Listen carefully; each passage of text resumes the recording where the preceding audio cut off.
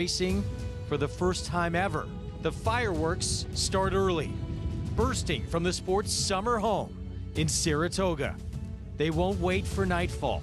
These fireworks ignite in the afternoon, exploding on the tote board, fueling the roar down the stretch, and sending a charge through this historic grandstand. It's a first of its kind, 4th of July from Saratoga.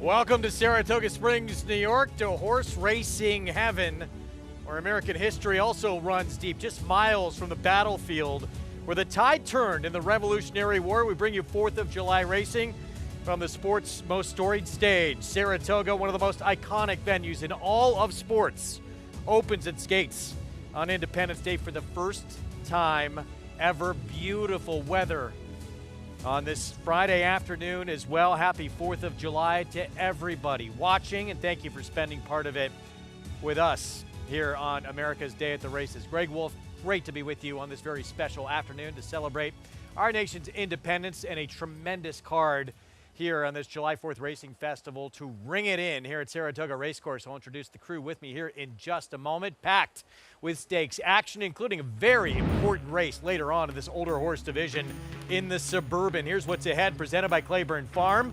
11 on the card this afternoon. We're just 9 minutes away from kicking things off. Fast and Firm with his shun shining down on us, and we'll kick off that early pick 5 momentarily. 2-year-old fillies in the Schuylerville in race 2. We have the Manila in the 8th, 3-year-olds on the lawn. Grade 1 Belmont Derby, and then that Suburban. See if Locked can get back to what he looked like out on the West Coast for Todd Pletcher. With me, New York Racing Association handicapper Andy Serling, special guest Megan Burgess with us as well. Good to see you both. Happy 4th and great to be here. It's just a historically significant area in terms of the creation of our country. Yeah, absolutely, with the Battle of Saratoga being such a pivotal battle in the war. And it's just great to be in Saratoga. And obviously there were reasons it was much better to be running this meet up in Saratoga. And until we move back to Belmont Park, it's a little bit of a different situation. But when Saratoga is your fallback option, not a bad thing. But I got to tell you, I'm pretty excited to be joined by Megan today. I'm pretty excited to be here, Andy. I did the Great Migration, as everybody does, as far as being from Kentucky and coming over here for the summer with the absolute best crew around. I hitchhiked, so I showered for Andy as we sit here, and hopefully you're grateful for that. Greg doesn't shower very often, so actually that's pretty good. I did today. Did you? Big day. Good deal. Saturdays, holidays, Saturdays and holidays for you, Greg. We're all set up, but it's such an honor and a privilege to be here, and I couldn't be more excited to join you and talk some horses today. Oh, it's going to be fun. Yeah, we'll have you for the next hour coming up, including that Schuylerville for 2-year-old fillies, which looks like a very wide open race ahead. Obviously, Belmont Derby, Grade 1 on the grass. And who do you think they're in that rematch of some faces who know each other pretty well? Right. I prefer, I always get his name wrong. Test Score? Test Score, thank you. I think I said the wrong name to Graham Motion when I saw him yesterday. I prefer that horse. I like him. I think Luther, the shipper, is also very dangerous in there, Megan. Get signed up, starting. You can play all the action at NYRA Bets. Bet any track, anywhere, anytime. That's what new customers get, that $200 deposit match bonus when you punch in that code at sign up. Bonus 200. Again, right there at NYRABets.com. We will kick off the action on this 4th of July, Friday afternoon from Saratoga on the turf. Mile Inner Turf, entry-level allowance group coming up. And Chad Brown, Flavien Prat will team up with Miss Motley from the rail. Yeah, I look at the last race where Miss Motley and the number 5 Vino Rouge come out of there. Vino Rouge finishing just a neck behind Miss Motley. I think Vino Rouge is a much, much more likely winner today. A horse that had a wide trip on top of the pace. The pace was falling apart, where I felt like Miss Motley was picking up pieces. I think the one is an underlay, and I frankly think the other Chad Brown runner is very interesting in here. Other Chad Brown, that's Diamond Vega, who is not taking much support right now at 8-1. That's where Irad Ortiz Jr. will wind up. Irad Ortiz is the second longest shot in the board in here for Chad Brown. Megan, we don't see that a lot, especially up here. No, especially up here. I mean, they're dominant as far as the duo together, but I disagree with you a bit on Miss Motley. Teaming up there with Flavien Prat had a record-setting year last year right here at Saratoga. They're a very dangerous duo, and I disagree. I thought she took a step forward last time out. I'm very eager to see her do so again here in this race. Post parade coming up. Incredible crowd, as you saw on hand. And we'll be growing throughout the afternoon as we make our way towards some of the bigger races coming up. Again, early stakes action with 2-year-old fillies in that Schuylerville to come. We're going to start the post parade with Miss Motley for Chad Brown and reigning Eclipse Award winning rider Flavien Prat. I'm just excited. We have a disagreement in the set already on the show, and I'm happy to have that. Obviously, she's a player in here. I just thought she had a great trip last time. Annie Port, 20-1. Yeah, maybe she can be a little forward in here, but she's in a tough spot. An awesome check was the one to beat in here for Horacio De Paz. She's very good at picking up checks coming off of that New York Bred Stakes Company event in the Mount Vernon, but still looking for a win at this particular distance and will need the right turn of foot to do so. Vino Rouge finished just behind Miss Motley last out. Yeah, I thought she ran extremely well with a wide, uncovered trip in there, and I believe that she's going to be very dangerous today. Here's that other Chad Brown, Diamond Vega. Tactical, but a bit below this group in terms of figure, but will need a solid step forward, in my opinion, to be in the mix here. Good performance in a win at Churchill for Enel last out. I agree. If this is the kind of race you can expect from Enel today, she's a player. I want to see it again. And Tom Proctor, Glen Hill Farm, Batula outside and taking money. Glen Hill, Tom Proctor coming off a win last week in the Nassau. This filly is going to be the controlling speed likely of this race, breaking from the outside with Johnny Villabour. Definitely the right pilot for the job, but the class waters get deeper. 4 minutes away from this opening race on the card. You can follow along. Get all the stats on the horses, trainers, jockeys in today's action with free Equibase past performances. To download yours, go to NYRA.com/TV schedule. Pick 5 pool, closing in on $500,000. Let's go back to this Chad Brown filly on the rail, getting even more attention now, 9-5, Andy. Yeah, I really disagree with this money. I thought this horse was just picking up pieces last time. I didn't think she beat a particularly good field in her prior race down at Tampa Bay. Now, maybe she's a horse that can improve going forward, and a horse like Vino Rouge has had many more chances. But look at Vino Rouge, perched right outside of a pace that absolutely fell apart in here and was wide the whole way, while the number 1, Miss Motley, was saving ground the whole way and angled out and just kind of made a minor run at the end to pick up second, whereas I thought that Vino Rouge did much more work. Megan, I know you disagree. I do disagree. You know, Miss Motley there for Chad Brown is a horse that I think she takes those steps forward, right? She's kind of thrown into the cauldron as far as that stakes effort at 2, and she's really been able to take that step forward last time out, and her turn of foot here is what I really was impressed by, and I think that's going to benefit her here in this race, and she's not exactly pace dependent. She's pretty handy and can come off of it if she needs to. Let's look at the other, as you see that crowd again on hand already, as we get set for the first to come up here in just 3 minutes. The other Chad Brown, Diamond Vega, this 5-year-old mare, 3-time winner on the grass already. What do you think of that Monmouth race last time out? I agree with what Megan said about this horse facing tougher foes today. I can't argue with that. But she ran extremely well last time and should have won that race probably by a couple of lengths. I don't think she got the best of ride. She was totally dragged out of the race, throttled back, got rank, then made a wide premature move on the backstretch, and she clearly ran the best race, and Irad can probably get her to settle down. I do have the same concern you do, that she's not good enough to win here, but her last was a lot better than it looks. I agree with that, and I feel like she's kind of one of those that has faced weaker and hasn't been able to edge out that win. You're really wanting to see her do that. She's faced some tougher company, as we mentioned, Ocean Club going on to win that stakes. But I do feel like she needs to take a significant step forward to be the winner here. Let's check in with Maggie Wolfendale. Maggie, happy 4th.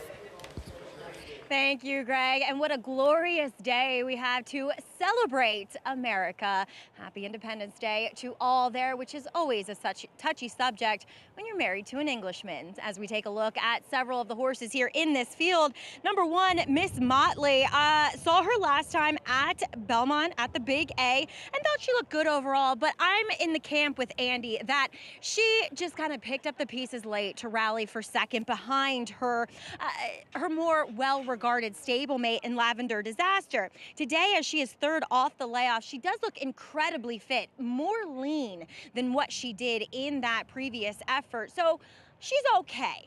I much prefer the horse who faced her and I think ran better is number 5, Vino Rouge. When you look at this race and look back at it too, because the top 2 horses early on that she was chasing while on the 3-wide hunt, they finished way back. and she did all the dirty work. She hit the lead arguably too soon, and I think physically, now kind of pairing these two races back to back, she looks sensational. She's moving beautifully here in the warm-up for Toni Dutrow. The blinkers do come off after they experimented with them for just those 2 starts so far here in 2025, but I think going back to what has worked in the past and leaving them behind. Moving on to the other Chad Brown runner, that's number 6, Diamond Vega. Actually saw her at Monmouth last time out and noted that she was a big, solid, good-looking mare. Well, today, she is so wound up, and as you guys mentioned, got a bit rank on the backside.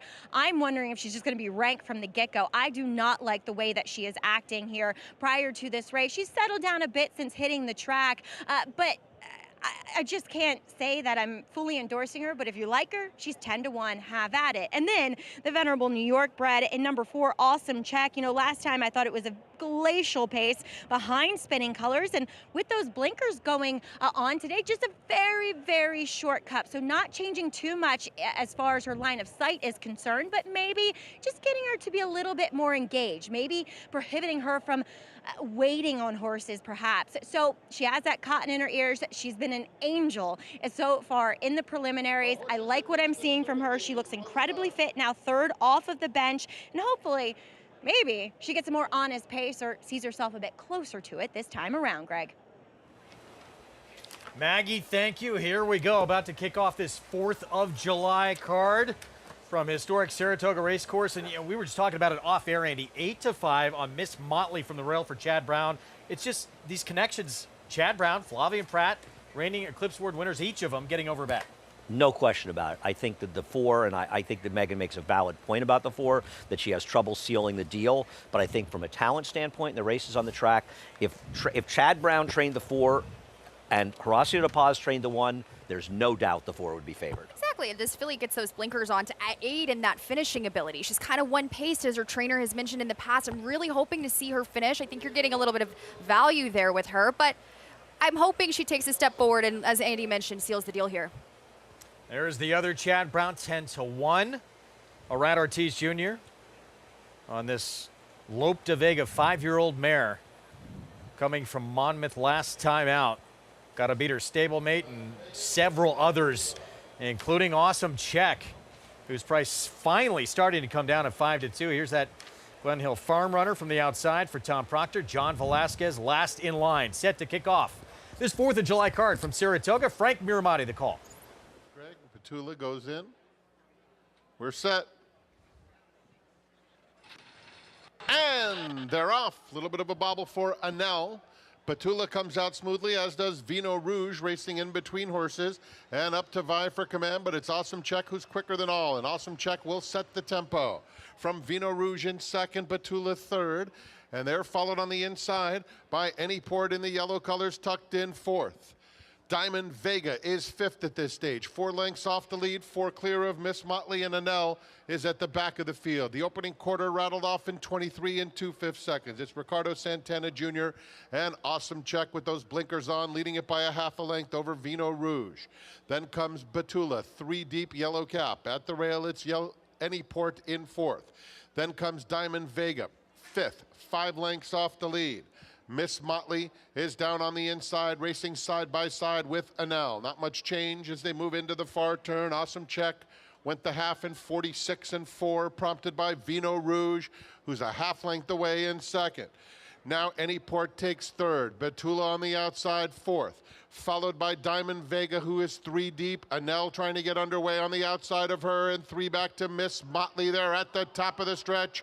Awesome Check, Vino Rouge. Vino Rouge still a half length behind, trying to close and get by now. And Vino Rouge on even turns, but Awesome Check responds. Awesome Check and Vino Rouge coming for the wire together. Awesome Check keeps fighting on the outside. Vino Rouge within ahead. Here is the line. Awesome Check held on. Gutsy victory. Vino Rouge was 2nd, and then it's a photo for 3rd between Miss Motley and Anyport.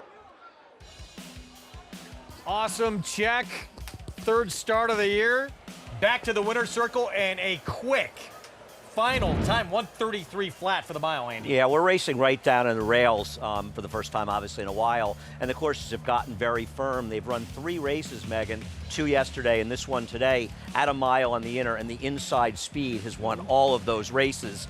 I'm a little bitter because I bet the 5, but these two put on a heck of a show. They sure did. We actually saw that in the finale yesterday with those maidens. Same situation, got on the lead and was able to continue that run.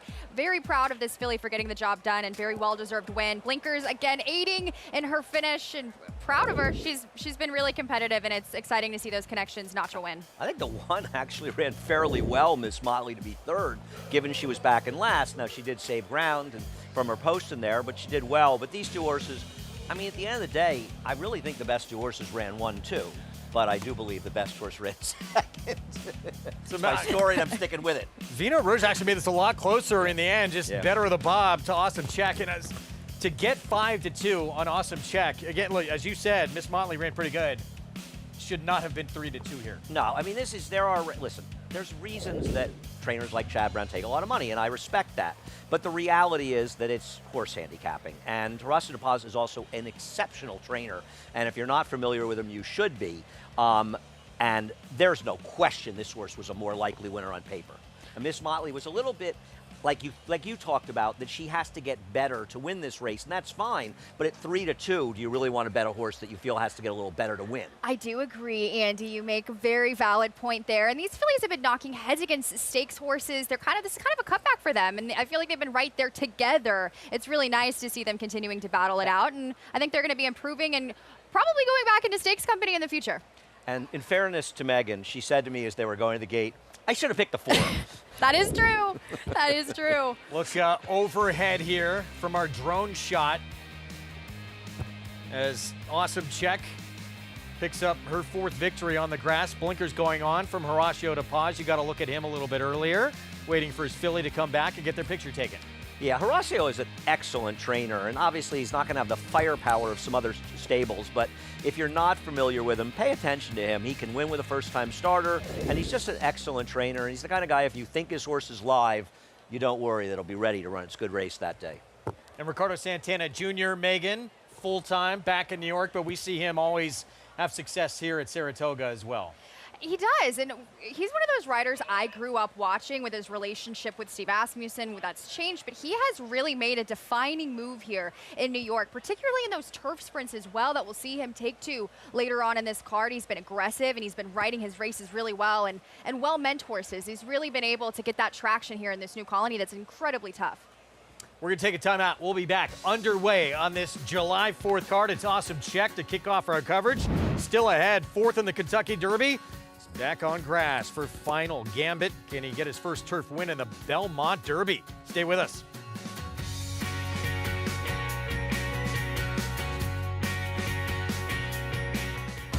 It's America's original sport, and no one covers it better than americasbestracing.net. From the sport to the lifestyle, the best races, horses, and destination venues, cocktails, gambling, fashion, and more. americasbestracing.net is a sport for you.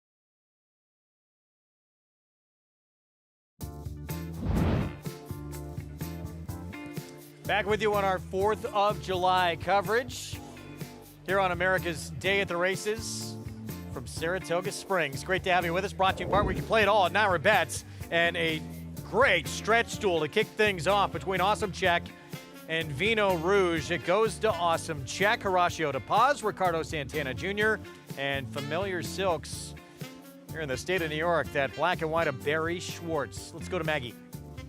4th win in 15 starts for Awesome Check, but first time with the blinkers on Horacio. Congratulations. Talk a little bit about the decision to put those on her. I know she was stuck behind a glacial pace last time. Yeah, I mean, we just wanted to see if we can make a little bit of a change and just have her finish up a little bit better. Ricardo felt, because of the dynamics of the race and the way the track's playing, she could go either way, so. Talk about that relationship you have with Ricardo Santana. He is very adept at noticing the way the tracks are playing, but also just being aggressive. Yeah, I mean, he came out and he's like, what do you think?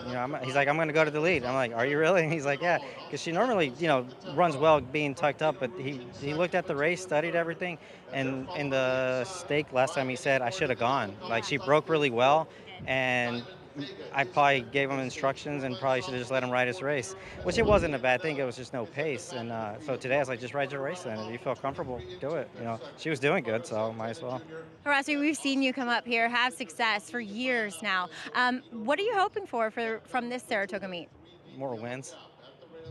You were stuck in second, I feel like. Was that last year or the year before? Yeah, you keep reminding me. Yeah, sorry. But they were good seconds. All those horses ended up coming back and running really well. So, just happy, all our clients, hopefully they all get a win and enjoy the meet. Well, you've started the meet in the right way. Congratulations. Thank you. All right, Awesome Check, a venerable New York bred, taking down some open company, guys. Thank you, Maggie. Yeah, 4th career win on the lawn. $7.90 to kick off this 4th of July card. Vino Rouge, Miss Motley 2nd and 3rd as we move in to early stakes action here on this Friday card. The Schuylerville for 2-year-old fillies. 6 furlong sprint coming up next, and traditionally opening day of the Saratoga meet, but I think it's in its proper placement now with it being Schuylerville, of course, where the Battle of Saratoga took place, 4th of July. It just all fits. I agree. And if you've been to Saratoga and you've never taken a chance to go to the battlefields, which is out of town a little bit, head out there. It's a fun place to go and visit the Saratoga Battle. Of course, the Battle of Saratoga being a pivotal battle in the Revolutionary War. Indeed. And this is our Spendthrift Farm 2-year-old race of the day. What else would it be? This is a good one coming up. We're going to jump ahead, though, in our coverage and look ahead to our ABR race of the week. Grade 1 on the lawn in the Belmont Derby. And this should be fun. Mile and an eighth, $750,000 purse. And no question, Andy, Final Gambit is going to take a ton of support based off what he did on a different surface in the dirt in the Kentucky Derby. There haven't been too many horses that have been equi-talented on 3 surfaces. I imagine if Zenyatta had run on the turf, she might have been one of the rare ones. I think of Einstein. And to be fair, this horse in his first 3 starts, his turf race was okay. It was actually similar to the kind of race he was running before that, and the light has really gone off, and it basically went off in this race, the Jeff Ruby Stakes, Megan. But he got a huge pace to run at. And I wonder if he's going to get the same kind of race dynamics in here. And he's also meeting some pretty salty foes. He's certainly going to get the glass test here, but at the same time, it's baffling to me how he's so short. Even though it's Brad Cox, it's Juddmonte, they know how to intentionally campaign their horses, and to do so, I was extremely impressed with him in the follow-up to the Kentucky Derby. I thought he was training tremendously, but to have this horse so low in a grade 1, getting back to the turf and trying to figure things out, I'm still the jury's still out if he's quite good enough, especially with a horse like Luther coming over from Europe. The jury's still out for me on Final Gambit. I think the public is going to see the Kentucky Derby and the 4th place finish and bet a little too much on him. He can win, but I'm kind of with you. I think you want to go to other players in here, and I think all 3 of the horses inside of them. And I'll be interested to see the odds because I think they could be very close between Luther, the 3, as well as the 4, 5, and 6. And another big problem for him, as you guys touched on a little bit, but just lack of pace in this race. Tank looks like he's going to be alone on the lead in this race. As for New Century, test score, Megan, they went head-to-head in that American turf. Very little separated those two. that day. And I think you want to probably go more towards the Grand Motion runner in this race, the number 5, just because he was down on the inside. That's test score. Whereas New Century, a little bit off the rail. I think they both were compromised, Megan, by being inside, but you did not want to be on the rail. And you see where Zulu Kingdom is out in the middle of the track, and I think they both ran extremely well. Zulu Kingdom got the picture-perfect trip here, honestly testing those distance limitations as he resurfaces in the Manila. And now we see these two squaring off again. And it's one of those interesting races. Andy's exactly right. I was there at Churchill Downs that day. You did not want to be on the inside. And it was one of the test score's been right there. He's a stakes winner. And I think that he's the perfect horse for this stretch out that's going to be able to hopefully rise to the occasion of this 3-year-old class. Megan, in fact, is just learning that I'm always exactly right. Always. Something, of course, you know. Yeah, of I learned course, quick. except for when I asked Megan a question, you jumped in. Get used to that, Megan. It's going to happen a lot. Andy pays no attention to me. Well, that is definitely true. How dangerous does Tank become with the lack of speed in here? Should I let Megan answer? Sure. What I would say is people need to be careful. This race is on the Mellon turf course, not the inner. And while speed and inside has been dominant, we saw 2 races on the Mellon, one of them very, very fair yesterday. So I think a very different course. Right, and he's kind of that Florida-bred, those connections aren't as dominant as far as the turf is concerned. I think he's going to be overlooked. You need to make sure that you're considering, especially in this pace scenario, a horse is going to get a loose lead and knows how to use it.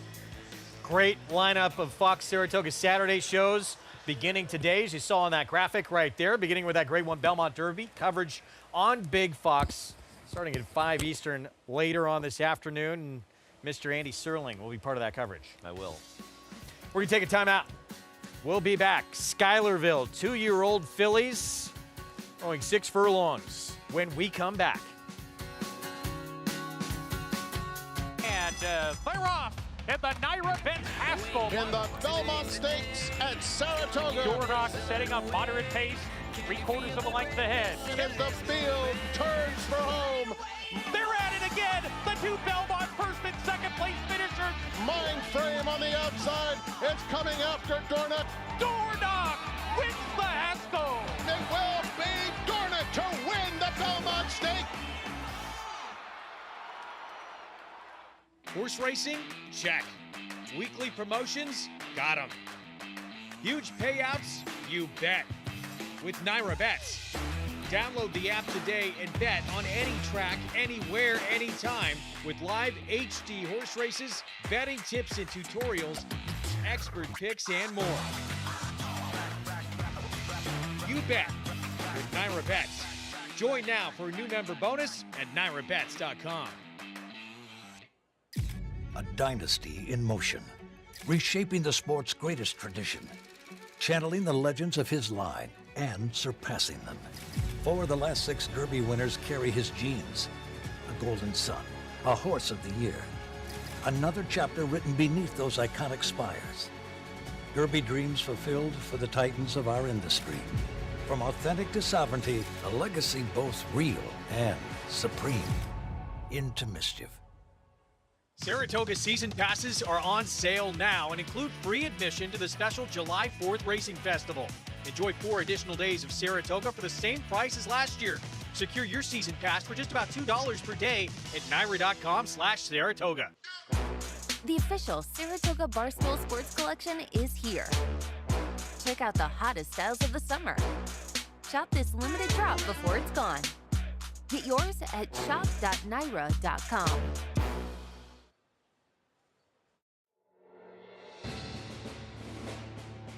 So today at the Schuyler House, we're commemorating the 200th anniversary of the General Marquis de Lafayette visiting here. Lafayette is a French general, comes over to America, and Philip Schuyler was also a major general in the American Army. The two of them worked together in part to develop a treaty with the Haudenosaunee Native Americans in the Mohawk Valley. Today we had the Sons of the American Revolution and most importantly the Daughters of the American Revolution. So part of their activities was to commemorate by laying wreaths to remember those who served in the American Revolution and of course Lafayette and Schuyler. Today's ceremony was about not forgetting about the past, similar to how Lafayette came through here 50 years after the battles of Saratoga and the American Revolution. We're now 250 years later. So that's what makes a day like today so important. Part of Saratoga County, just 10 miles east of here, that Battle of Saratoga took place, named for the famed general you saw in that piece, and New York Senator Philip Schuyler. And we see people dressed for the occasion. I was getting a little history lesson as well from Megan, from Andy, teaching us a little bit about what happened. Famous historian that I am. I only know this because I saw the play Hamilton, and I believe Philip Schuyler's second daughter, Elizabeth, was Alexander Hamilton's wife. I see your So Wikipedia is pulled yeah, up. I Thank wanted, you for Greg the said, accuracy. make sure you actually know what Know you're it talking before about you for a say it. change before I say anything. So I You listen brought to up Lin-Manuel. I was thinking Moana, so I know a lot of Moana history. Really? That's nothing to do with having children, right? You actually do it anyway. Race 2 in the Schuylerville 6 furlongs for 2-year-old fillies. Look at Evolution right there. We'll talk more about this field in a moment. This is how close Schuylerville is to the racetrack. Just 10 minutes, or about 10 miles east, I guess. Yeah, it is almost exactly 10 miles east. Mig was telling me he's living out near there, how he went. They have a very good Mexican restaurant in town. He was there, he said 5:30 on like Monday or Tuesday, and there was an hour wait. So there's some good food in Schuylerville, good stuff there. Well, I would think, I mean, Mig already has a sandwich named after him in town here. I'm sure they're going to hop on board as well. No, they left, so I think they're completely done with the Miglioris at this point. Happy 4th to everyone watching here on our Fox Sports 2 coverage as we get set for these 2-year-old fillies to get a stakes win on the resume. And there is Evolution. Carlos David, Luis Saez from the inside. Let's go to Maggie. Yeah, Greg, and it's an interesting field for this Schuylerville because you're dealing with a field of 6 in which only 2 have actually won a race. And we begin with the Florida bred. That is number 1, Evolution, coming in here for Carlos David, who's looking to get things rolling, sending out Tank a little bit later in today's Grade 1 Belmont Derby. But Evolution, you know, watching her races, which both were at they were at 4.5 and 5 furlongs. She was quick, but not that quick away from the gate. She kind of just got there eventually. So with this being now 6, and coupled with the fact that she is quite a big filly by brethren, that I think from that inside post position, it's going to mitigate that. It's going to make her be that much quicker out of the gate, because in those races, you're dealing with horses that are just super cranked up and fly out of the gate, where she's shown too that she can see a distance out. She is very keen and aggressive here in the paddock, indicating to me that she is sharp. I think she is formidable in this spot. That's a generous 9-2 on her. Obviously, might have to run a bit faster, but I think she can. Moving on to number 4, My Sweetheart. She won emphatically on the turf. She jumped out of there quickly. She got headed around the turn actually on the outside, and she just dominated. Now, Mark Casse did this up here at the Belmont Stakes Racing Festival with a horse by the name Charlotte's Heart, who just hadn't been on the dirt. He entered her in a New York bred stake, and she didn't have any dirt pedigree whatsoever. And she actually ran very well, I thought, to be 3rd that day. But My Sweetheart, while Flame Away I do prefer on the turf, looking back at this pedigree, if you go back a generation, the dam is half to Northern Flame, who was by Flame Away, who actually ran 3rd in the Rebels, so had some dirt, accomplishments overall. And looking at this filly, she is by far the best physical in this paddock. She is well-balanced, athletic, but there's a lot of substance to her. I think that's so important with these young horses, especially the fillies. Now, yes, does she look turf inclined? Sure, but she doesn't look overly meant, where she has more of that straighter hind leg and a powerful hind end to her too, that I think she should be able to translate it. Greg? Maggie, we'll find out shortly. Andy, we talk about it all the time. She's got turf sprint speed, and that's usually greater than dirt sprint speed. She should be in front.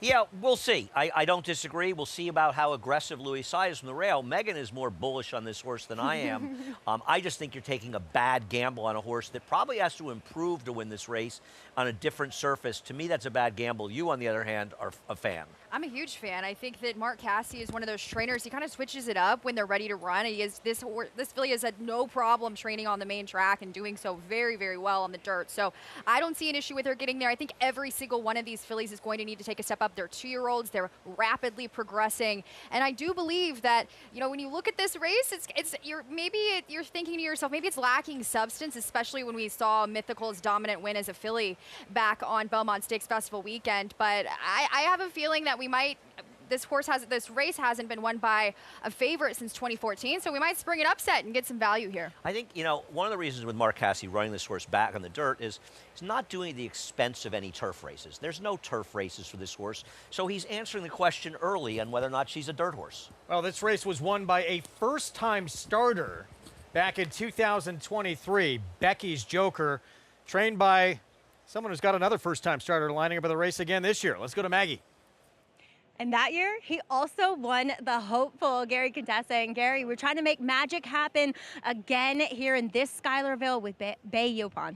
Always, you know, I mean, she's trained really well. I mean, there's 4 maidens in here, 2 winners. I mean, it's a great opportunity to get some black type and win a stake. And she's certainly trained well enough to do it. I was going to say, what makes you feel confident about taking a shot in a stake first time out? I like, because she usually beats up anybody I work her with. So that's been a good sign. But that could mean that I have a bunch of slow horses and she really never beat up anybody. So we're wondering, but she's done everything the right way. And hopefully she shows it in this race. First-year sire in Yopon, I've loved what I've seen from his progeny so far. I do too. They just keep winning and running good. And I think he's had a very good start to his career. And he was well received at the sale, so I think she's got the right father, that's for sure. Gary, thank you. Best of luck. Let's make magic happen again. Amen. That's right. And another Yopon, Greg, they have shown to be precocious. 11-1 right now on the first-time starter for Gary Contessa. We'll see if lightning can strike again for him. There she is. Junior Alvarado aboard. Yeah, I wouldn't gamble on lightning striking twice, but then again, we'll see what happens. 4-5, Megan on My Sweetheart. We mentioned, you know, she's trying the main track for the first time, but this is a very well-bred Oxley homebred from the female family, if you go back enough, of Sierra Leone and Forever Young. George Weaver with 2 outside. Here's Miss Magical. Miss Magical, I thought, was with the flow of the race, but did run better when she got outside last time, though I prefer the other Weaver runner. That would be Simone, who is at 8-1 right now. Third on debut at Churchill, a precocious daughter of Vekoma, likely to be there stalking with some early speed from the outside. Not sure how you make anyone in this group even money. I understand what you're saying, Megan, and you may well be right, but I don't know that My Sweetheart's race was really even that good relative to these, and I wonder if she would have to improve on the dirt. Now, she very well may, and she may win, but you're taking 4-5 on a hearse based on a race on a different surface. And for me, as a handicapper and gambler, I'm never going to do that. It's a field where you could really go with a lot of different angles. I mean, like I said, a lot of these horses haven't even won races yet. They're now searching for that very important black type that they seek it to. But the #1 evolution there for Carlos David, Luis Saez is very good with horses on the front end. I think this horse is going to break with some speed. She was a little full of herself there in the warm-ups and the preliminaries, but I do believe that her speed is going to be to her advantage. She's sitting up there at value at 9-2. Arundel's having a tremendous meet. They had, of course, that aforementioned Mythical, who dominated them in the Tremont, and this filly could also kind of make a sweetener for them with back-to-back filly stake wins here at Saratoga. That's sort of the story within this race, isn't it, Andy? Evolution the 1, My Sweetheart the 4. Who's the speed of the speed? And also, they're the only 2 horses to have won a race. Now, that doesn't mean that their races were so good that a second-time starter can't and won't improve and beat them. And I picked the race 6-2, so I'm obviously going with horses that are maidens coming this race. And it's a big sea change in the way these stakes are for 2-year-olds. There was a time when you would not see maidens in these races, except Alidar debuted, actually, as a first-time starter against Affirmed, as the favorite, going way, way back. But nowadays, they start so late that this happens more often. 3 minutes to post in the Schuylerville. Back to Maggie. Yeah, I'm going to have to land on My Sweetheart here. I wanted to take Evolution, who I think is incredibly dangerous in here, but she's just gotten a little too fizzy, and I wish that Luis Saez took her away from the pony and expended some of that nervous energy that we see her displaying now on track. But let's talk about a filly who has warmed up beautifully, and that's one I didn't necessarily like back in the paddock. That's #2, Kingsolver, whom Rudy Brissett sounds out here and comes out of a fast race, which was, as 2-year-old races typically are, dominated on the front end with Smell the Lilies and Late Night Tex just running 1-2 around the racetrack. She didn't break that quickly that day or straight. It was just very untidy and green. And then she kind of found stride whilst in between horses. I thought it was a good educational experience for her, still talking about Kingsolver, and she just floats. I mean, this is a filly that was very kind of unassuming back in the paddock. I didn't love her, to be honest, but once she got out here on track and Flavien Prat climbed aboard, she has come to life. Love what I'm seeing from her, and with this warm-up, hopefully she breaks better. Moving on to the Duo 4, George Weaver, number 5, Miss Magical. She was a lot more professional here in her second start. Saw her win running second behind the impressive Angel Gift, a good New York bred for Todd Pletcher. She's very, very fit looking that day. Same thing here yet again. So watching the workout with her and her stablemate, number 6, Simone, Miss Magical was on the outside, and I thought that Miss Magical going better than Simone, just going a bit easier throughout that workout in over the Oklahoma track back on June 27th. And Simone, she's a big, solid filly that made her debut back at Churchill. Wired that day by Quicksand. Physically, I almost prefer her, but having watched those workouts, Greg, I did think that Miss Magical was more impressive and possibly moving better as well. Yeah, 8-1 on Miss Magical, Andy. She had a tough inside post that day, and I thought, a bit of a rough start from that inside. Did run a little bit. I debate this. I just think she didn't know what she was doing to begin with, because she Could be the broke case. okay, and he just kind of dropped out of the race. So, I don't know. And I think it's an issue. I think you could say that she really started running when she got towards the outside, but then again, you could also say the race was just completely falling apart, because the winner, the Rapoli first-time starter, looked like she was doing no running early and just ran by the field. So she was with the flow of the race, but I do think that both the Weaver second-time starters are dangerous. I thought Simone might have more room to move forward. She broke a little slowly in that race, kind of lost position, shuffled back a little bit. So I'm going to take a little shot with a 6. And Megan, I know you like My Sweetheart, but 3-5 now is getting a bit ridiculous. It is getting a bit ridiculous, and I want to shout out Simone as well there, the number 6 at 9-1. I thought she had an interesting trip. I really liked the riders switched from Raylu Gutierrez to Manny Franco, and she's still figuring things out, right? She kind of drove inwardly into the inside of the stretch and then rallied up to kind of launch her bid, because she just needed a little bit more there. But she breaks from the outside of this group. I think she's going to get into a good position. I'm hoping for a cleaner trip, a more well-timed kind of stalking position right behind the speed that she's going to likely get up there with the number 1, Evolution, and the number 4, My Sweetheart. Megan has been removed from Raylu Gutierrez's Christmas list. Just letting you know. I'm on it. You're not missing much. Trust me. Just a Manny fan. That's fine. We're all 3-5 Manny fans. favorite. Frankie Dettori riding for Mark Cassidy. You can play it right there at Naira Bets. Bonus 200. That code again to use at sign up for new members. Get that $200 deposit match customer bonus. 4 of the 6 in this field looking for the first win. And again, 2-year-old fillies, you can improve by leaps and bounds that first to that second start. And maybe that horse will be My Sweetheart. And maybe this is the surface she belongs on it. But in my opinion, as a gamble at 3-5, I wish I could book her, not better. Here we go. Pick 4, beginning with the Schuylerville for 2-year-old fillies on our 4th of July coverage. From Saratoga Racecourse, it is My Sweetheart, turf debut. Gate to wire, she was quick for Marcassi. First time on the dirt here, coming up as a short price favorite. Frank Miramati with the call.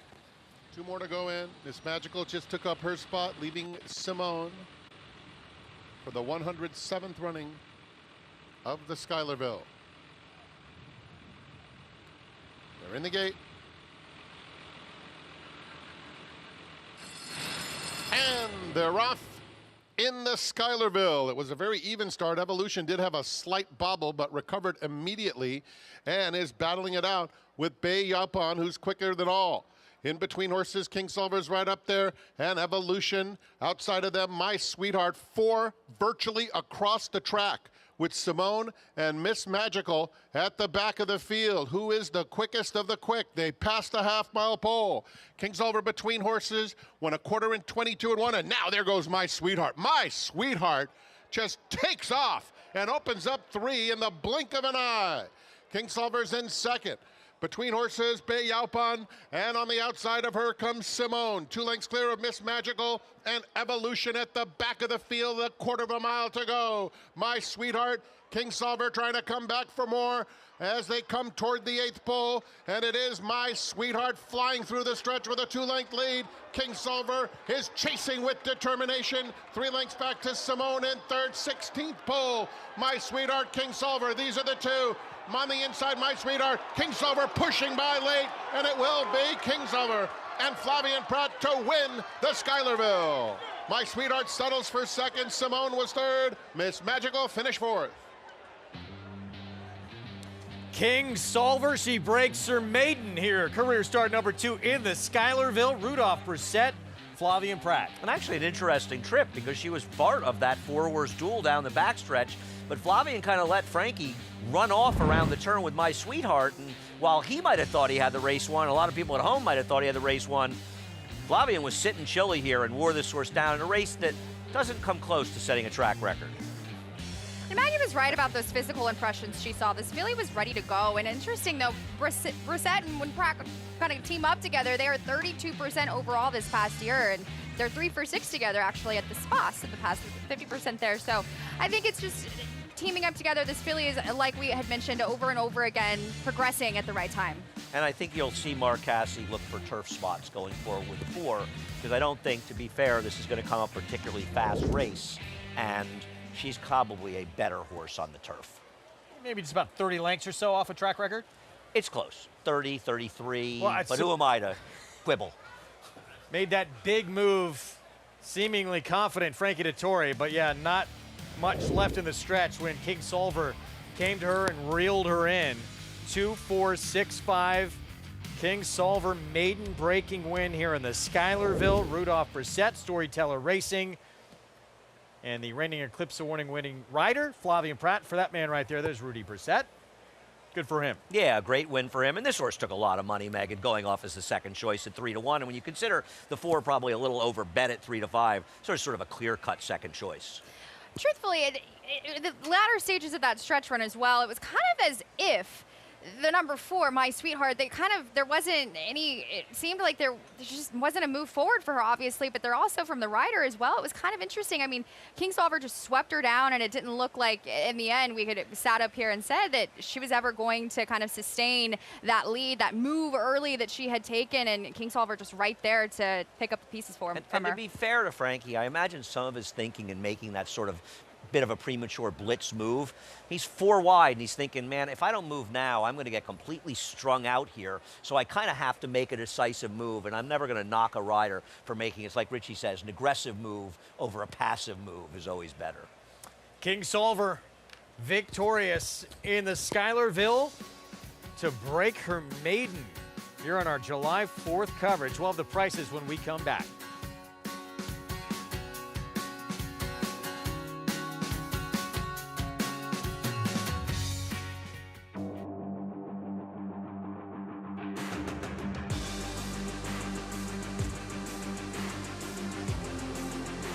Bright future indeed. Bright future, the son of Curlin to win by 4. Bright future, Proxy, here's the line. Photo finish, Bright future. Bright future, look at that. Bright future, the clash prevails. Bright Future, standing at Claiborne Farm.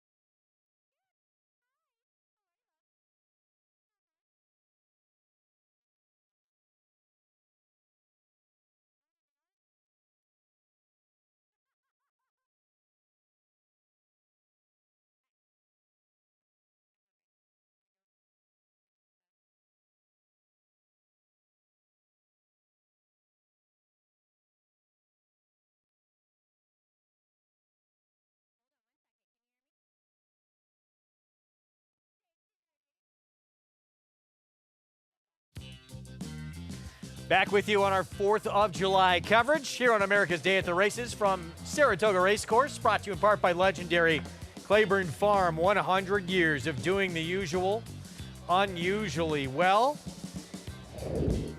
Another look down the stretch. It is Kingsolver breaking her maiden career start, number 2, rolling by My Sweetheart for the victory here in this Schuylerville. Our winner circle lead and brought to you by the Fasig-Tipton July Selected Horses of Racing Age sale to be held on July 8th in Lexington, Kentucky. Start considering your entries today.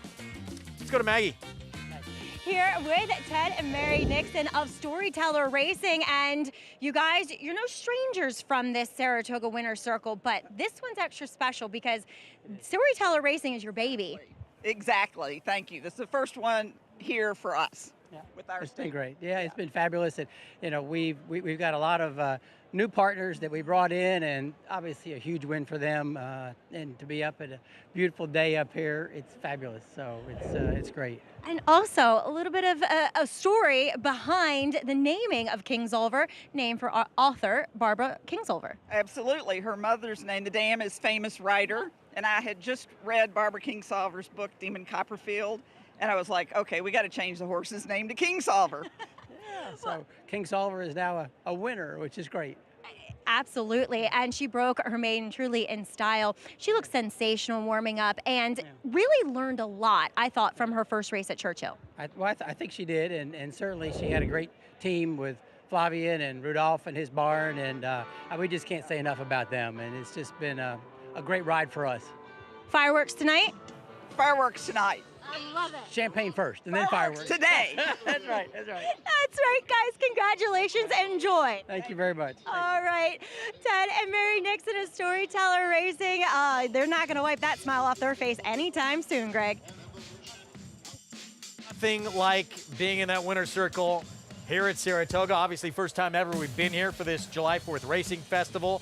Makes it extra special on this July 4th.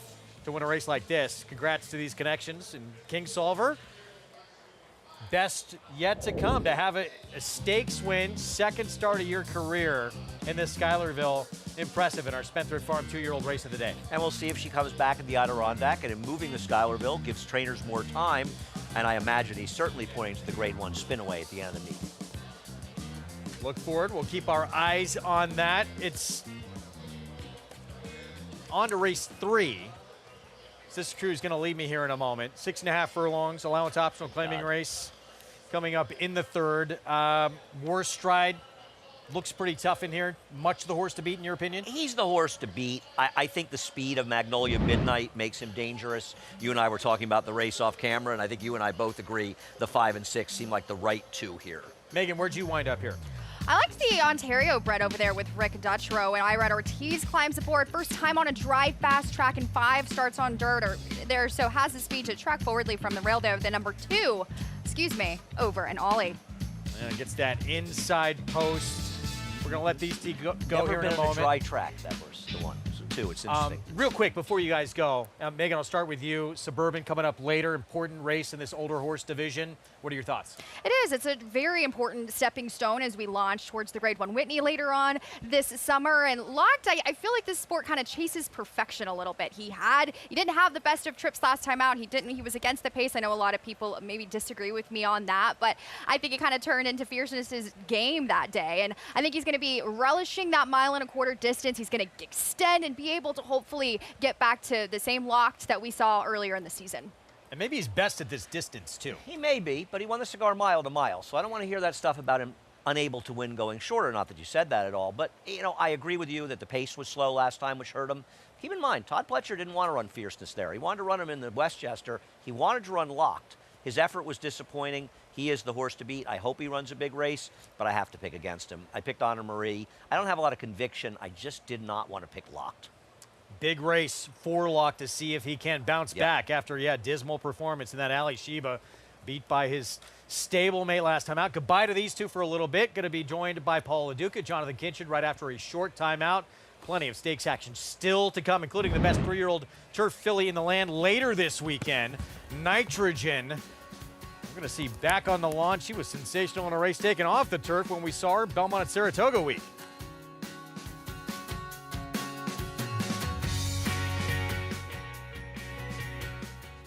The sun shines bright on Caraconte. His first crops of racing age are showing brilliance on the racetrack with a high percentage of stakes winners. His versatility is evidenced by winners on all surfaces across the globe. She feels more than pretty. She feels fantastic. It is all She Feels Pretty. Yet another grade 1 for this magnificent daughter of Caraconte. Caraconte, standing at Gainesway. Horse racing? Check. Weekly promotions? Got them. Huge payouts? You bet. With Naira Bets. Download the app today and bet on any track, anywhere, anytime with live HD horse races, betting tips and tutorials, expert picks, and more. You bet with Naira Bets. Join now for a new member bonus at NairaBets.com. Connect, a grade 1 winning millionaire, making his mark as a sire. With Rattle and Roll, a grade 1 winning 2-year-old. Graded stakes winners, Whitwater's Rand. Implicated. And Apple Picker. Connect, a proven sire in the making, standing at Lane's End Farm.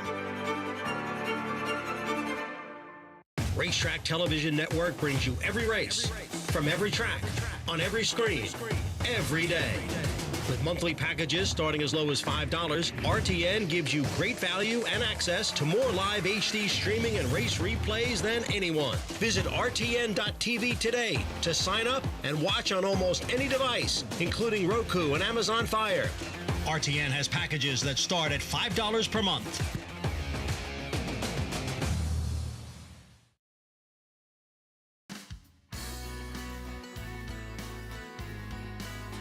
Back with you on our 4th of July coverage on Fox Sports 2. You're watching America's Day at the Races with a tremendous card to celebrate our nation's independence here at this historic racetrack at Saratoga. And I'm joined by some new faces up here on the desk.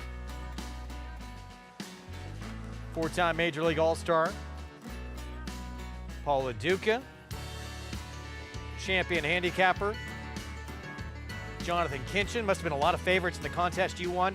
Good to see you both, and happy 4th to both you guys. Happy 4th of July to you as well. And thank you for all the women and men that have kept our country strong for 249 years going. Next year will be the 250th. Pretty crazy. That's the extent of Paul's research for the day. Well done. Good to see you. Hey, how you doing? You took that little shot at me earlier, but that's all right, though. I'll remember that. I will remember that. It's coming back at me. Yeah, I think Nick's Go did win, and Authentic won one that I did well in, so it's all right. We got some great action ahead. Belmont Derby, going to be a lot of fun. Your thoughts on that race real quick? Yeah, I'm looking forward to New Century. I think the way that he was finishing in Churchill Downs, the American Turf, I think he's going to appreciate that added ground, and he's the way his breeding is. And he was finishing best of those horses with a little bit of a troubled trip, so I'm looking forward to New Century. I think that's going to be a really intriguing race because the turf course is played towards speed, and Tank is going to be in front of there. Who's going to be chasing him around the racetrack? Yeah, interesting. And, of course, Saturday action.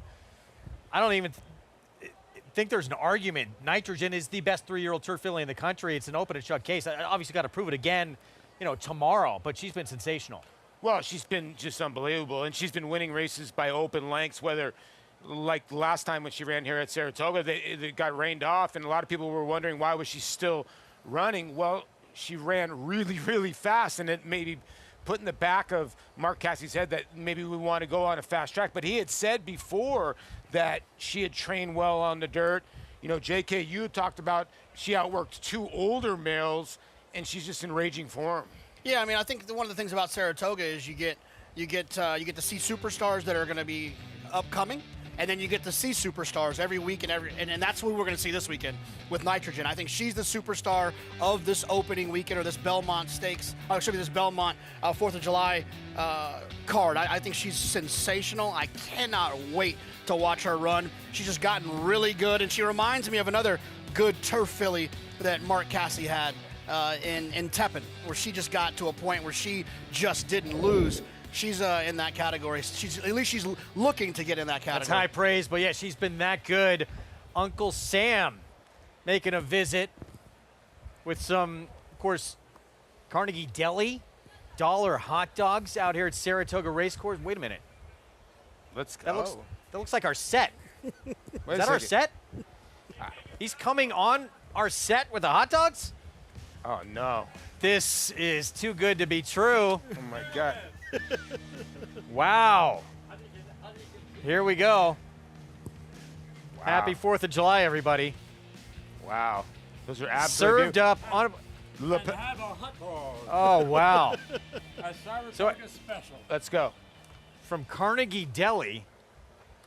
Are you A vegetarian? couple of you guys get 2 each. No, not at all. I'm about to beat one of these hot dogs up.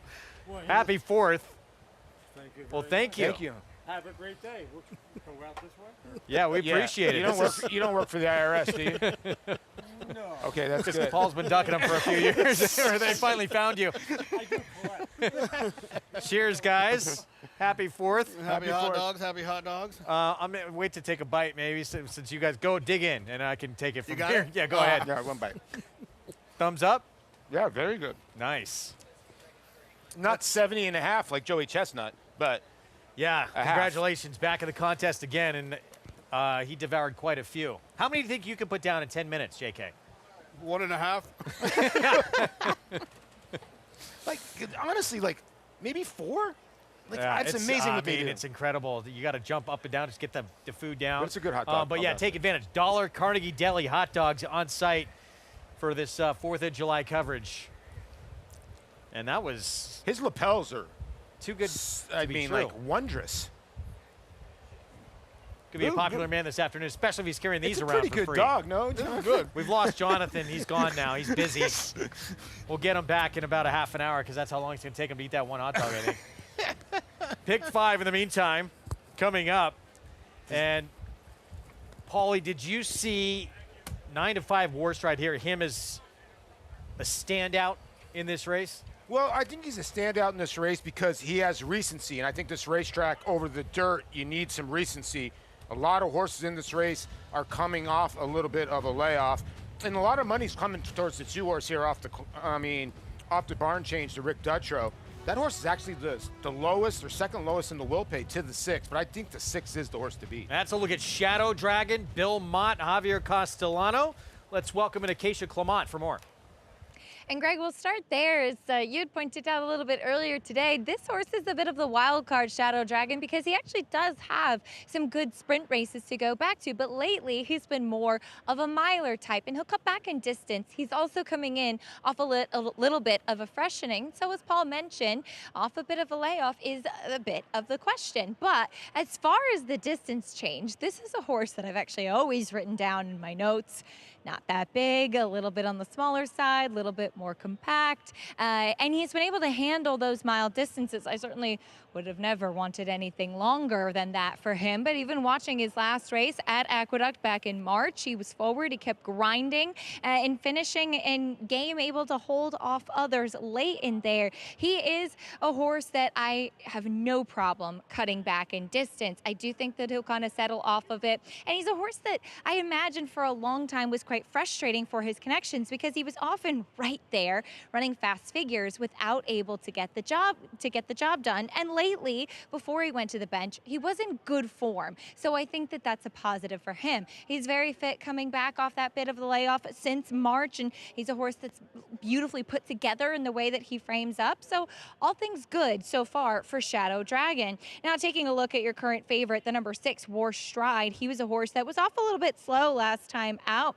From the inside, running on late, it did seem like Baby Yoda, who was forward that day, was not going to be beaten by anybody that afternoon. So Warstride, I'm willing to give a pass to because he ran a fast figure that day, but he'd also run a fast figure prior to that in what I thought was a very strong effort to back in May. He's a horse that's gotten pretty washy. He was warm even from the moment he came in here, but that's not out of character for Warstride. He is one that typically can get a bit warm, and it's a bit warmer today than it was yesterday as well, but he's not over the top. He's not agitated. He's not doing anything that you wouldn't like to see. He is the quintessential sprint build. He is broad, he is compact, he is stout, and he is strong, particularly in his hind end, which I appreciate. I do think that, like the board reflects, he's the horse to beat. Now, the number 1, Acoustic Ave, has been in very good form. He's a horse that's kind of found some of his better races again. He's one that always had ability, particularly sprinting.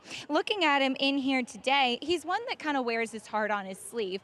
When his weight starts to kind of fall away, particularly in his hind end, you can tell that maybe he's not going to run his better races, and he's been able to carry his condition from race to race. Looking from last time to today, he looks good once again. He's another horse that typically gets warm. He's actually more settled today than he was last time when he won. So he's in good form. He's continuing on, progressing as he steps up to the next level of competition. We'll see how he handles it, but he is kind of that now horse coming into this field, Greg. Acacia, thank you. Yeah, Acoustic Ave, 1-2 in a row. Tough for company, though, here. It's going to be a tough spot. I think it's a tough spot, but the horse has won here at Saratoga during the Belmont at Saratoga meet, and, you know, did so from way off the pace, and that was against Open Breds, this New York bred. And like, you know, she said the horse is in very good form, looking for 3 in a row. His last couple performances probably a little light compared to if some of the main contenders show up. If the 2 shows up, the 6 shows up and runs their A race, I think Acoustic Ave is going to be a little bit up against it, but that doesn't always happen, right? You know, these horses don't always show up and run. I would prefer the running style that Acoustic Ave showed 2 back than last time. From that inside post, show a little bit more speed, try to hold that position rather than get shuffled back and have to circle horses. There's the man who will be aboard Acoustic Ave. Dylan Davis on board for that win last start. Of course, that, I would say, career-changing meet, Jonathan, last summer here at Saratoga. Absolutely. 100% career-changing. When you can come up here and have the success that he had, it leads to more success. There's so many opportunities this year that you can think of where Dylan was riding for people that he doesn't typically ride for. And the reason that happened is because of the success he had here. What happens here at Saratoga can change someone's career, whether you're a trainer, a horse, or a jockey.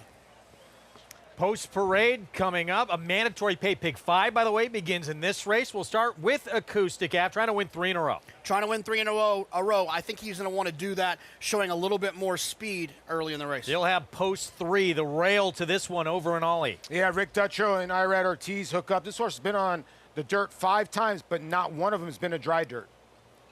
Ridgewood Runner, source, was very successful when he's been forward. Where's that speed gone, JK? Yeah, it's definitely missing in action, and I'm worried that he's not going to make the front here, which is not going to bode well for him. Shadow Dragon, only once in his career he's gone 6 furlongs. It was his debut, and he won it. Yeah, you wonder if this is a little bit of a prep, but usually it's not a prep down here at Saratoga. Since the blinker's gone on this horse, he's been a better horse. There's Magnolia Midnight.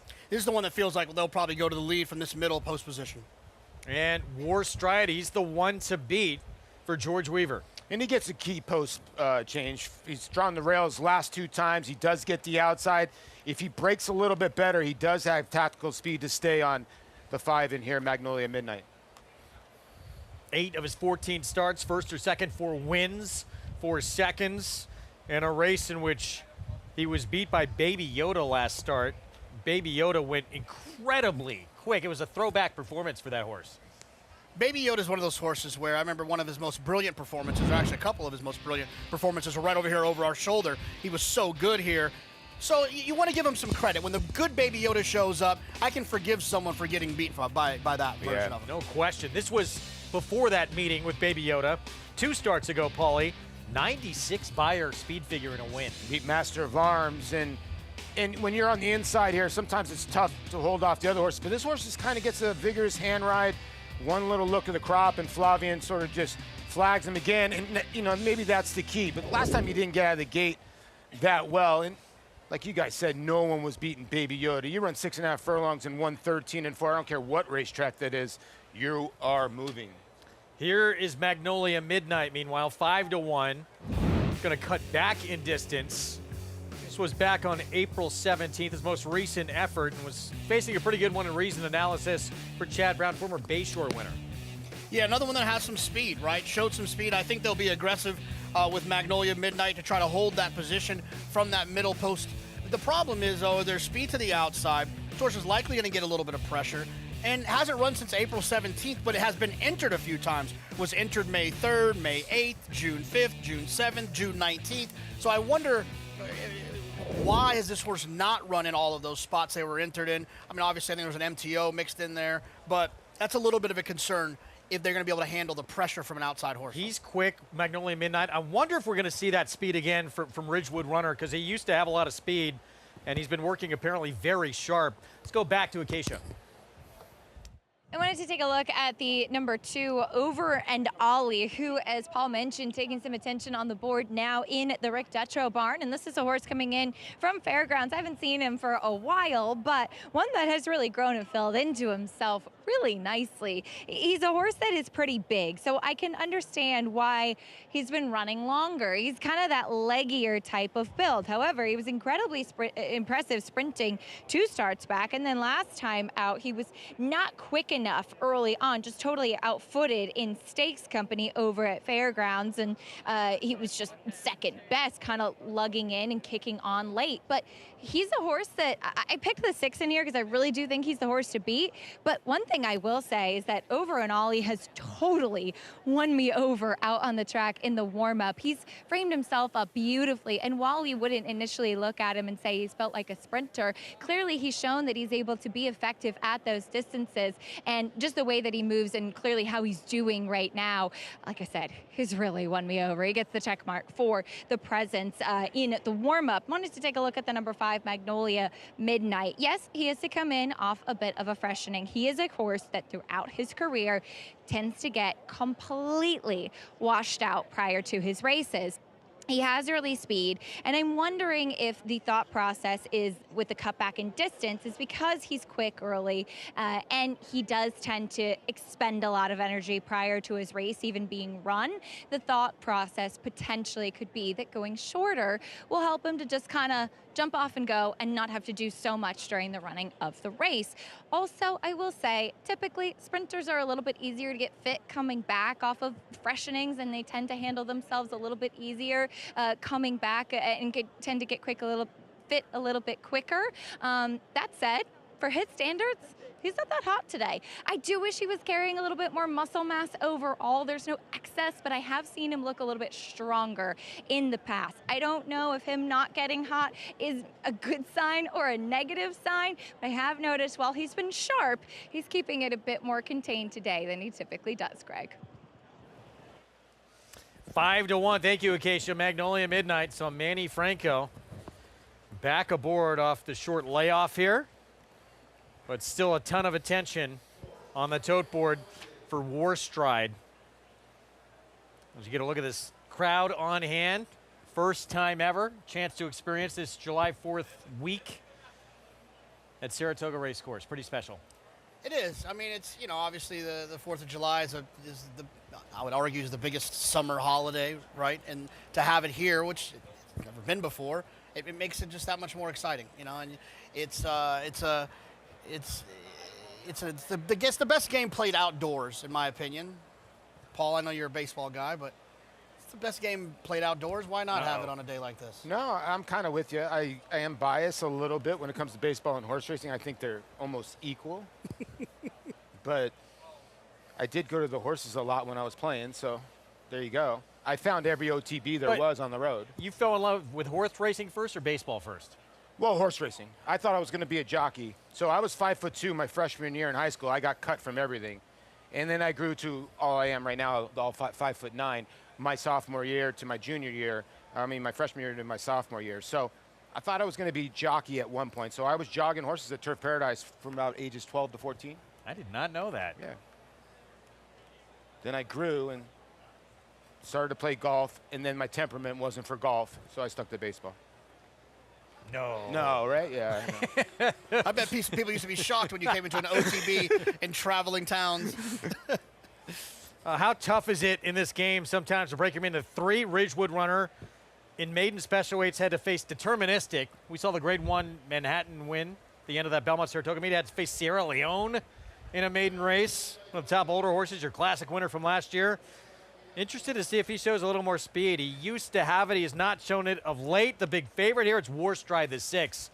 from the outside post. There he is, George Weaver Barn, Flavian Pratt coming off a win in the Schuylerville back in race 2. Looking to go back-to-back on this July 4th card. Let's go to Frank Miramati for the call. Just getting a little nudge from the assistant starters to make his way to the starting gate, going up. And they're off. War Stride came out well, but it's Over and Ollie with better natural speed up to take the lead. Magnolia Midnight has Sharpfoot 2, takes second. Acoustic Ave is right next to Ridgewood Runner, who comes through on the inside now to be a part of that second position, leaving Shadow Dragon at the back of the field. Erad Ortiz Jr. and Over and Ollie with a very easy lead through the opening furlongs, has it by just over a length. Magnolia Midnight is second. The opening quarter was quick in 22 and 1/5 seconds. Down at the rail, Ridgewood Runner is a joint third. Acoustic Ave is racing in between horses, has 4 lengths to make up with 3 furlongs to go. War Stride is on the extreme outside, and Shadow Dragon at the back. Over and Ollie makes his way to the quarter pole, widening with every stride. Over and Ollie with a 4-length lead suddenly as Acoustic Ave emerges into the second spot. Ridgewood Runner hugs the rail, 45 and 1 for the half. They're coming to the 8th pole. Over and Ollie trying to finish the job, still running well. On the outside, it's Acoustic Ave, followed by Ridgewood Runner in third, 16th pole. Over and Ollie put them away early and goes coast to coast. Acoustic Ave second, Ridgewood Runner was third, and then Shadow Dragon. Over and Ollie, over and out. This race was over 2 or 3 jumps into the race. It's the best place to be in dirt racing is the front end. And when Over and Ollie broke the way that he did, Irad just kept him there. And then opened up a little bit, too, on the turn. I think that goes a long way in terms of putting away these other horses.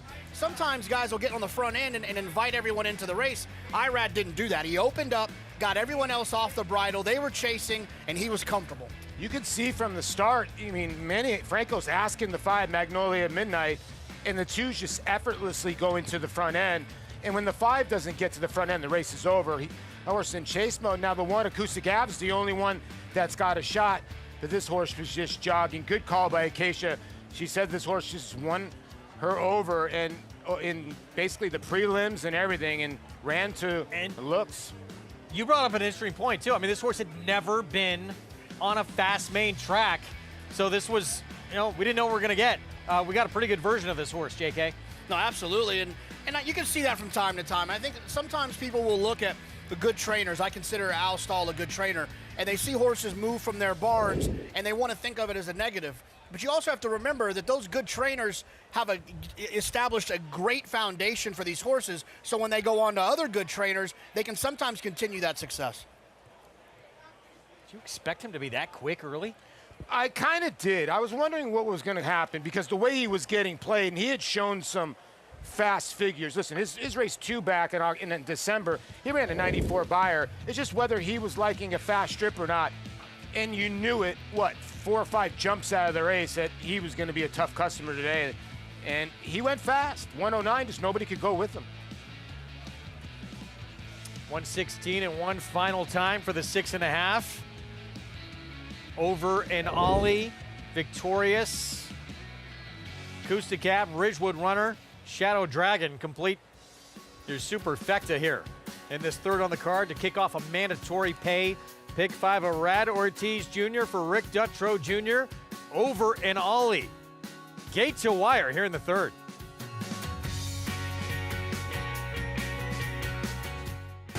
Bucaro, any day. Book 'em Dano, Prince of Monaco in between. It's going to get very close. Book 'em Dano. Any track. 결승선 끝까지 사전 사생. 최고의 꿈, 최고의 꿈, 최고의 꿈. Any surface. And it's Queen Maxima in a 1-horse race. She is absolutely brilliant. Queen Maxima. Bucaro, a leading sire of stakes winners on every surface from coast to coast and around the globe.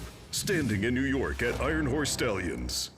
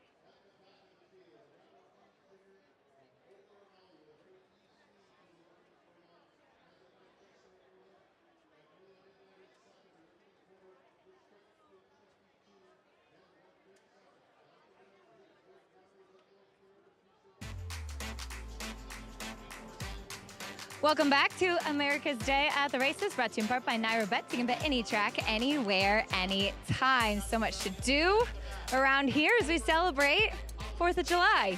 And the best way to celebrate any holiday is with a win at the racetrack, which is what Irad Ortiz is doing after Over and Ali was dominant here in race 3. And Irad, this horse kind of tipped his hand in the warm-up. He framed himself up so beautifully out there. Yeah, honestly, broke really well out of the gate. I think that was the key.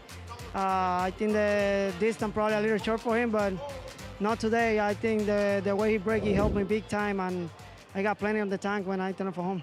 And you and I were just kind of talking about the track. It does seem like often speed is an advantage in any type of race, but maybe over the last couple days, coming from off of it, perhaps a little bit more of a challenge. Yeah, definitely. I think you have to make 3-4 lengths. You can do that, but more than that, probably it's a little hard to make ground on the dirt course lately. Yesterday and today, that's the way it feels. But you know, racing, anything can happen. I don't see any horse come from way back and win. I mean, nice horses can do that, but it's just a little harder this couple of days. Making the game a little bit tougher even, but coming up a little bit later in the Suburban, you'll be climbing aboard Awesome Aaron, who won the Pimlico Special. You said his tactical speed should be an advantage after what we were just discussing. Yes, I've been watching the horse run, and he looked like he's been developing really, really nice. And last time was a great race, good pace. I think he's gonna be close. He got tactical speed, like I said before, and you know, go from there. Like, we got good posts. Well, congratulations on the win here. Good luck with the mounts the rest of the day. Thank you. Happy 4th. Irad Ortiz picking up a win on this 4th of July, Greg. Indeed, and from the get-go, like a rocket out of the gate, just keep on rolling. Over and Ali extremely sharp this afternoon. Of course, Irad with a big one later to come in the Suburban. He'll ride Awesome Aaron for Norm Cassie. So I like, it's probably who I'll pick. I like Awesome Aaron. I think he's going in the right direction. And one of the things that race reminds me about Irad is that, and same with Flavien too, just so versatile. They don't have a weakness. I don't mind if I see Irad last in a race, Flavien last in a race, first in a race, on the lead. It doesn't make a difference to me at all. Those guys are so versatile, they can win on anything. Mile and a 16th on the grass. Paulie coming up in this maiden special weight here for 3-year-olds and up. And right now, State's debut for Graham Motion's Your Lordship, the favorite. Yeah, and this is a tough race, and gets a jockey, Nosen Murphy, that usually rides over in Europe, but is a tremendous rider. And, you know, Graham Motion's very good with horses off the plane, and this horse gets Lasic's first time here. A colt by Lope de Vega, and the Lope de Vegas have been running through the screen here in North America. Yeah, I mean, I thought the horse on the outside was a little bit interesting, the 9 Vintage Vino. They, you know, a lot of times they'll overbet these European-type horses when they come over here. We don't know who they are. There's, you know, 10, 15 years ago, they were automatically better than our turf horses. It's not really the case anymore. 9-2 on Vintage Vino. Yeah, I thought this was probably the fastest race of anyone in here as the festivities on this Independence Day continue here at this iconic racetrack. So much to enjoy here on this special weekend, celebrating our nation's independence.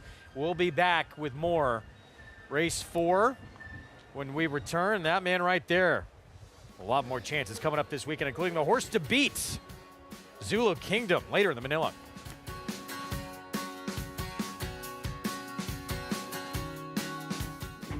They're off in the Churchill Downs Stakes.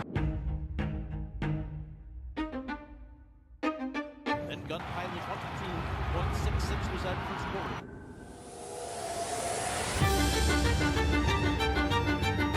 But it's Gun Pilot. Gun Pilot and Christian Torres are going to win the Churchill Downs. Gun Pilot by 2.5 under the wire.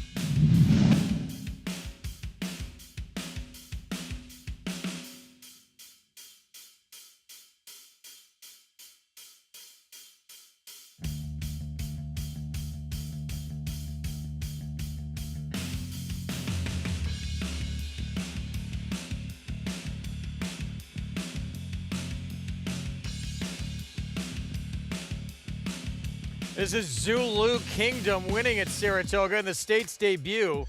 The Grade 3 with anticipation last year as a 2-year-old. What a role this Chad Brown trainee is on. 4 wins the last 5 starts, coming off a Grade 1 victory, Paul, last out. Yeah, and listen, this horse is very good. And I think a lot of people thought, it was the kind of horse that when he brought this horse to Tampa did this horse improve a little bit? And then the next start obviously did improve with Flavien Prat aboard, comes into this race, and, does have a win at Saratoga and going to be very dangerous in this race. I mean, he could arguably almost be undefeated, right? I mean, his race in the Breeders' Cup was unlucky.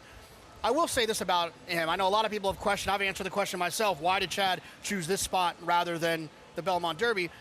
Because Chad can do that because he's got enough horses that he can fit them right where they belong, and he's got owners that trust him and are allowing him to play the long game. If I owned Zulu Kingdom, I couldn't control myself. I'd have to run him in the Grade 1. Yeah, but true. I don't. Chad does. Chad trains him, and Dub and Maddock can own him, and they can make the best decision for the horse. You think maybe because they got the Grade 1 in the bank last time?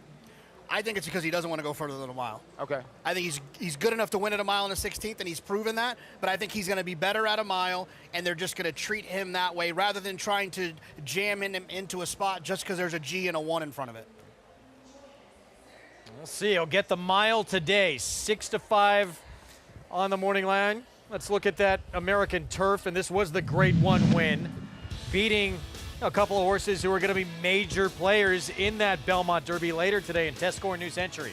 Yeah, and those are the 2 horses that, I like the most in that spot. So he shows up in here. He's tactical. He can stay connected. Like I said, I think he's better. His kick is always there, even at a mile and a 16th. I think it's going to be even sharper at a mile. There's no one in this race that I think can really put him into a tough spot. If he shows up and runs his race, I think he's going to be very tough today in the Manila. You can't argue with you. I mean, you beat 14 horses. You're doing something. And I think Chad, also the big part about it is that, giving this horse time after a lifetime best, that's Chad's MO. He's always done that. And you kind of hit the reset button, and that reset button could be this ridge and could improve even more.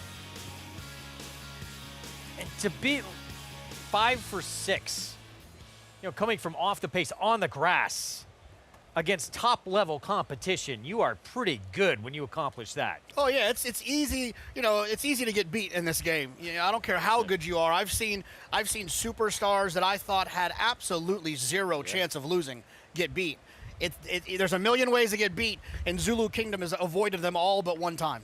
Listen, this horse went first time out for Andre Farb. For a lot of people who don't know, he's one of the best trainers maybe ever. I mean, he's up there with some of the European trainers. So when Chad got this horse, he didn't get this horse from a slouch. So, this horse is really good, and he kind of has that relentlessness about him, and he's going to get better and better. Now, Reagan's Wit was only a neck behind Zulu Kingdom when they met in the Columbia Tampa. Chance J.K. Reagan's Wit could turn the tables today? I thought there was a 0% chance that Reagan's Wit could lose this race. Reagan's Wit was completely, had these horses completely overmatched. The ground was in Reagan's Wit's favor. Remember, it had rained on Preakness Day. I mean, Reagan's Wit had everything go his way. I think he's very nice. He was lugging in here at the end, a little bit of a concern. He didn't even sniff a horse as good as Zulu Kingdom in this race. I just think he's going to be that alternative. Everyone's going to try to beat Zulu Kingdom, and he's going to be too short of a price. They probably will be, but you can see Cherie DeVoe, her 2025 stakes when she's been on a roll with her, obviously, everything brilliant, or she feels pretty. But Taking Candy was excellent and then came back and ran a good race. Vava obviously won the Chicago, kind of reversing her form at Churchill, but she's always been nice. That's a pretty good resume right there. Yeah, Reagan's Wit is probably the other horse in here, Greg. I mean, she was only a neck behind, and you kind of wondered, was that Tampa race kind of rated a little bit lower than it should have been? Take a look at our Fox Saratoga Saturday schedule. Kicks off later today, 5 Eastern on Big Fox. Coaching Club American Oaks. The Jim Dandy. We heard news. Baeza coming back from the West Coast to tackle the Jim Dandy, and hopefully the Travers as well will take on Sovereignty. Whitney, Sword Dancer. We're going to see fierceness in the Whitney. Who else? Maybe a couple of stablemates from that Todd Pletcher barn as well. Remains to be seen. He'll have some tough decisions to make with how loaded he is, Pletcher, in that older horse division. Absolutely, but you know what? It's the Whitney. It's not it's a grade 1 plus in my opinion. If you got a good one that you think fits, I don't care how many you got to run them in there. Back to this 4th, mile and a 16th on the turf. Let's go back to Acacia. And we'll start off with the horse taking the early money, and that is the new face in this group, Greg, the number 6, Your Lordship, making his first start stateside here for Graham Motion. Watching those races over in Europe, ran at Epsom last time out for Marco Batti. This was a horse, it says in the short comment, dwelt. I actually thought that he broke well and then was taken back and over towards the rail. And prior to that, in his first couple of starts, he'd shown some good speed as well. So I'm not totally concerned about him having a lack of speed. Now, he's small. He's teeny tiny. There's not much of him, but he's coming in with a lovely pedigree by Lope de Vega out of a Frankel mare and some solid form on both synthetic and turf coming here into America. And I do think that this is the right kind of spot for him to begin his stateside career. He's very fit. He's handled himself very well. He's been forward, but not over the top. And so far, he has been acting like a gentleman here in the paddock, as we have a couple who have been a little bit distracted, namely the 4 Orgonite, who's been yelling at everybody since coming into the paddock. But Your Lordship has handled himself well, and I do think he has shown some speed over in Europe, which could mean he's not going to be out the back and so far back like we sometimes see European horses do when they make their stateside debut. The number 2, Roger is one of 2 in here for Chad Brown, and he's coming in off of a layoff after running on both turf and synthetic down at Gulfstream. Watching that turf debut, the race was wired by Walking in Memphis, who was a 24-to-1 shot that afternoon, and this horse he was a little bit tight in out of the gate, then he was stuck wide, he never saw the rail, and I think he actually ran pretty well, all things considered, in the type of trip that is not going to be helpful for you down at Gulfstream Park, and especially when the race was wired. He is a big, good-looking type. There's a lot of nice substance to him. I've been a fan of the Omaha Beaches on the turf. He looks very fit and strong coming back off that freshening since February, and was the first horse that caught my eye here in the paddock. He has a lovely dominant presence about him as well, and I certainly think that he's intriguing getting back onto the grass. The number 5, Profound, for Cherie DeVaux, came off of a layoff last time and did show speed when getting back on the turf at Churchill, going a mile and an 1/8. But one thing I noticed watching that race is that he didn't have an immediate gate speed coming out. He was actually a horse that broke a little bit flat out of the gate and then was kind of hustled up out to the lead, having to use himself a little bit more early. He was coming off of a big layoff. He went to the front. Once he was pressured, he faded pretty quickly down on the inside, but he gets a little bit less ground to work with here. He comes in from May now to the first week of July, not quite the same kind of layoff that he had to deal with previously, and he is a big solid horse, so probably benefited from a start. We'll see if he can sustain that speed a bit more, and in particular, if he can get out of the gate a bit faster, not having to hustle himself so much early on. Greg? Acacia, thank you. There he is, D-O-N-K, Donk, Donk, Donk. Biggest Jets fan there is. And Orgonite he will send out. He'll have Dylan Davis, there's the 4, Orgonite, who, that turf debut, Paulie, productive effort. And Asbury Park looked very good winning that race. Yeah, Asbury Park was a nice winner for Chad Brown, actually a Frankel colt. And this horse was okay in that effort. Was a little keen first time getting on the turf. And, you know, first time going long, first time getting on turf, I thought handled it pretty well, kind of ran in spots. Yeah, let's not forget, this is a different turf course than they ran on that weekend, right? All the rain that we had. You know, there might have been a situation where he didn't really appreciate that soft turf, and he's going to get a much more firmer ground to run on here today. And this will be on the inner turf as well. As we take a look at riders about to hop aboard. Get to our post parade in a moment. There is David Donk's Orgonite again, the 4. So Dylan Davis back aboard. And there's Jose Ortiz and Cherie DeVaux. What an impact she is making. Talked about, you know, those big wins she's had, and she's going to have the one to beat, it seems like, in the Diana, JK. Absolutely. My favorite, probably one of my favorite horses in training right now. She feels pretty. She's just, you know, I think there's something about a horse that when they get led over there, you feel this immense amount of confidence that they're going to win. And then right when they get in the gate, you remember that they don't have to win. And that feeling you have when they pop away from there and the excitement all the way around there. Even if you're not betting, you're just watching a horse run it 1-9 or 1-5 or whatever it might be. It's still a lot of fun, even if you're not finding it to be a great wager. And She Feels Pretty is that for me right now. I think her Colt here has a shot too. Profound. I mean, I think they maybe have to find that middle ground, but a big old Colt too by Twirling Candy. Now with more on the trainer we've just been talking about, and that outstanding filly we'll see in the Diana. Let's go back to Acacia. Yes, we'll get it right from the trainer's mouth, so to speak. Cherie DeVoe joining me here. Cherie, let's start with Profound in here. Seemed like he did kind of use himself early with the speed and off the bench. What have you seen from him since that race? Well, he definitely needed the race, and he's trained forwardly since then. So, you know, Jose and I talked, and kind of mad at himself for doing that in the last race, but it was 9 furlongs. So we'll just play the break here. Track's been playing to horses that are forwardly placed. So if he does break like that, he's not going to take anything away, but he wants to try to get him to settle.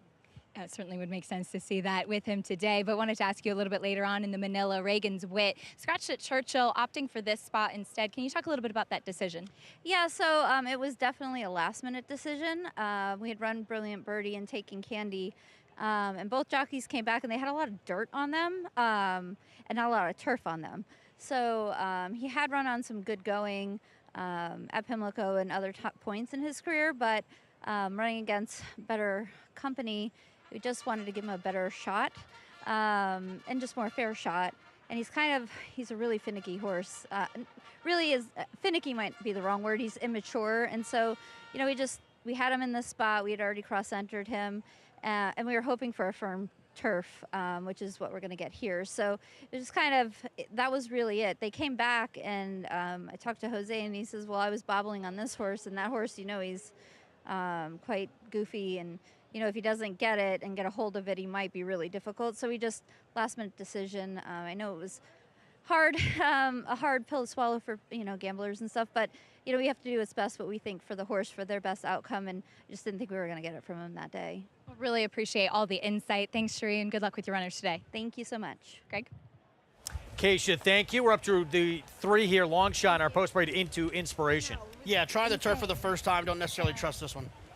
Here's Organite for David Dons. Ran well on the turf last time out, first time getting on the lawn and getting 9-1 today. Just heard from Cherie DeVoe with Acacia, and here's her Colt Profound. Yeah, these Twirling Candies have been outstanding on the grass. I still feel like there's a good horse in here. Still favored, State's debut for Grand Motion's Your Lordship. Yeah, Lope de Vega Colt making the first North American debut with Lasix. Tom Collins, Rad Ortiz Jr. will ride for Shug McGahee. Yeah, this horse has had a lot of opportunities. I feel like they're just betting the connections here. 9-1 on a Chad Brown horse who's damn produced 4-time Grade 1 winner Uni. Yeah, this horse ran at Monmouth last time out and kind of got interested late in the race. I wonder today if Manny Franco puts this horse a little bit more forward. And Vintage Vino, Linda Rice coming back now as a 4-year-old, JK. Yeah, that's the one that I think is very interesting. She's run some good races going a little bit longer, but he's been pretty consistent, and I'm just hoping that this outside draw, staying in the clear, not getting stopped, he might be able to grind these horses down with experience. Jose Lezcano will be aboard for the 4-year-old return for Vintage Vino, who right now is the Coast's second choice on the board at 4-1. It's still this Grand Motion runner. Your Lordship, the one to beat on the board. As we get a look at the other Chad Brown, Roger with Pratt.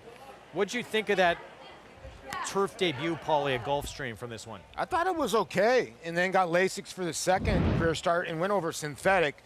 So a lot of people will look at that and go, you know, what's going on here for a $510,000 purchase? But this was the debut, finishing third, a son of Omaha Beach. Wide early in the race? Yeah, and, you know, I kind of thought this horse is kind of getting played a little bit of the Chad Brown horses, kind of the sneaky horse of all of them. I'm never really crazy about a Chad Brown first-time starter who isn't really bet, doesn't win, comes back, doesn't win again. I think sometimes Chad's reputation can precede him, and people just get a little excited when they see one of his. I question how good Roger actually is, and at 4-1, I wouldn't be willing to find out. Roger that. So 4-1. Pratt, Chad Brown. I had to do it, sorry. Interesting, too, that they switched surfaces. I'm going to go turf debut, and then they moved to synthetic. Maybe it was the weather. Who knows? Yeah, I don't think Chad's out here entering monsters on the synthetic at Gulfstream. Yeah. Good point. Let's back to vintage Vino. And you know, absolutely could forgive the last start. That was 1 mile and 3/8 on the grass. Maybe just longer than this horse wants to do. It actually ran very well, though. But starts before that, Paulie, some very big efforts, back-to-back 80 Beyer speed figures. Yeah, they put the blinkers on in the third career start, and this was the result, you know, here at Saratoga. A couple second-place finishes, but this horse has run against some decent horses. And, you know, if the racetrack plays towards a horse that can come from off the pace, I think the 9's is your Vino. I'm a little concerned as the price dips, especially at 3-1. You know, favorite I think, now, wow. Yeah, I think this horse is a little bit more interesting as like an alternative. As the favorite, not so much. And the reason is because, you know, I think we all know how good of a trainer Linda is. And for Linda to put this horse over 10 furlongs, into this horse for over 10 furlongs 4 times, to me, she thinks the horse is probably better a little bit longer. Now, if you look at that race 2 back here at Saratoga last summer, this horse ran okay, got a nice figure going 1 mile and a 16th. But I wonder if maybe the horse is just a little bit better than that. And at 3-1, I don't feel great about betting this horse with all of those question marks. With more, let's go back to Acacia.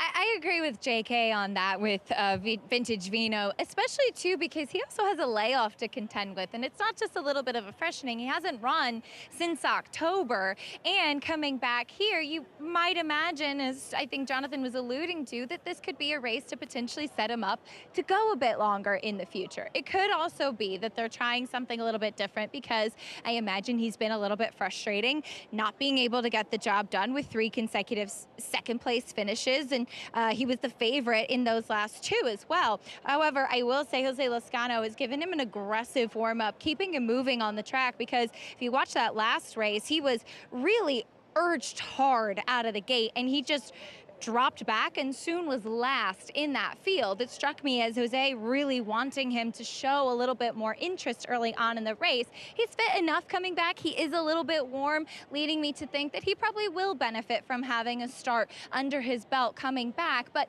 my biggest thing is if he can get himself into the race a bit more, maybe show a little bit more punch late in the stretch as well. The number 4, Organi, is a horse that switched to the turf last time out, going from 6 furlongs on the dirt to 1 mile and a 16th on the turf.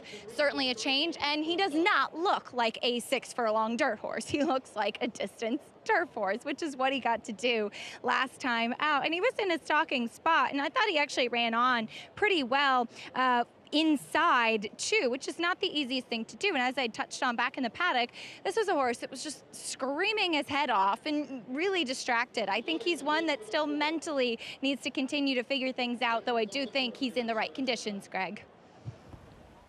Acacia, thank you. Here we go, about to load for the start of a pick 4 here in this 1 mile and a 16th turf maiden special weight. This group of 3-year-olds and up, trying to get that first win. Favoritism back to the 6 at 3-1. It's gone back and forth between the 6 and 9 here. I'm going with the 8 here, Wolfie. I think when you have lightly raced horses with slow-paced turf races, the final figure can only be so fast. And, yeah, Paulie, first of all, by sire who won the ARC back in 2020. Cool to see an offspring of Sotsas here. And then the dam-produced Uni, who won the Breeders' Cup Mile. Yeah, there's definitely the breeding there. And seemed like a quick give-up. Yeah. Frank Miramati with a 4th. And they're off. Very clean start. And Into Inspiration is the quickest, but here's Tom Collins coming right up alongside the challenge. Durand is up close, as is Vintage Vino, who takes 3rd. Durand now settles in a good spot, 4th. Your Lordship moves up in 5th, 5 lengths off the leaders who are battling it out on the front end. Roger is next, followed by Profound Organite, and Wicked Improbable is at the back of the field. So the gray Tom Collins makes it to the front through a quarter that went in 23 and 2/5 seconds. Tom Collins is the boss, leading it by 2 over Vintage Vino, who moves into 2nd. They're followed by Into Inspiration. Durand is in 4th, settling kindly, and 3 lengths off the pace, putting that head into the 3rd spot. Roger and Your Lordship are right next to one another, followed by Profound Organite and Wicked Improbable. 48 flat for Tom Collins, who goes past the half-mile pole with a 2.5 length lead, doing it well thus far. Vintage Vino gets a little nudge in second. Then into Inspiration third. Durand is in fourth. Roger, your lordship, still right next to each other. Profound is next. 10 lengths off Tom Collins as they round the far turn. It's still Tom Collins in charge. Getting a challenge now from Vintage Vino, and Durand is revving up in third. Extreme Outside, Wicked Improbable is trying to get involved. They're in the final furlong, and Vintage Vino comes to Tom Collins, who has something left. Tom Collins digs in. Vintage Vino, Durand with a late try at Tom Collins. Tom Collins 2 length lead. Durand is coming at him with a fierce late bid. Here is the line. Tom Collins. Tom Collins fights off a huge late bid from Durand to win it by a nose. Tom Collins, it looks like the gray just able to hold off Durand. One more look. Paula, you got the best eyes. I emphatically trust. Mirrorman's great. If he said it, he means it, but I thought it was close. Oh, the 7 did get the bob back. Great call by Frank. This is an amazing call, actually, because the 8 goes in front of the 7, and the 7 gets the bob back. Bad beat here. Great call by you, JK, on the 8, who really came powering home. But again, this turf course has been a turf course where it's been hard to really pass horses, and another horse that tried to close into actually slowish fractions as they put it up 7, 8, 9. I want to give a lot of credit to Tom Collins for winning, but I also want to give some credit to our Frank Miramati for calling that. That was insane. Gutsy call to make, and wow, tremendous by Frank Miramati. And by the way, what a ride. And I don't know if these were what Shug McGaughey wanted. They talked about it beforehand, but Gerardo Ortiz Jr. to put this horse on the lead and be aggressive, and it pays off here. Well, you could see from the start of the gate that Profound Jose Ortiz was asking him to go and get into the race, and the 7 just effortlessly got to the front end. And, you know, Irad's been more aggressive, and here's the start right here, and the crowd reacting to the bob in the background. Watch him, he just urges the 7. He looks over to his left, he doesn't see anybody, Greg, and he just keeps on going. Gets the lead, able to hold off that furious finish from Durand, who was sent off at 9-1 despite that pedigree.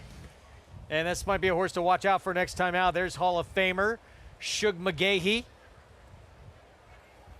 And Tom Collins, sometimes it takes a little while. This was a 9th career start for Tom Collins. Finally breaks through, gets that maiden breaking score at 8-1 in a thriller here in the 4th.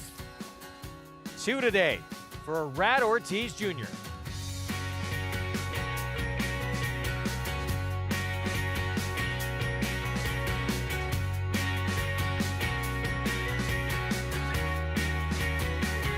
Introducing Peace and Justice, new to New York in 2025. A proven sire with over 200 wins, 16% wins per starts, and one of only 2 New York-based stallions to have a graded stakes winner at Saratoga in 2024. Now, with 3 different racing surfaces coming to New York, and with New York breds running for equal purses as open company, Peace and Justice is the sure choice for 2025. Peace and Justice, now standing at Irish Hill and Duchess View Stallions in New York.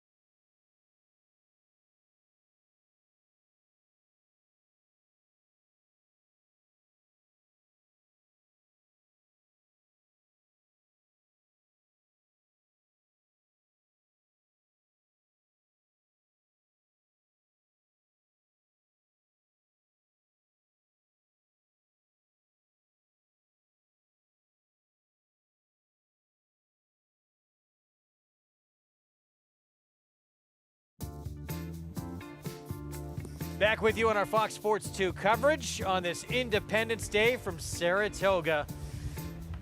You're watching America's Day at the Races, brought to you by America's Best Racing, making the sport easier to follow. Explore stories, betting tips, and race day insights at americasbestracing.net. Tom Collins, Rat Ortiz Jr.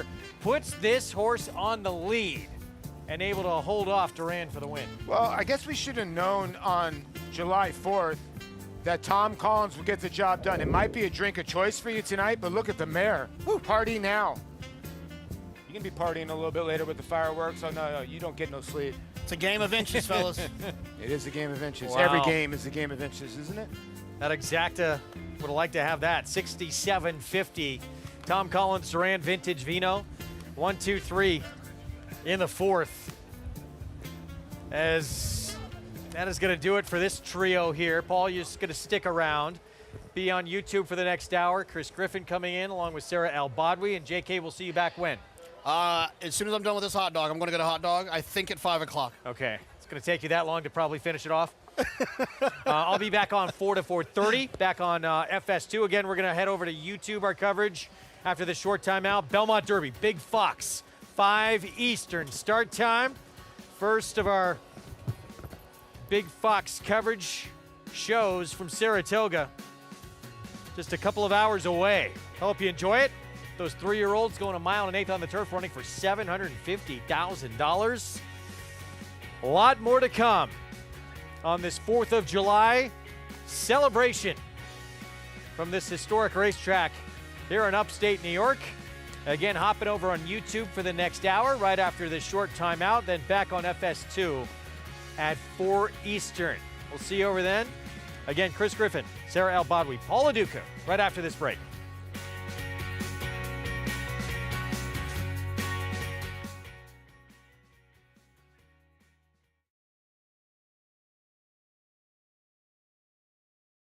The rumblings started early and only intensified, with performances that sent shockwaves across the nation.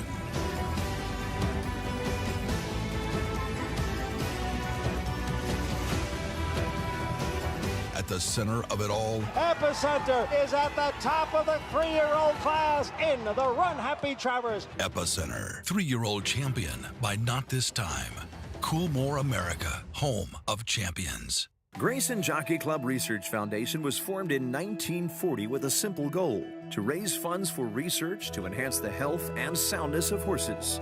Since then, we've provided millions of dollars to hundreds of projects at universities around the world, leading to major advances in welfare. Our process of selecting and producing peer-reviewed research has become the trusted industry standard. And with your help, we'll be here for many years to come, supporting the health and wellness of all horses.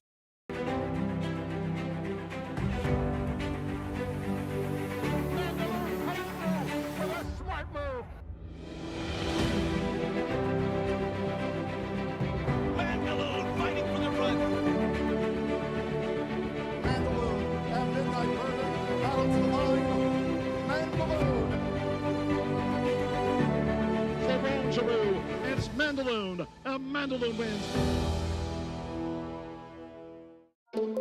Join us at Saratoga Racecourse for the 5th annual New York Thoroughbred Aftercare Day. This special live race day features the Rick Violet Stakes, named after the pioneer in aftercare in New York, and celebrates both retired racehorses and the great organizations established in New York to support them. Bring the whole family. It's a day at Saratoga you don't want to miss. Free with paid admission. New York Thoroughbred Aftercare Day, Thursday, July 17th.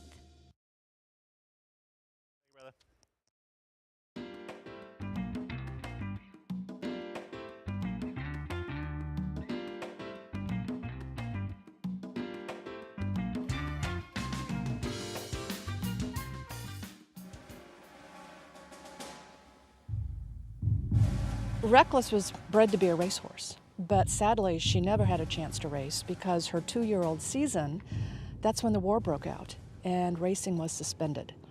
So instead of becoming a racehorse, she became America's greatest war horse.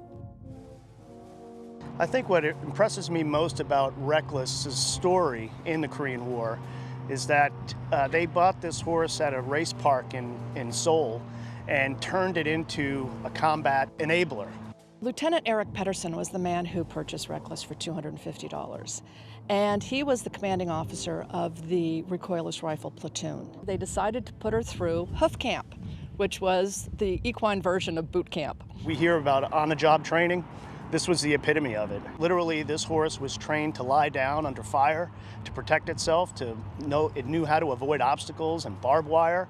And truly, after just a couple of show and tell on the fly routes, the horse would do it by herself. They would take her up and down the hills to get her used to carrying the pack saddle and the ammunition on her back. These canisters of ammo were very large. And before Reckless came along, the men had to pack this themselves. The camaraderie between Reckless and her men was something special. She was the only animal in camp, and so the Marines became her herd, and she would follow them anywhere and everywhere. She would even sleep in their tents at night. She would follow them into the mess tent and eat breakfast and had bacon and eggs. Even after a battle, she would have a beer with the guys. The fact that Marines could depend on the horse to do the resupply routes, that means it wasn't just a horse to them. It was somebody that they were in the fight with. What started the battle for the Nevada cities is at 7 o'clock at night, 3,000 enemy soldiers descended upon 3 outposts in this area. Reckless's men were guarding Outpost Vegas. They, of course, were overrun, and so Reckless's mission began that next morning. Started loading her up with 6 rounds at a time. By the middle of the day, she was up to 8 rounds at a time. She knew what her job was, she knew where her men were, and she would go up to the guns by herself. There are stories of up to 50 times in one operation that she ran a supply route by herself. That frees up Marines for combat and for other things. So I believe that that's the most impressive part about the horse. She carried 386 rounds of recoilless rifle ammunition. That's over 9,000 pounds on her back. Incoming fire was so fierce that the men couldn't hear themselves talk. And Reckless was in the middle of all of this. Under artillery fire and mortar fire, she continued to do her resupply mission for the Marines. And especially having been wounded twice, and that not having deterred her to continue to do her mission through the end of the war, it's really astounding. They had a ceremony sending her off in October of 1954, is when she left Korea.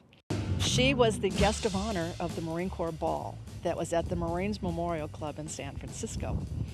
And she waltzes through the lobby and gets in an elevator and goes up to the 11th floor, sachets out of the elevator into the ballroom. She spied the anniversary cake over on the table, and before the guys could get a hold of her, she was up to her nostrils in it. And then after that, she moved over to Camp Pendleton. At Camp Pendleton, while Reckless was there, the Commandant of the Marine Corps promoted her. There was a 19-gun salute in his honor, and a parade of 1,700 troops walked by to salute her. She had 3 colts, and she had a filly. Sadly, the filly died at a month old. Unfortunately, all the colts were gelded, so there is no bloodline for her. Her story just kind of disappeared from the pages of history. And what's interesting is she was as famous as Lassie and Rin Tin Tin in her day. She was an iconic hero. And when she died, her story made the front page news in newspapers across the country. And she was buried with full military honors. I first came to light on the story of Reckless at the National Museum of the Marine Corps in Quantico, Virginia, where a statue by the same artist who did the statue that's behind us was erected to honor this great mare. I think Staff Sergeant Reckless's legacy is going to be that the courage and the dependability that she showed in combat made her truly what the saying is, not just a horse, but a Marine. And there you see, all red, white, and blue here. Saratoga Racecourse, Saratoga Springs, New York, and just heard about Sergeant Reckless and the impact that horse racing kind of feels very patriotic, doesn't it, as far as a sport? It really does, and it's nice to be here on this 4th of July. Hopefully you're happy joining us wherever you are, whether it's here on track or whether you're having a party with your family and friends, watching all the great action right here on YouTube. Chris Griffin, joined by Paula Duca, and of course Sarah El Badwi as we get set for race number 5 coming up. But happy 4th of July, guys, and horses become great war heroes as well. Yeah, that's just a phenomenal story. Happy 4th of July to you and Sarah as well. I had my hot dog already, Sarah. I saw. It was so did the whole absolutely world. gorgeous hot dog from the Carnegie Deli. If you had never been there, go there because you will never finish one of their sandwiches in one sitting. But like I said, happy 4th of July to everybody out there and to everybody here on the set and the whole crew. Yeah, absolutely. And just really seeing all of the accomplishments of a horse like Sergeant Reckless. And I love when we get to show back that feature because it just shows you what horses are capable of outside of the racetrack as well, and how they've been such an important part of history and playing a role in our history too, and what we celebrate today for Independence Day. Yeah, always great to celebrate it. Then my first chance to get to celebrate it right here. And well, everybody's actually here at Saratoga. Belmont at Saratoga, of course, the meet, but taking a look at all the great things coming up. We got race number 5 coming up. Some scratches in here, and right now, lukewarm favorite, I'm going to say, is going to be the number 4 in Tiote. Manny Franco will be up for Ilkay Kentamachi. Horse was claimed from Brad Cox, actually, and Tiote is currently your 2-1 favorite. Also, Frantic taking some action towards the outside. Awesome Empire. Race number 5, that $30,000 claiming event, is coming up here next in race number 5. It's a wide open group. I thought this was a tough group. I thought you could go to many different ways in here, Sarah. So. Yeah, with a couple of scratches in this race, it does not seem like anybody is a standout. Your morning line favorite is out of this race, Ranger Battalion, and that really opens things up for some horses who are either dropping in class or perhaps have some upside at this level. All right, we got race number 5 coming up, and I think we've got another member of our team that we're going to be talking to in just a moment. And she's going to be in the paddock, if I'm not mistaken, as we get set for this nice sprint coming up, 6.5 furlongs, and it's going to be that claiming race. Not going to go there yet. Going to stay up here. With those scratches, how much did it change the race for you, Paul? Well, it changed the race big time. I mean, I think Sarah makes a good point. Ranger Battalion was probably going to be one of your favorites in here, 7-5 on the morning line. So, you know, Frantic, I thought was the horse to beat maybe now, but that's tepid. Yeah, there's no standout in this race by any means. I do think most of the play will be between Frantic and the number 4 Tiote. All right, we got race number 5 coming up. Now we're going to go to our next member of the team, of course, and that is going to be in the paddock, as this is going to be our first time working together, but Megan Burgess has been down there. She was here a little bit earlier today, and, you know, we got the Scratch Ranger Battalion in there. We do have Frantic, who's in here towards the outside, and I know you're down there in the paddock. Maybe not enjoying the hot dogs yet, Megan, but it's nice to have you with us, and we've got a great day of racing ahead, and we got a nice 5th race coming up as well. We do. Very nice to see you, although I can't quite see you from this angle. But I think I'm going to get a hot dog after I get out of this sun. It'll be well deserved here momentarily, but very excited to be back down here with you all here for the first time in the paddock. And you're exactly right, both of you, as mentioned, Sarah, Paul, this is a wide open race here at this 30K level. Although the condition is there for 3 years, those colts 3 years and older, we're only going to see those 3-year-olds land here. And the scratches certainly have affected this race. But I found myself attracted, as most are, to the number 6, Frantic, not only on paper, but physically here for trainer Todd Pletcher, getting back to the fast track ever since cruising to a forward victory, getting the best of that maiden 50 group back on April the 10th at the Big A, where he powered away easily, very much the best. And now he comes up rather empty in his next start, but I do feel like taking the step down in class is exactly what this horse is going to need, although I agree, very evenly matched in terms of overall form. But moving on to the number 5, Awesome Empire, getting to the main track for the first time here for Gregory Sacco. It never hurts when Irad Ortiz Jr. takes the call, and doing so, completely ignoring his last out turf effort. He was bumped very hard, didn't break, never got involved. But as far as the dirt is concerned, a son of Classic Empire, his half-sibling Dreammaker, 3rd in the Pat Day Mile on the main track, and Sire pretty strong, 16% overall on the dirt, and feel that it could definitely be a move forward in store for this colt on the main track. But as far as equipment changes are concerned, blinkers come off, and it's interesting, this colt's proving tactical ability intrigues, considering there's definitely likely going to be a contentious pace that does line up. And speaking of that contentious pace, the number 2 Enduring Spirit from the inside there with trainer Jose Jimenez. And listen, I think that the main tactic for this horse from the rail is going to be able to get to the front end. We saw that 3-back effort coming off the layoff a bit. He got to the front end and he cruised to his career best. So hoping that we can see him do that here, Chris, and interested to see your thoughts as well on this very evenly matched race number 5. Thank you very much, Megan. And taking a look at the horses in the paddock here, still 8 minutes away from race number 5, and an evenly matched field, as Megan was pointing out, Paul. And when you've got some lukewarm favoritism to Tiote, the number 4, you got 2 second choices, coach second choices right now in the 5 and the 7. Is it as wide open as maybe the odds may say? Yeah, because the pace is kind of murky in here. Who's going to set the pace? I agree with Megan. I think Enduring Spirit's going to try to go to the lead, but in his 9 starts, he's taken the blinkers off for the first time, so you don't know how that's going to affect him. Tiote has gotten off the claim, or his last 2 starts have been on sloppy racetracks, and there you see the trainer Todd Pletcher of the 7 and Ricardo Santana, who's been hot, and that's another horse where you got to draw a line through that muddy effort. So it's like, which one of these horses is going to fire? You know what I mean? Well, I think with the number 2 Enduring Spirit, the question is simplified with the draw that he has, as well as where he's run his better races, but the equipment change kind of tells you a different story about what their intentions might be today with a horse who's been best when he's been able to clear and be alone on the front end. And he's put up some efforts that would absolutely win this spot against some better company overall when he is able to establish that forward position. I just question whether or not they'll have the same intentions with that today with him, whether or not Tiote will want to be forwardly placed like he was 2 starts back. And Frantic, I think, will be not far behind those 2 with Ricardo Santana Jr. up, who we've seen be very aggressive on both surfaces. 4th of July program here, and we've got the 5th race field just now getting set to come out onto the racetrack, and a nice crowd on hand too. It's been a nice crowd here to join us on 4th of July. So looking forward to some more great racing and some more great stakes racing action coming up. It's break time here, as we will have a post break coming up after the break right here when we come back with more America's Day at the Races. And clear off in the Naira Betts Haskell. In the Belmont Stakes at Saratoga. Dornoch setting up moderate pace, 3/4 of a length ahead. As the field turns for home. They're at it again. The 2 Belmont first and second place finishers. Mind Frame on the outside. It's coming after Dornoch.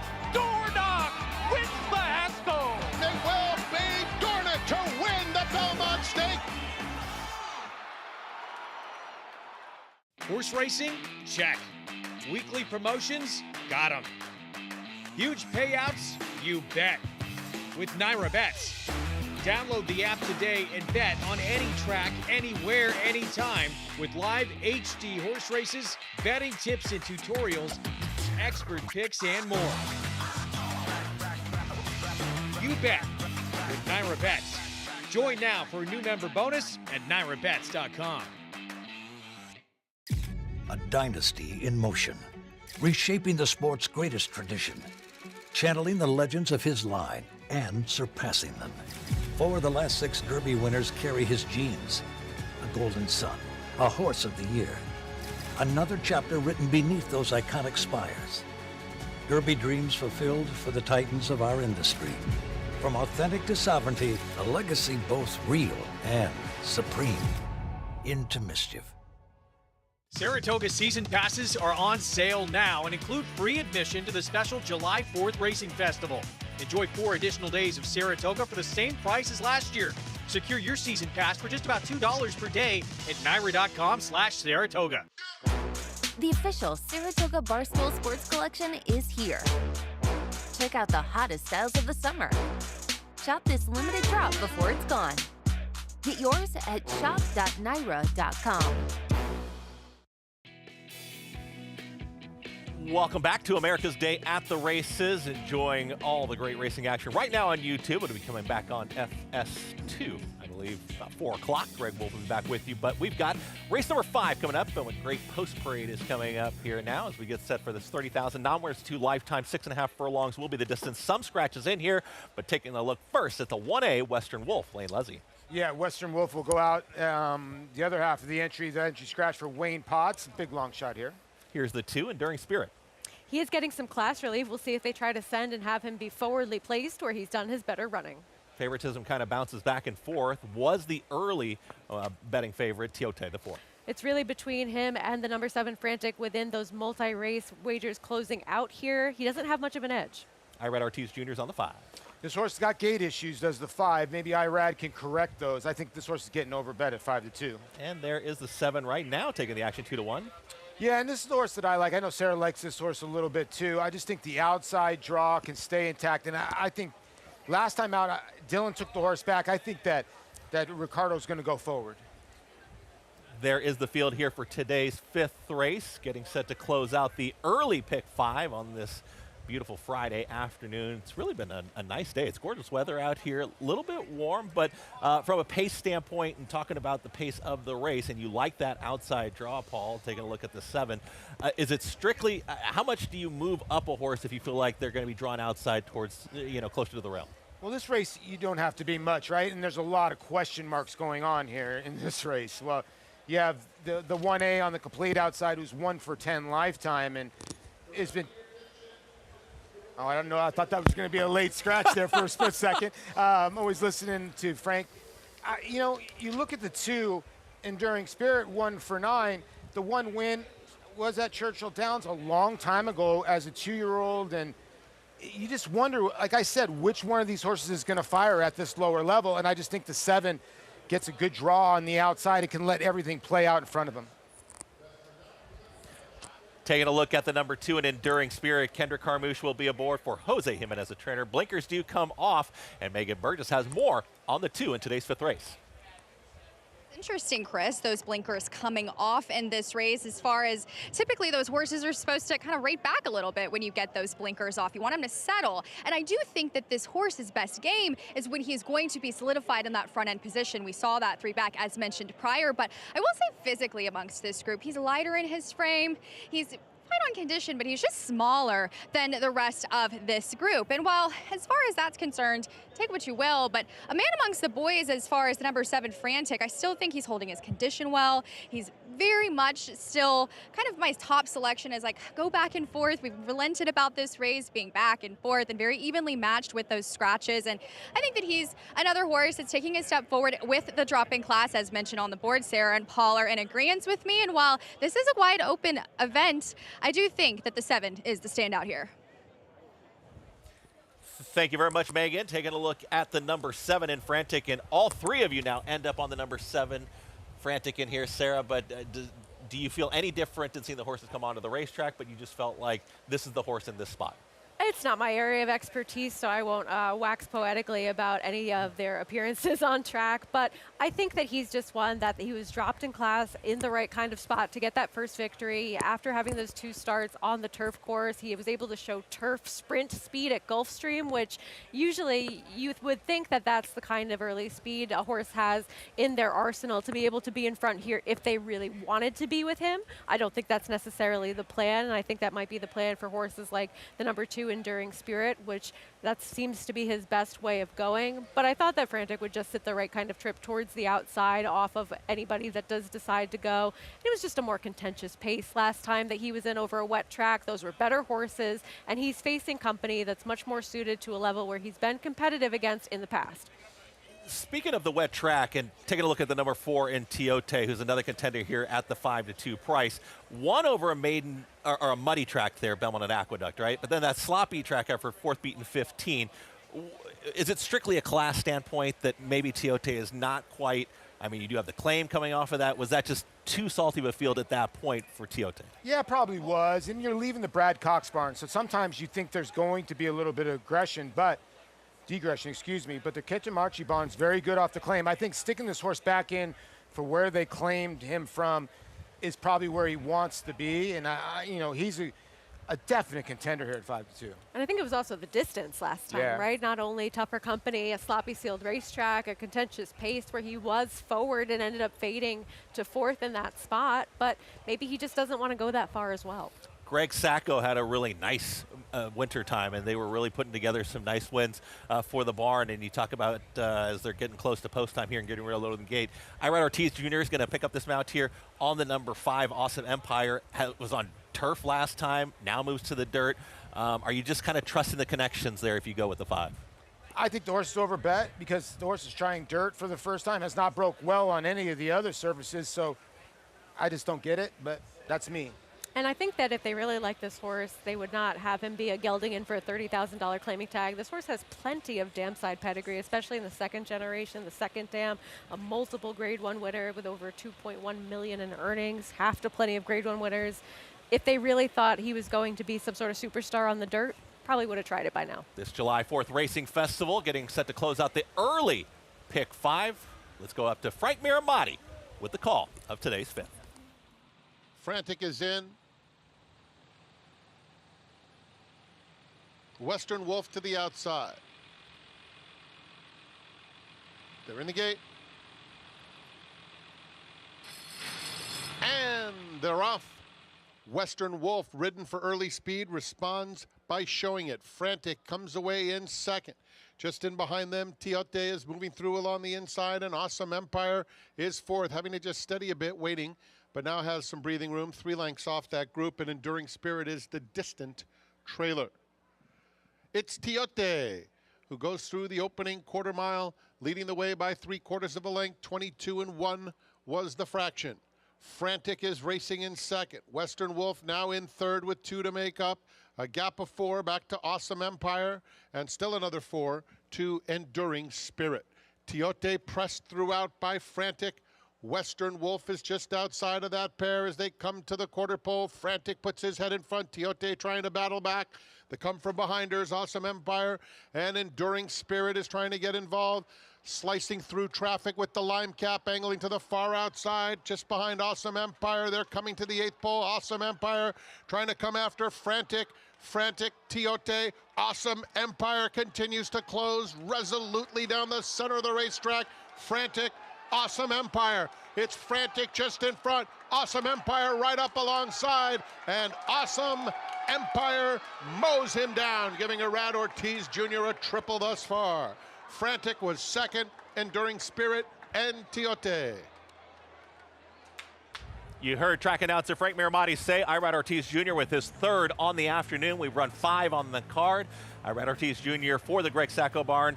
Awesome Empire off that turf try gets to the winner's circle this afternoon. Sat in a really good spot and actually broke well. And you could see that Irad was able to get this horse position, and it ended up happening was the 4 and the 7. Ding dong, the 7 won the battle, but he didn't win the war. No, he didn't, and we did see Western Wolf, the 1A, aggressively handled early on because things sort of changed when the number 2 Enduring Spirit did not get out of the gate whatsoever. A horse that should have been a little bit more forward in here. So I thought some other riders, they adapted well. They made the right kind of decision because if nobody goes, then this race ends up setting up well for somebody who has that early position. Unfortunately, they all sort of had the same line of thinking, and that set up well for Awesome Empire. You see Greg Sacco and his son. I remember being at Monmouth when his son was below the age of 8, and he's still got that whip going with that program. Will looks exactly like his dad. Look at them celebrating. They know they get the victory there. Awesome Empire off the turf try. And it did seem like early on in the race, as you looked at the run up the backstretch, Manny Franco with Tiote, nobody really made a decision. They were all kind of looking at each other, which you will see sometimes after the start. It looked like he said, okay, we just got to hold this real position and go. Well, I don't blame him on Tiote because Tiote's coming out of a mile race like we were talking about, so maybe the horse would have some fitness. But Frantic was able to put him away, and I think that kind of broke his heart a little bit. Enduring Spirit actually ran pretty well with not breaking. We're going to take a look at the break. I don't know what happens with the 2 here. Just the 2 has not really, ooh, there it was right there. Did not break good at all, the 2. No, he didn't. I think with this looking around, I think they're all looking around for the horse that they expected to be on the early lead, and when they don't see him, they decide to make some other types of decisions about where their horses are going to be placed, and I agree, Paul. I think he ended up running okay to finish 3rd in this spot, maybe without his preferred running style, as Tiote did tire in here, but Awesome Empire, he took to the dirt, he sat off the pace, and he was able to go on by some horses in what was a wide open field. You made a good point. Greg Sacco's horses have been running. He's been on fire. Will has definitely done a great job there with his dad, and they've teamed up and they've just done tremendous work. I know Crazy Mason is a horse that you like quite a bit. Can run too, coming out of those sprint races, so you see the happy connections there, and they get the victory. And you even saw Ricardo Santana Jr. He tried. I mean, he had put away Tiote, but then you saw him kind of drift out because he knew more competition was coming. But Irad Ortiz Jr., he certainly loves it here at the spot. He does, and when he gets on a roll like this, it's watch out time because he starts clicking. His horses end up in the right spot. This horse should have never been 5-2 trying the dirt for the first time, but he's so hot right now. He got that price. And this is what happens with a lot of his mounts. We do see them take a lot more money than perhaps they should on paper, but it's also because he's a rider that delivers and is able to get the right kind of timing for a horse from off the pace. Taking his third trip to the winner's circle this afternoon. He does it a lot. Irad Ortiz Jr. for Greg Sacco. Awesome Empire. We'll be back with plenty more here on America's Day at the Races.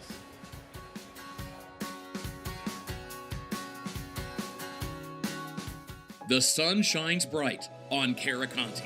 His first crops of racing age are showing brilliance on the racetrack with a high percentage of stakes winners. His versatility is evidenced by winners on all surfaces across the globe. She feels more than pretty. She feels fantastic. It is all she feels pretty. Yet another grade 1 for this magnificent daughter of Cavalcanti. Cavalcanti, standing at Gainesway. Horse racing? Check. Weekly promotions? Got them. Huge payouts? You bet. With Naira Bets. Download the app today and bet on any track, anywhere, anytime with live HD horse races, betting tips and tutorials, expert picks, and more. You bet with Naira Bets. Join now for a new member bonus at NairaBets.com. Connect, a grade 1 winning millionaire, making his mark as a sire. With Rattle and Roll, a grade 1 winning 2-year-old. Graded stakes winners, Whitwater's Rand. Implicated. And Apple Picker. Connect, a proven sire in the making, standing at Lane's End Farm. Racetrack Television Network brings you every race, from every track, on every screen, every day. With monthly packages starting as low as $5, RTN gives you great value and access to more live HD streaming and race replays than anyone. Visit RTN.tv today to sign up and watch on almost any device, including Roku and Amazon Fire. RTN has packages that start at $5 per month.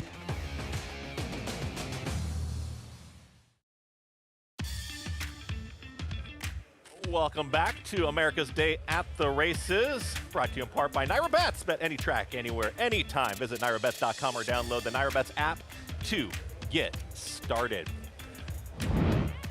July 4th Racing Festival, an awesome Empire just getting by frantic in the late stages. Irad Ortiz Jr. with the natural hat trick, 3 in a row. And here's the winning connections. Trainer Greg Sacco with our very own Megan Burgess from the winner's circle. Joined by none other than trainer Greg Sacco, trainer of the number 5 Awesome Empire, and he fought gamely for that one, Greg. And was the blinkers off and back to the main track was exactly what he needed, it seemed here. I think that was the key. He disappointed us last time on the grass. It was a hard turf course. He didn't really care for it. Worked really well on the dirt, and we took the blinkers off. I just thought it was gelding prior to that win with Marcassi. They probably moved him up because he worked very good in company with blinkers off, so we decided to take him off, and Irad gave him a patented ride. Well, Irad in Irad fashion there, but your son, you work one-on-one with him. You mentioned 24-year-old Will. He is with you every step of the way. How special is it to get this win with him by your side? It's a special bond. Will is very charismatic, very passionate about the business. He's a great assistant. He's going to have a bright future ahead of him. I'm happy to have him right now, and he's the rock of our operation.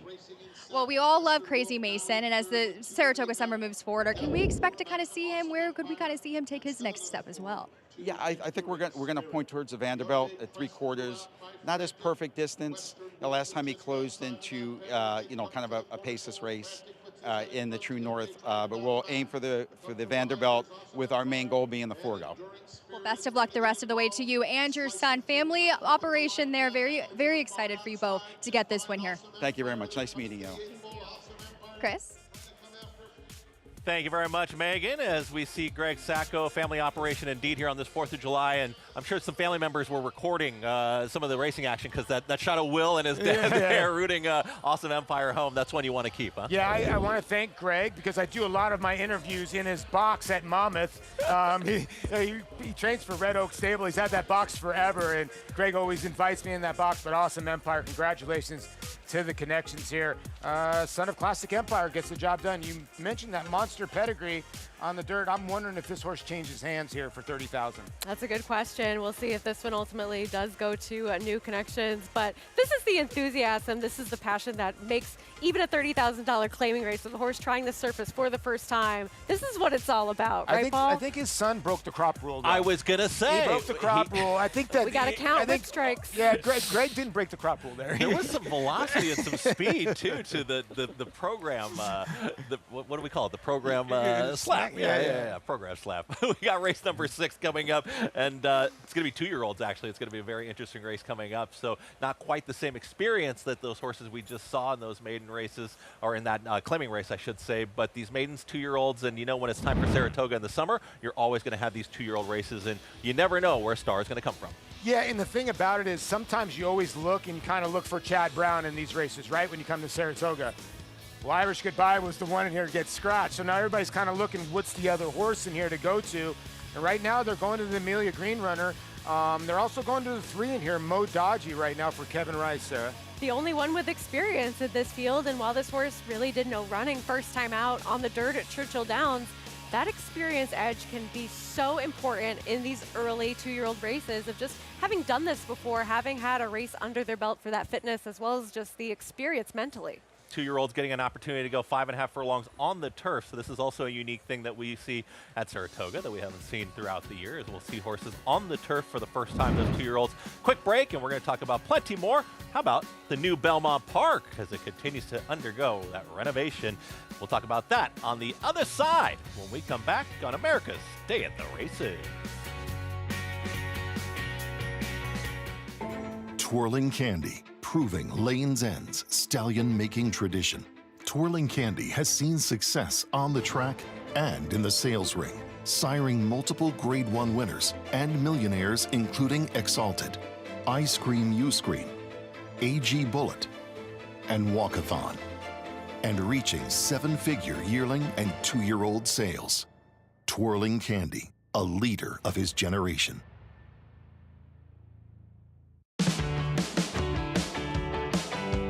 We know that the horses are the foundation of this industry, but it's the people that brings us together. We need to celebrate the community that is horse racing. The stories are amazing. The people that you meet and the love they have for this business warms your heart and renews one's faith in this industry. I think this is one of the best things we've done in the last few years in horse racing, but it has to happen with somebody nominating an individual.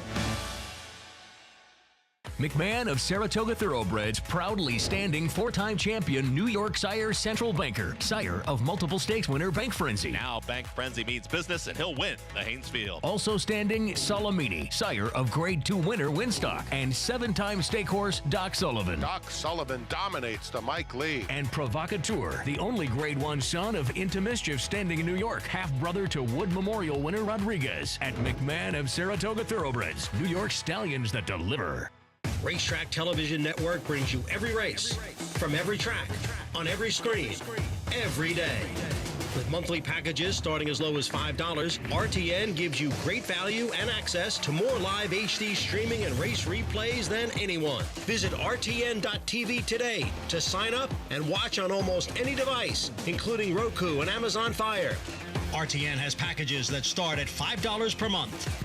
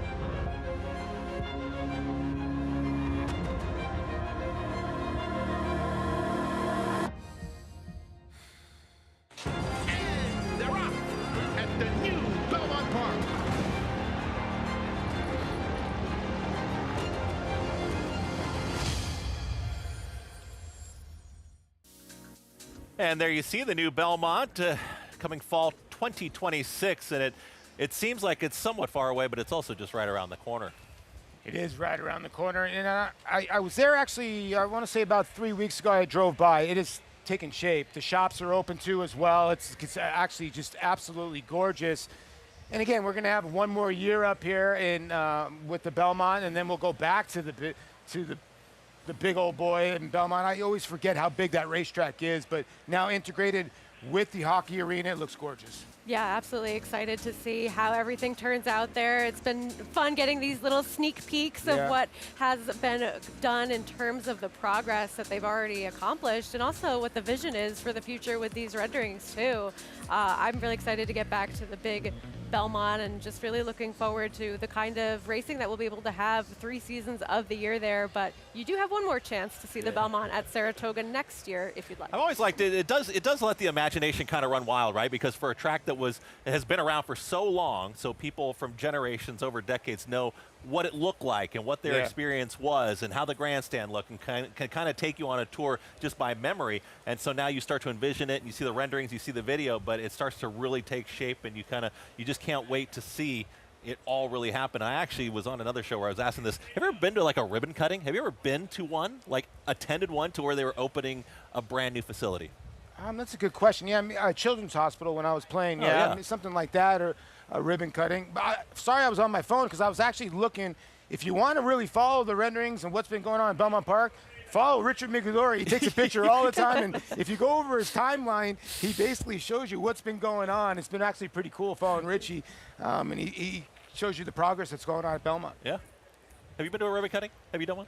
Not a big one, a small one with maybe like 10 people for short applause. After it was not quite the same prestige as opening a new children's hospital. Fall of 2026, looking forward to it. Of course, the Breeders' Cup going to be held there too, so really looking forward to that. Should be great.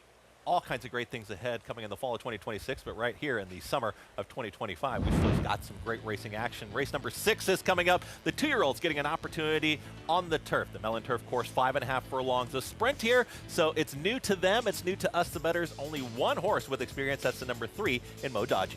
Yeah, right now your favorite is Modaji at 2-1. You can see Lawyer Mason taking money for Tommy Morley. And then the 6 is taking a little money. I have a feeling the 2's a runner. This race is restricted to horses that were New York breds. If you're not a New York bred, you sold RNA under $60,000. So the 2's got a big advantage in here because he's a New York bred that sold for $425,000. I understand the price tags don't mean much, but I would think the 2's a runner in here. There you see, now you see me, now you don't. Big price tag there, 4-1 currently. So if you like high-priced horses in this spot, this is going to be the type of horse that you like. Megan Burgess, how does the 2 look? Now you see me, now you don't. What do you think there in the paddock? I know a lot of people are high on this horse, and he does look extremely good. It's a unique condition, you know, those auction-restricted maidens, $60,000 or less, but he is eligible via his New York bred status, as you mentioned, on his prize tag. But this horse has been working well on the Tab at Churchill Downs, and it's also a track that doesn't necessarily favor those turf horses as far as forgiveness and how they might appear working on the turf. So I do like this pricey Son of Good Magic, a little bit more dirt on top of that pedigree, but when you go back in there, the precocious second dam in the female family, Cat Star, was second in the Queen Mary Stakes at Royal Ascot, and the third dam, a multiple graded stakes winner on the grass. But I will say, physically, he just looks a bit more forward than a lot of these horses. He's very well conditioned. He looks like he just looks like a horse that's ready a bit more than some of these others, and he does look a bit more suited to the turf. He's well muscled, short bodied, smaller framed, and listen, I know the rail draw is not ideal. However, Ricardo has been riding extremely well and has made an impression these last few years about how well he rides these sprints on the grass, excuse me. So if he can get out of the gate and launch this horse with some early speed, I think he'll be extremely competitive. But I wanted to take a look at the number 6, Minor Inconvenience, for trainer Amelia Green. Now, I know a lot of people are taking a look at that turf work. He's kind of a horse that's figuring things out as a 2-year-old first-time starter that Amelia not only trains, but she also co-owns. So co-owner and trainer there for you. But I really was impressed by his last outwork just because he's one of those horses, he's still figuring things out. They put him in company for a reason, and he still was able to really move forward and get the best of them towards the later stages of that work. So I'm very interested to see him be able to figure things out some more in his debut there. But the number 4, Lawyer Mason, was kind of a horse I was against on paper, but Tom Morley, kind of that trainer that might need to start with his horses. But I was really impressed as soon as he walked in the paddock. He was on his toes. He knows what's expected of him. He looks very good, and he kind of looks like maybe one of those horses that his mind is a bit busy, but he's been settling in extremely well given all of the circumstances here for his debut, Chris.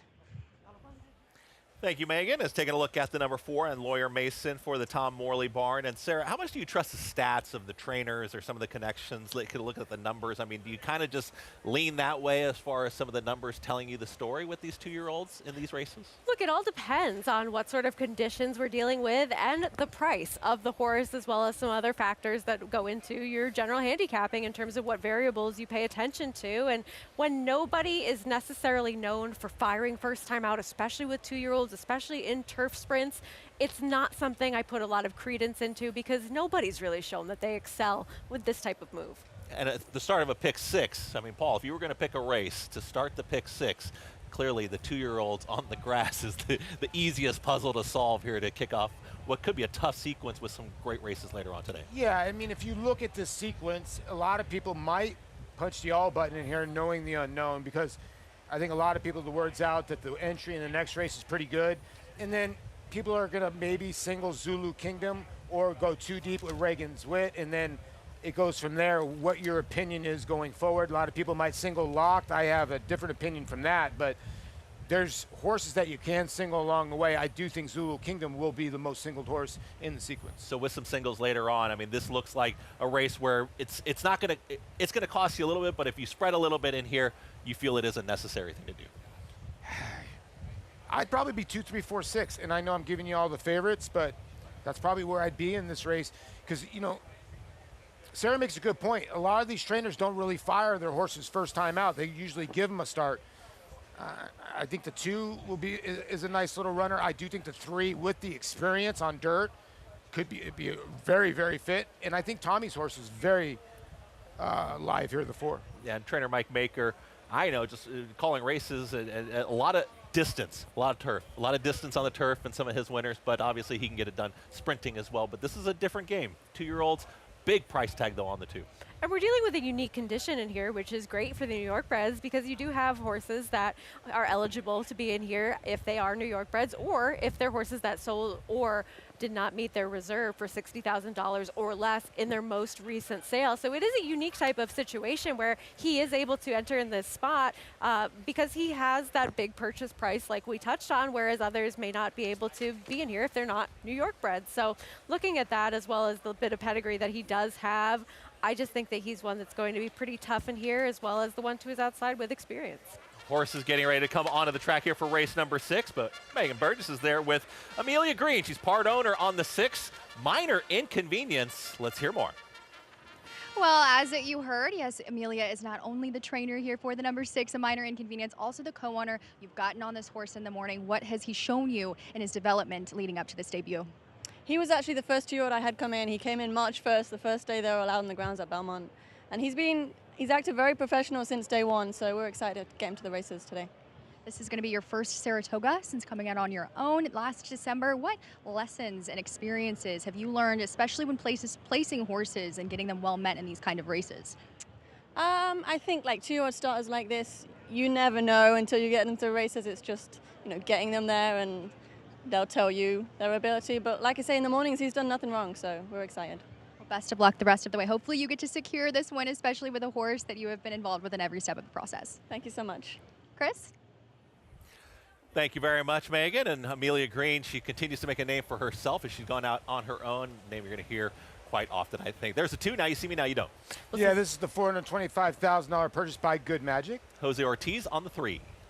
This one is the only one with experience within this field. Kevin Rice, he usually comes here with a purpose. 2-year-old by Tiz the Law, the 4, will be on the screen here. Actually broke the post parade. It looks like is going to be kind of running off in this race. I'm catching on delay, but you guys will see it here in just a second. But taking a look at Tiz the Law, you remember he had a pretty pretty nice career, a New York bred that stands out. Yeah, and it seems like his horses have been running well on any kind of surface. And this one, on a Take Charge Indy mare, Dylan Davis will be aboard. All right, there is the 4 there. The 5 big number, 15-1 currently on the board is there is Lawyer Mason.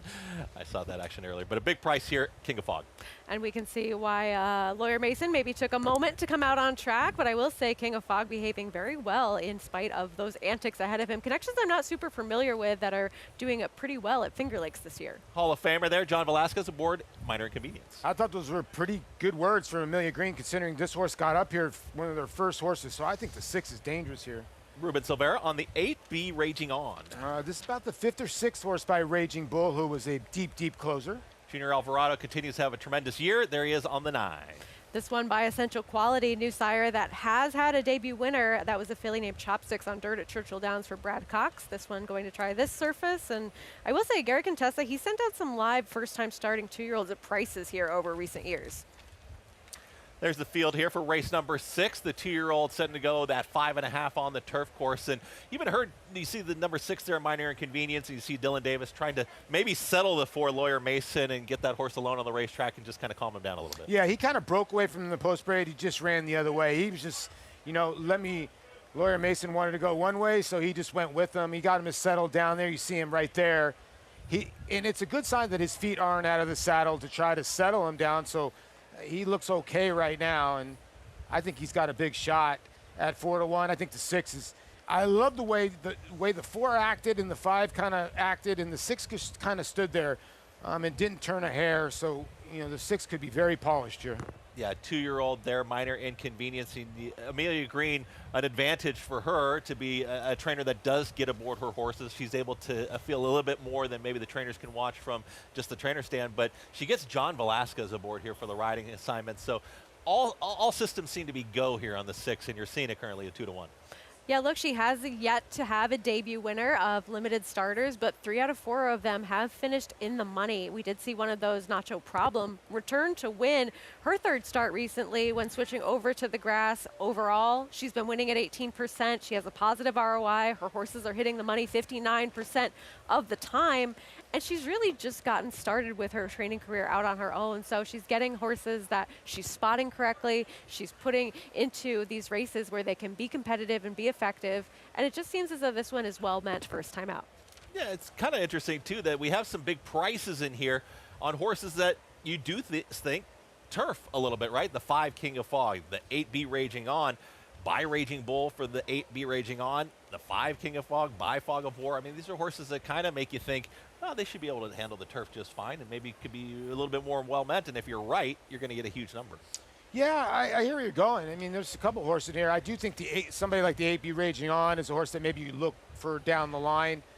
Lawyer Mason continues to warm up really nice here at 9-2 for Tom Morley and Dylan Davis.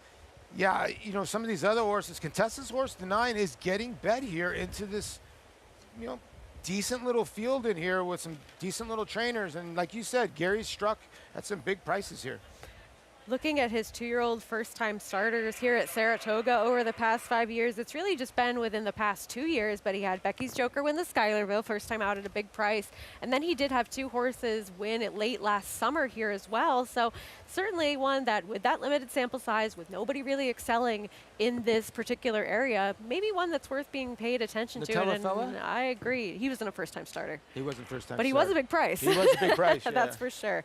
And looking really quick at the 8, who we were touching on in terms of that turf pedigree with Raging Bull, we talk about how these trainers aren't necessarily known for having these horses ready to roll first time out. Rudy Rodriguez, 0 for 28 2-year-old first-time starters on turf past 5 years. Yeah. All right. We'll find out more about what's going to happen. Let's find out more from Megan Burgess as she is trackside here. What do you think going into this 6th race, Megan? Well, it's interesting. I know you both all spoke up there about kind of what we were seeing down in the paddock with the number 4, Lawyer Mason, kind of being a horse. Its mind is a little busy. He's kind of getting into the swing of the things as far as debuting here. But I do love the way that he's kind of, once he's getting on the racetrack, he knows his job.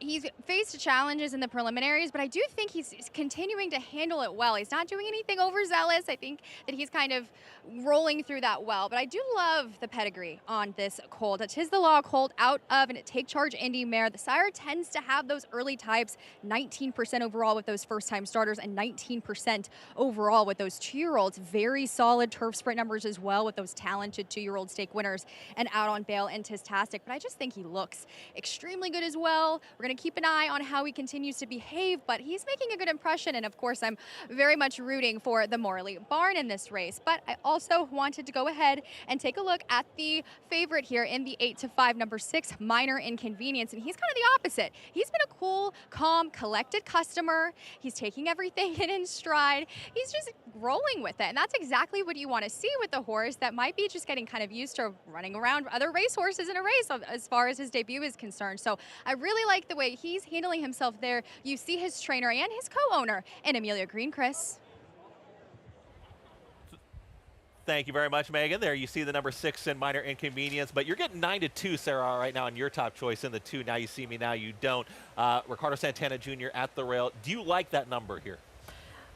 You know, I think that the betting of this race changed completely with a couple of key scratches, particularly the one Irish Goodbye, who was going to, in all likelihood, be your favorite in this spot. So I think that we're seeing some horses that are taking more attention than expected, but 4-1 morning line, 9-2 right now. It's not that much of a separator. There you saw the number 3 Mo Dodgy going in with the experience. Paul, last thought here, you like the 6, but that price keeps coming down. Yeah, it keeps coming down. I just like the way the horse is prepared for this race. I originally had picked the 6, and I don't know at 7-5, but I just like the way that he handled everything pre-race, and Johnny V just kept him going, kept him busy going in circles. I think he's going to show a lot more speed, kind of like his daddy Mendelssohn. All right, we're going to find out more. Race number 6 is coming up. It kicks off a pick 6 here on this July 4th Racing Festival. Minor Inconvenience. Continue to see the price just get hammered at the windows right now. 7-5 is definitely your definitive favorite here. A couple more to load. Going to have that long shot towards the outside and Be Raging On for Rudy Rodriguez. You've heard plenty from us here at the desk. Let's throw it up to Frank Maramati with the call. 2-year-olds going 5.5 on the turf.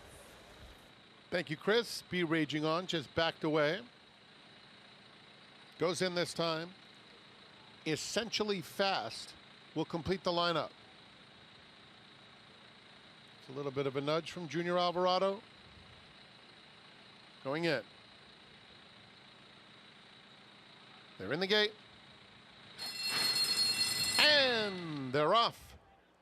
And King of Fog is the quickest out of the gate. Mo Dodgy flashing good speed in second. So these two duke it out early on. Be Raging On comes away in third. Essentially Fast broke well and is now 4th and 4 lengths off the lead. They're followed by Lawyer Mason. Minor Inconvenience is second to last, leaving Now You See Me, Now You Don't at the back. The opening quarter for King of Fog was 22 3/5 seconds. Long shot leader by 2.5 lengths over Mo Dodgy in second. On the inside, it's Lawyer Mason. Extreme outside, Essentially Fast is called on. Between those two, Be Raging On. 2 clear of Now You See Me, Now You Don't. And Minor Inconvenience is last as they reach the top of the stretch. And it is now the only one with experience, Mo Dodgy, up to take the lead. Center of the course, Essentially Fast. Now You See Me, Now Me Don't, from well out of it, trying to get some piece of it. But with a 16th to go, it's Mo Dodgy. Mo Dodgy dusts them. Tight photo for second. It's close indeed.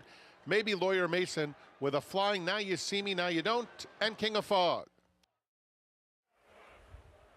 You heard it in Frank Maramati's call there. Mo Dodgy, the one horse with experience in the race, gets to the winner's circle there. Professional effort here. Jose Ortiz aboard for trainer Kevin Rice. Yeah, family affair here for Jose Ortiz, and always had the measure of the outside horse, the 5, and experience does pay here because this break was a mess of a break. Horses were going every which way, and the 3 showed that experience paid off. You saw 2-year-olds being 2-year-olds at the start of this race and even throughout the running of this race, with a couple of them just having that inexperience and that greenness, whereas Mo Dodgy, the only one who's done this before on the dirt, albeit, but able to switch over to the grass and really pulled away from this field in the end. Well, we will take a look at the start. The 3 didn't help the 2. There's a little bit of bumping coming out of the starting gate. Paul, what do you think there? Because the 2 does run on, does miss second. Yeah, it does miss second. The 3 comes in at the break. The 6 got the worst of it, got bumped, and then I thought Johnny Velazquez was actually going to ease the 6, but, you know, he went on with it. But, yeah, beginning of that break, the 2 got the worst of it. But most of the time, you know, they don't take the break that much into consideration. First jumps out of the gate are usually tough to control a 1,000-pound animal.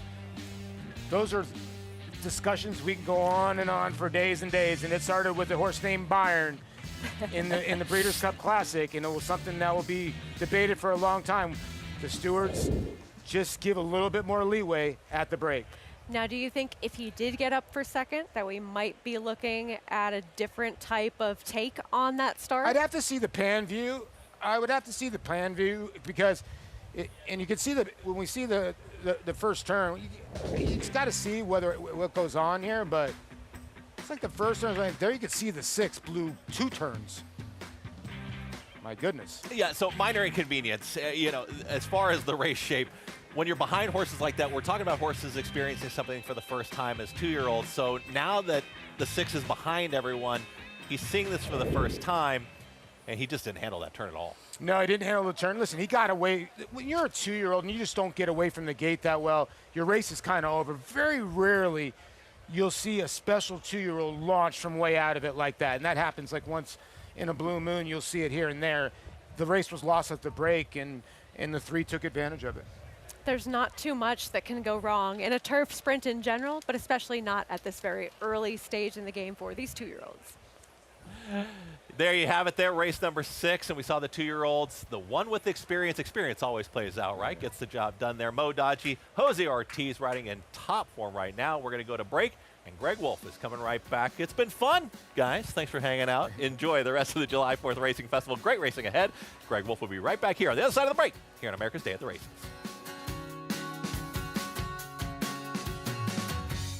The rumbling started early and only intensified, with performances that sent shockwaves across the nation.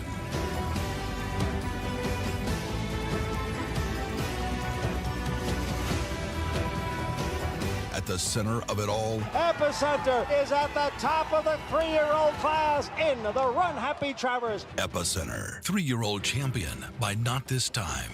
Coolmore America, home of champions. Grayson Jockey Club Research Foundation was formed in 1940 with a simple goal: to raise funds for research to enhance the health and soundness of horses. Since then, we've provided millions of dollars to hundreds of projects at universities around the world, leading to major advances in welfare.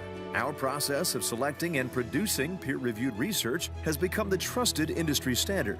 And with your help, we'll be here for many years to come, supporting the health and wellness of all horses.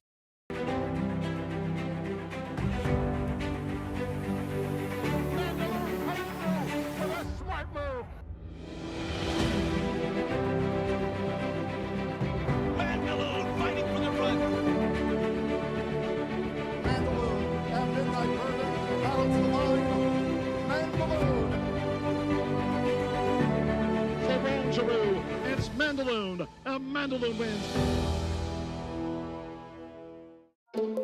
Join us at Saratoga Racecourse for the 5th annual New York Thoroughbred Aftercare Day. This special live race day features the Rick Violet Stakes, named after the pioneer in aftercare in New York, and celebrates both retired racehorses and the great organizations established in New York to support them. Bring the whole family. It's a day at Saratoga you don't want to miss. Free with paid admission. New York Thoroughbred Aftercare Day, Thursday, July 17th.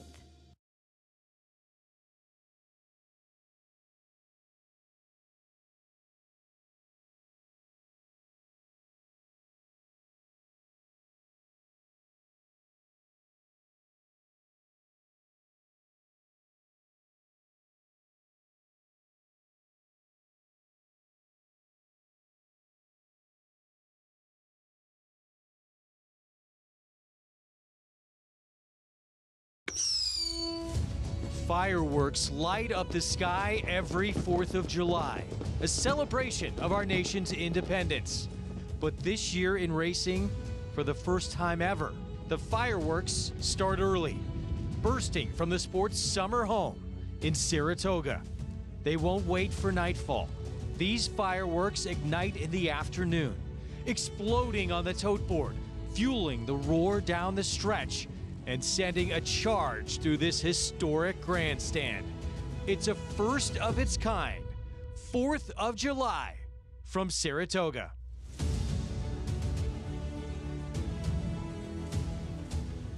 Welcome to our continuing live coverage here on Fox Sports 2, America's Day at the Races. Yes, for the first time ever, July 4th weekend racing, this festival from Saratoga Racecourse here in Saratoga Springs, New York. Good to be with you. Thanks for spending part of your Independence Day with us. Greg Wolf, 4-time Major League All-Star Paul Lo Duca, Sarah El-Badwi here for the coverage with the best yet to come as the stakes action heats up, and our big one still ahead, Paulie, with the Grade 1 Belmont Derby. Yeah, we got the Belmont Derby, we got the Manila in the next race with Zulu Kingdom as well. So plenty of stakes races to go through. The late pick 5 will start right here, and I think there's maybe a lot of people will single Zulu Kingdom. I think the most singled horse in there. And then you got to make a decision what do you want to do in the Belmont Derby. I think a lot of people are going to go different ways. Wide open, especially on paper, with a lot of them coming out of spots where they're not last out winners or horses that might be a little bit more pace compromised as well. And I think that you do have a big decision to make in that Suburban. Do you trust Locked to get back to some of his prior races from the Santa Anita Handicap? But that last race coming in, it doesn't really leave a lot of confidence. Almost too bad to be believed. That was the spot Todd Pletcher, though, had picked out for Locked. Fierceness was sort of his stablemate, a late addition ad, and wound up equaling a track record in that performance. Will we get the Locked? We saw it on the West Coast in that Santa Anita Handicap. Maybe back at 1.25 miles, a distance he loves. We will. Meanwhile, our ABR race of the week, 3-year-olds, Grade 1 Belmont Derby. $750,000 purse, part of our coverage on Big Fox to come. And New Century, Test Score, they'll reunite from that Grade 1 American Turf when they both finished just behind Zulu Kingdom. Yeah, it's one of those things, whether you like one or the other, you got to like both of them, right? They both ran kind of close to each other, and we'll show you the American Turf. And they were second and third, and which one was moving better at the end? It seemed like they were just simultaneously going to the wire, Sarah. And I think that the general notion during that weekend, Kentucky Derby weekend at Churchill Downs, is that you didn't really want to be towards the inside of that turf course. As you can see, Zulu Kingdom, who gets that victory, who will see one race before that, trying a shorter distance. He ends up being further out in the middle of the racetrack. But I think that with Test Score today, he has the ability to sit closer than a horse like New Century, and what is not really much of a pace confirmed on for this race outside of the number 1, Tank. Meanwhile, Paulie, Final Gambit, certain to take a ton of money because of how he raced on a different surface. Happens to be the biggest race in our sport, the Kentucky Derby. Ran 4th on that wet track behind Sovereignty. He's not yet won on the grass. No, and he won the Jeff Ruby Stakes at 15-1. Then he went into the Kentucky Derby at 17-1. He outran his odds everywhere he's been. Then he went to the Matt Winn, and he was bet that day. It did not work out. Now they're going to go back to turf where his first start was on the turf, Sarah. Probably should have won, but he had a ton of trouble. But is he pace compromised? He is, and that's the concern with him, a horse that's likely to be one of those shorter prices that still has something to prove on this surface. And I think you could make the argument that he's gotten better as a horse overall, but he's also had some paces to close into with 2 of his better performances. We talked about it yesterday a lot. Tank looks like he's alone in front. We'll see if that horse is good enough to take him gate to wire. Meanwhile, earlier on, we showed you Test Score and New Century in that Grade 1. Well, a horse that beat them going to be lining up in the Manila and is the horse to beat for Chad Brown. What a roll Zulu Kingdom is on right now. Yeah, and this is a horse that's 5 for 6 lifetime, and the last 2 efforts seems like he's just getting better and better. And to start 2 back at Tampa, I thought got a little bit of a lighter number than it should have got. I think he was right on the pace. He's kind of learned to rate a little bit better, Sarah. He has. He's one that's taken a big step forward as a 3-year-old, winning both of his starts so far this year. His only, I can't even argue it was that bad a race in the Breeders' Cup Juvenile Turf, where he was forward in there and ended up only being beaten by 4.5 lengths. And I think he's just so clearly the class of this field. Now, maybe it's that little bit of a question, this not being plan A for them and not stretching out in that Belmont Derby, as he was entered a couple times and ended up scratching through no fault of his own with a couple of different races not filling, not running at the right time, or some different The situations. Penn Mile was one of them too, right? Yes, Yeah, he yep. was going to run the Penn Mile too, and that kind of got scratched too. 5 for 6 on the lawn for Zulu Kingdom. Meanwhile, in the Suburban, just an embarrassment of riches for Todd Pletcher in this older horse division. But Locked, who looked like after that Santa Anita handicap, he was probably the best older horse in the country. Again, it was a flop in the Ali Sheba. Will he get back to what we saw and that brilliance out at Santa Anita? Got to be concerned, don't you, Sarah? I am, especially at a short price for this horse who, if he runs this race, he's going to win the Suburban, a horse that ran very well in his comeback race as a 3-year-old, ran well in the Pegasus, finishing second to White Abarrio, won both that Cigar Mile and then this 109 Beyer 8.5 length romp in the Santa Anita handicap. This was ultra impressive for him. Kind of fell flat last time in that Ali Sheba. I know the pace didn't necessarily set up for him. He was cutting back a bit in distance, but that was plan A for them, as you had mentioned, Greg. And I just really was not impressed by that effort whatsoever. I can't bet him at a short price off of that last race. I think he got a little disinterested in that last race because he ran in spots and then it says like it came again. He kind of did towards the end of that race. And I'm wondering when he just kind of got beat up a little bit by his own stablemate, he decided to run towards the end, you know? I feel like everyone's being a little hard on him. He's run a lot of incredibly big races. Yes, we wanted more from him in that performance, but today's a big, probably more than anyone on the card today. It's a huge race for him to see if he is back. We have that older horse division that we were so excited about with so many returning top 3-year-olds, and for a little bit, it seemed as though he was at the top of that division. Now Mindframe certainly throwing his hat into the ring. Another one for Todd Pletcher, who, as you mentioned, has plenty of those older horses that are at the top of the class, but I don't know. Based on that last race, we'll see if he gets back to some of those bigger performances. Like a murderer's row for Todd Pletcher in this older horse division. It does. He just got so many, and then you got Chad with Sierra Leone, and that's not forgetting the 3-year-olds when we get later on. We know we got some monster 3-year-old crops. So it's going to be very interesting how this pans out. But you're right. If Locke wins today, he throws his hat back in the ring. No question. Coverage later today, Big Fox, Grade 1 Belmont Derby.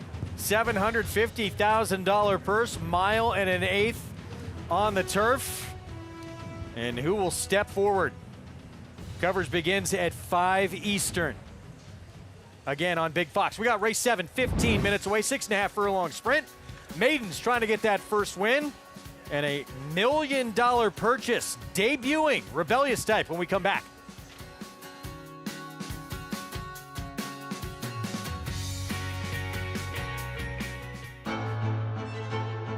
Jackie's Warrior quickly in front here by 2 lengths.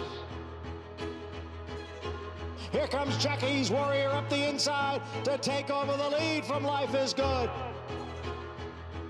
Jackie's Warrior remains undefeated here at Saratoga, and he wins an unprecedented Grade 1 stakes at the Spa for the 3rd straight season.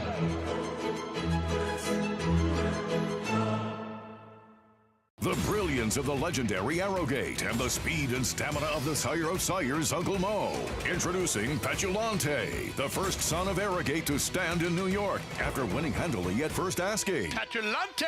He's got a kick here, and he's going to prove much the best. He won or placed in all 7 of his lifetime starts, including the Grade 3 Salvatore Mile. Petulante, Nimbus class, Petulante! Petulante, now standing in New York.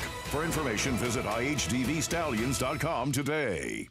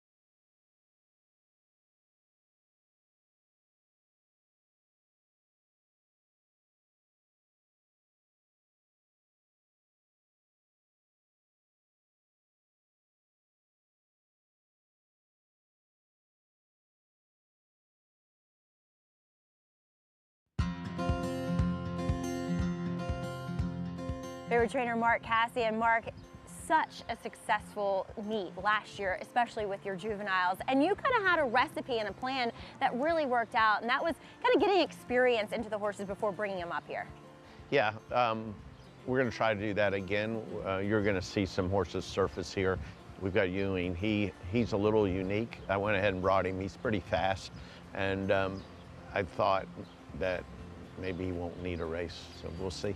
So Mark, when you selected Ewing at the 2-year-old sale, talk a little bit about that process and how you selected him. I believe I gave him a 5-star, which is as big as I give as far as a work. Yeah. And then when I looked at him at the barn, I gave him an A. So 5-star and A, that's probably why we bought him. Selected a nice one here with Ewing. So what are you expecting from him? There's a Wesley Ward horse with experience in the race that showed speed. He is drawn towards the inside of that horse, though. Yeah, the problem here is I really don't like rushing my horses. I like them to settle and come with a run. I'm not sure he's going to be good with that, but that's what we're going to still. We're not going to drive out of there. We're going to come if he naturally is there, then that's fine. I just would like to see him. You know, this is just one race, and we're just getting started. As you see, that 2-year-old report brought to you by Spendthrift. Ewing, we'll see in the opener tomorrow. How about well-named son of Knicks Go, Patrick Ewing, debut coming up tomorrow on the program. Let's go to Maggie. And we'll take a look here at some of the entrants in this field, and Chad Brown sending out a formidable twosome, though they're not coupled in the wagering. It's the 2 for the St. Elias stable, but we'll start with Chad's horse that has experience, and that's number 3, Shadow Banking, whom I saw debut in what was an off-the-turf race in which he was entered for the turf that day, and he was so green. From the moment he stepped foot in the Aqueduct paddock to the moment that, well, he crossed the finish line, to be honest, because he completely blew the brake from the inside post position. He was distanced early on. Then he commenced to rally while swinging wide off the turn and was kind of weaving in and out through the stretch, but again, showing some real promise. He was also a handful in the prelims. Just terrible to get the tack on green with the pony, had to break post braid, and that's not something you generally see with a Chad Brown runner, but it's almost like Chad left him in there for the experience. And now he comes back here at Saratoga, and so far he's behaving much better. He was a little bit silly when he first came out of the stall after they put the tack on him, but also he's just so much more fit. And I thought it was interesting that Chad, goes back to the dirt, and so now he'll tackle a fast main track for the first time, and at least by the signs he's showing me so far, we're going to see a more professional effort. Moving on to Chad's first time starter, that's number 1, Worthy Charge, son of Liam's Map, and he is that true steel gray. I mean, if it weren't for his tail, you would think that this is a dark bay runner, but the dam, she was a multiple graded stakes winner, going kind of a middle distance on the main track. She also won on the turf too, but he's a half to Princess Madison, who's a good dirt sprinter, earning a high Beyer speed figure of 94. Now he kind of looks like a middle distance runner, so 6.5 might be just getting him going. He's big and incredibly good looking. I love the way he's turned out physically.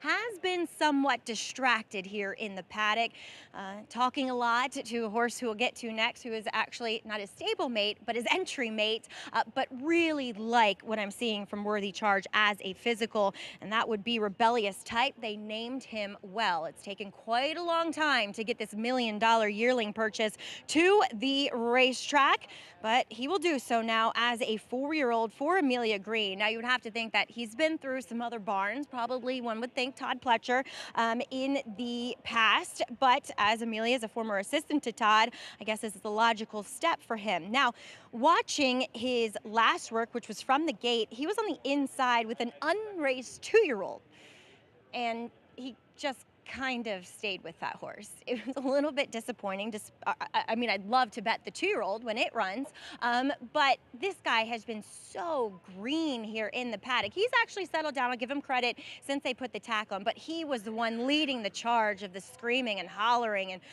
wanting a friend. I feel like experience is what he's going to need, and 2, I think he needs a bit more ground than this, just a very long, scopy type.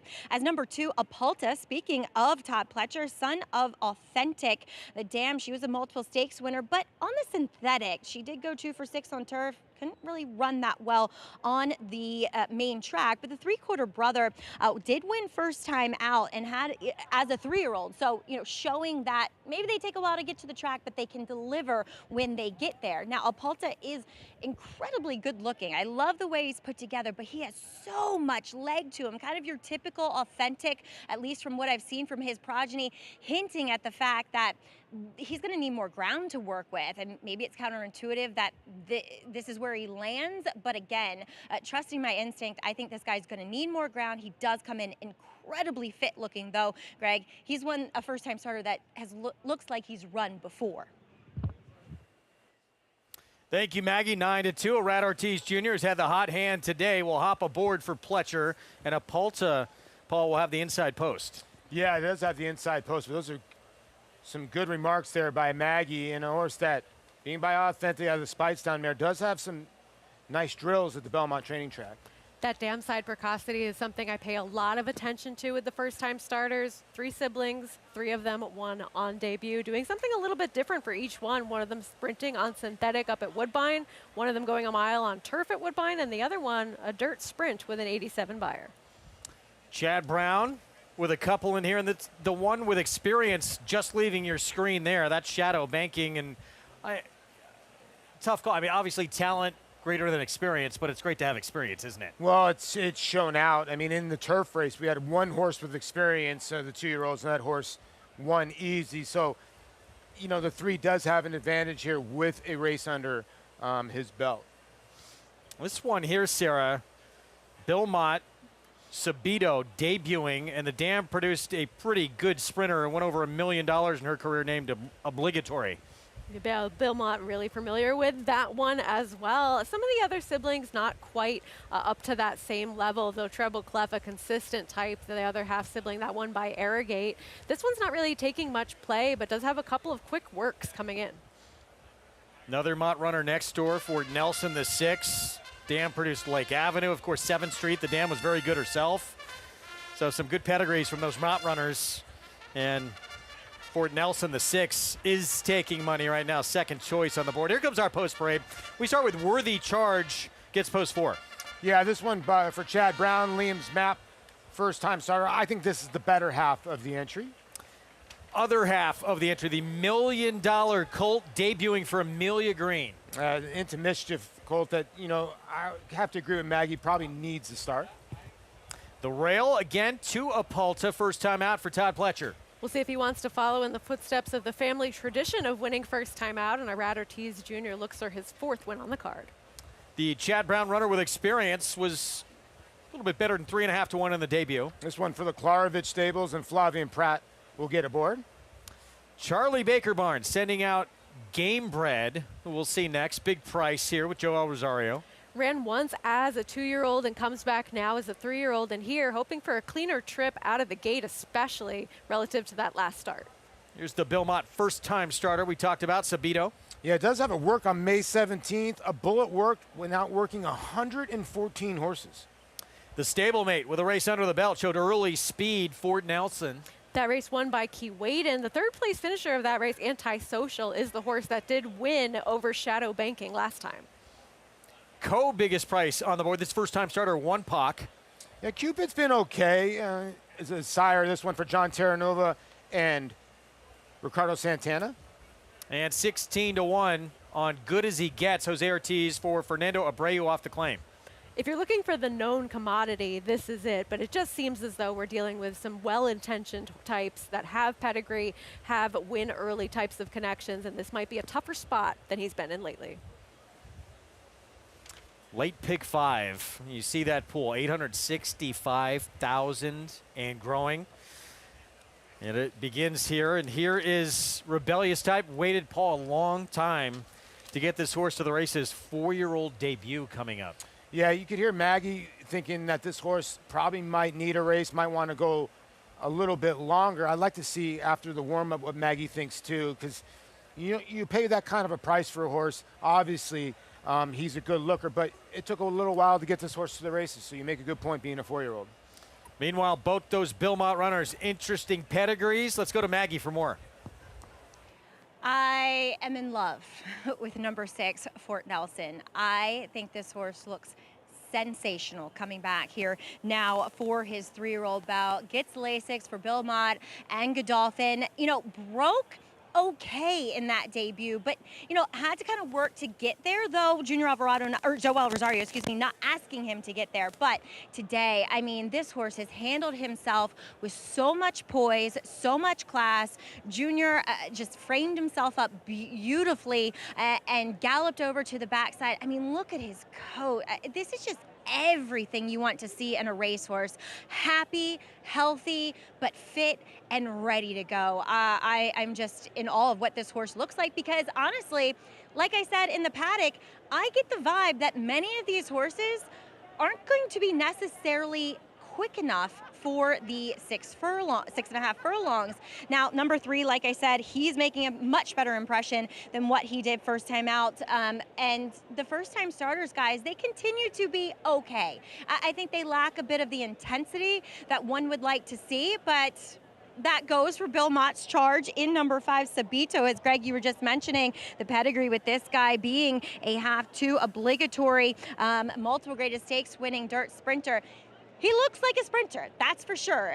Of any of the first-time starters, he's the most convincing at this condition, but he just looks like he needs a start. He's just a bit soft. Lacks a bit of intensity. He's like, oh, what are we out here to do? Okay, I'm just gonna jog in a circle, dee-dee-dee-dee-dee. So it doesn't look as though that light bulb has gone on yet, but one I definitely want to watch with interest, just given the pedigree, given his overall physical makeup. I think he'll improve with some racing. All right, Maggie, always pay attention with what you have to say in these races, with many making their debut. She's in love with Fort Nelson. That is the 6 for Bilmont, start number 2. First back is a 3-year-old here coming up, Sarah. Yeah, I haven't heard Maggie be this excited and in love with a horse since her gushing over Ben Duke, who we'll see a little bit later on in the card, trying that Suburban. So certainly high praise coming from Maggie for Fort Nelson, who I thought didn't even run that badly first time out and comes back with that little bit of experience. But I did opt for the number 2, Apalta, in here. Going out for West Point, Todd Pletcher, Iradertees Jr. is having a day himself, looking for win number 4 on the card. And just that win early type of pedigree on the dam side. This might not be what he wants to do ultimately moving forwards in his career, but I just like that versatility that we see with those horses that she's produced, being able to get that first win, first time out in a variety of different circumstances. So 9-5 on the entry, Paulie. You look at this board, where do you see potentially some value? I don't know. I think the 3 at 3-1 was the value at one point, because he has a race under his belt, but the way Maggie liked the 6 was the same colors across the line, first in the Kentucky Derby and the Belmont, the Dolphin colors. So I landed on the 1. And there he is, the 6. I landed on the 1, the entry in here, but I like the straight one, Worthy Change in here. But now you look at the race, and you seeing races the last couple of days, you kind of wonder, do the 3 and the 6 really have this field over a barrel because they got experience? It's a valid question, because you have so much unknown within this field, and so we're guessing with these horses with these pedigrees that are coming in here off of either good works or with connections that we expect to fire or big purchase prices, but we don't know how they're actually going to run on the racetrack. And at least with Fort Nelson, you know that at least he's capable of showing some early speed.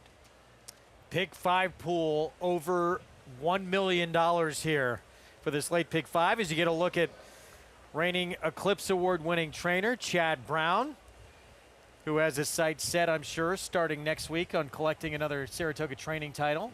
Huge, huge favorite to win again. I would think so, yes.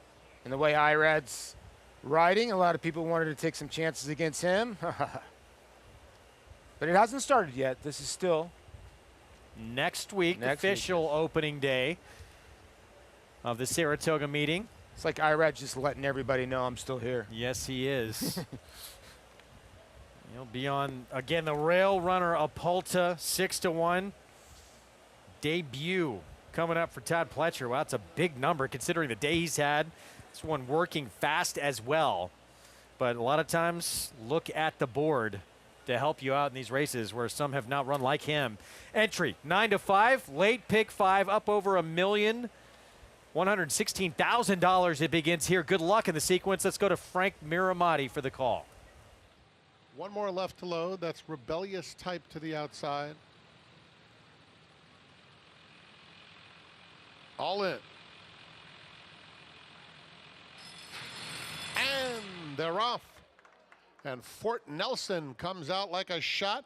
And his stablemate Sabito is flashing good speed too. Those two hook up right away with 1 pack a length and a half off them in third. Here's Apalta moving through along the inside fourth.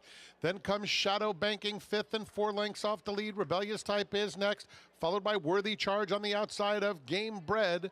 And it's a distance to good as he gets. 22-1 for Sabito, who leads Fort Nelson into the far turn. It's Sabito 3/4 of a length. Fort Nelson is second by 2. At the rail, Apalta is putting his head into the third spot. Has about 2.5 or so to make up. 1 pack outside of him. It's a gap of 5 back to Worthy Charge, trying to make some headway in the green silks. A clear-cut fifth at this stage. Shadow Banking is inside of him.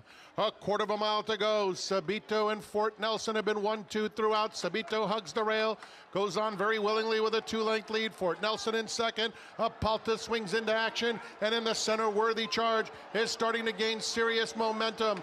Final furlong for Sabito, clinging to a 3-length lead. Fort Nelson, Worthy Charge, Sabito, Fort Nelson's trying to nail him. Sabito, Fort Nelson measured him and ran him down. It's a photo for second between Worthy Charge and Sabito. Fort Nelson with the win, running down his stablemate who ran huge first time out, but it's a second time starter, Mott, Junior Alvarado, and Godolphin Connections of Sovereignty. Those horses with experience, it ends up paying off. And here, as we saw a couple of things really go the wrong way for the entry, who I would argue, Paul, and I think you agree, maybe ran the best race in here. But looking at Fort Nelson, he sat right off of his stablemate. He was able to go on by a stubborn Sabito down towards the inside. And looking at Belmont there, pretty good day when you run 1-2, I believe. Let's go back to the start, Paul. What are we looking at? Look at the straight one. This horse jumps in the start, loses all beginning, and ends up being almost dead last, and then just makes this unreal move. We haven't seen this move at all work out. It's in the front end's been the way to go, but you got to give credit to Fort Nelson. It was a good call by Maggie. She called this horse, but the one, my God, Worthy Change is the horse you need to look at. Yeah, keep your eyes on that Chad Brown. Now second time starter when we see him again. That was a huge effort in defeat. But Belmont 1-2 here. Sabito running big as well in the debut. A lot of early speed, too, from that long shot. That is it for our Fox Sports 2 coverage. Back on air at 5 Eastern on Big Fox.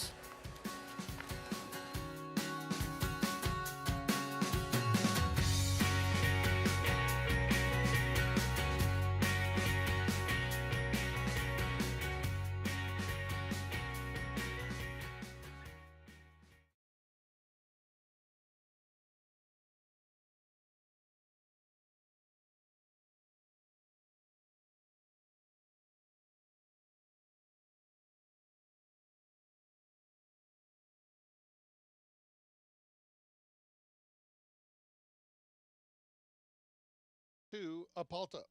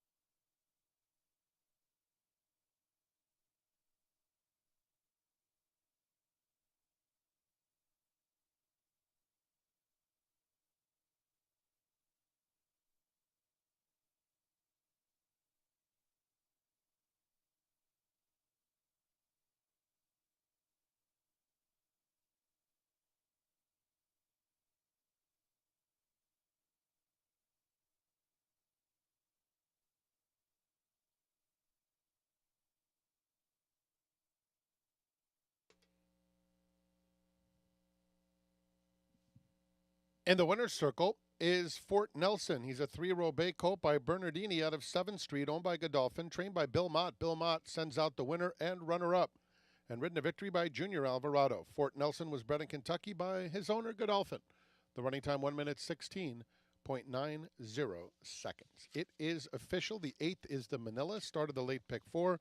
Scratch 3, 6, 9, and 10.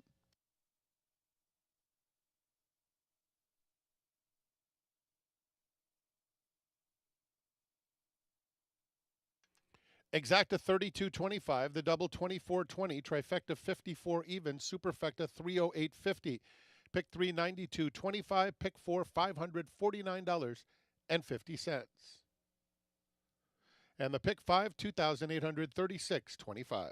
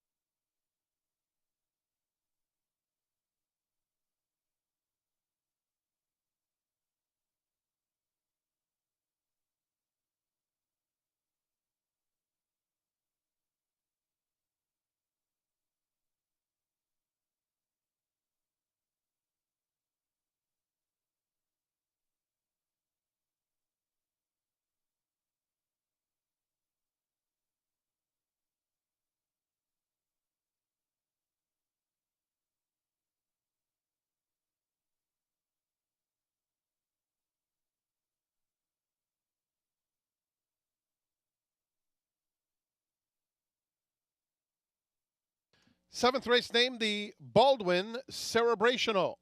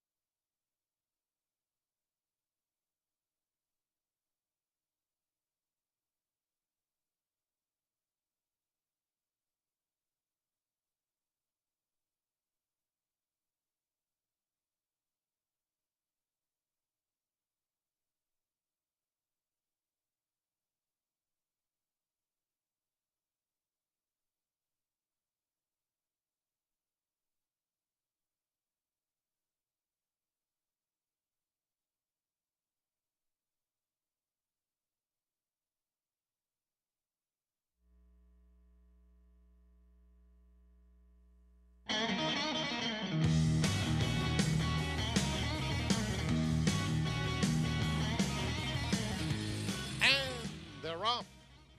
And Fort Nelson comes out like a shot. And his stablemate Sabito is flashing good speed too. Those two hook up right away with 1 pack a length and a half off them in third. Here's Apalta moving through along the inside fourth. Then comes Shadow Banking fifth and 4 lengths off the lead. Rebellious Type is next, followed by Worthy Charge on the outside of Game Bred. And it's a distance to good as he gets. 22-1 for Sabito, who leads Fort Nelson into the far turn. It's Sabito 3/4 of a length. Fort Nelson is second by 2. At the rail, Apalta is putting his head into the third spot. Has about 2.5 or so to make up. 1 pack outside of him. It's a gap of 5 back to Worthy Charge, trying to make some headway in the green silks. A clear-cut fifth at this stage. Shadow Banking is inside of him.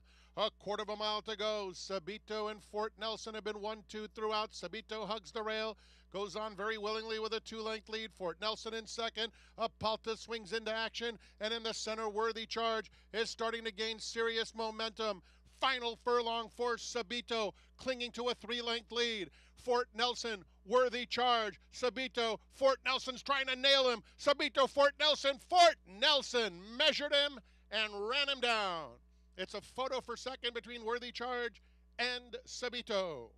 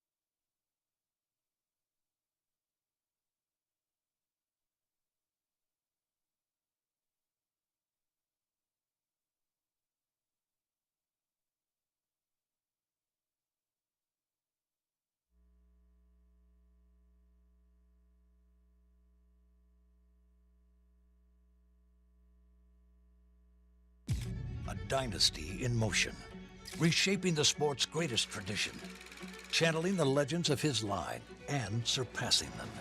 4 of the last 6 Derby winners carry his genes. A Golden Son, a Horse of the Year. Another chapter written beneath those iconic spires. Derby dreams fulfilled for the titans of our industry. From authentic to sovereignty, a legacy both real and supreme. Into Mischief.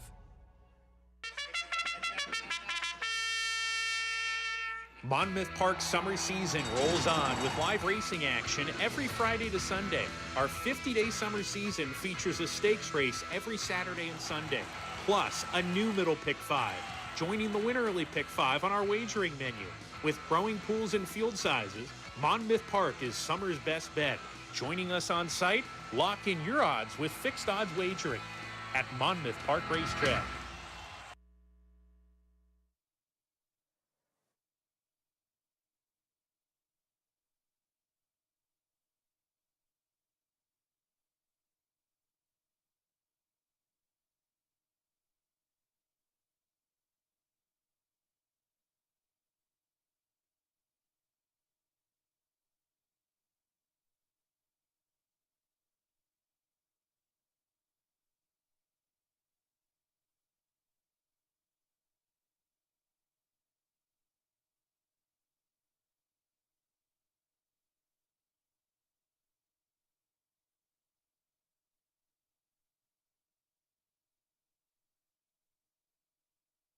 Fans, please direct your attention skyward as 6 highly trained jumpers from the West Point Parachute Team jump out of their LUH-72A Lakota aircraft in a dramatic display of bravery and patriotism. These highly skilled jumpers will navigate down over 4,000 feet before touching down on the infield.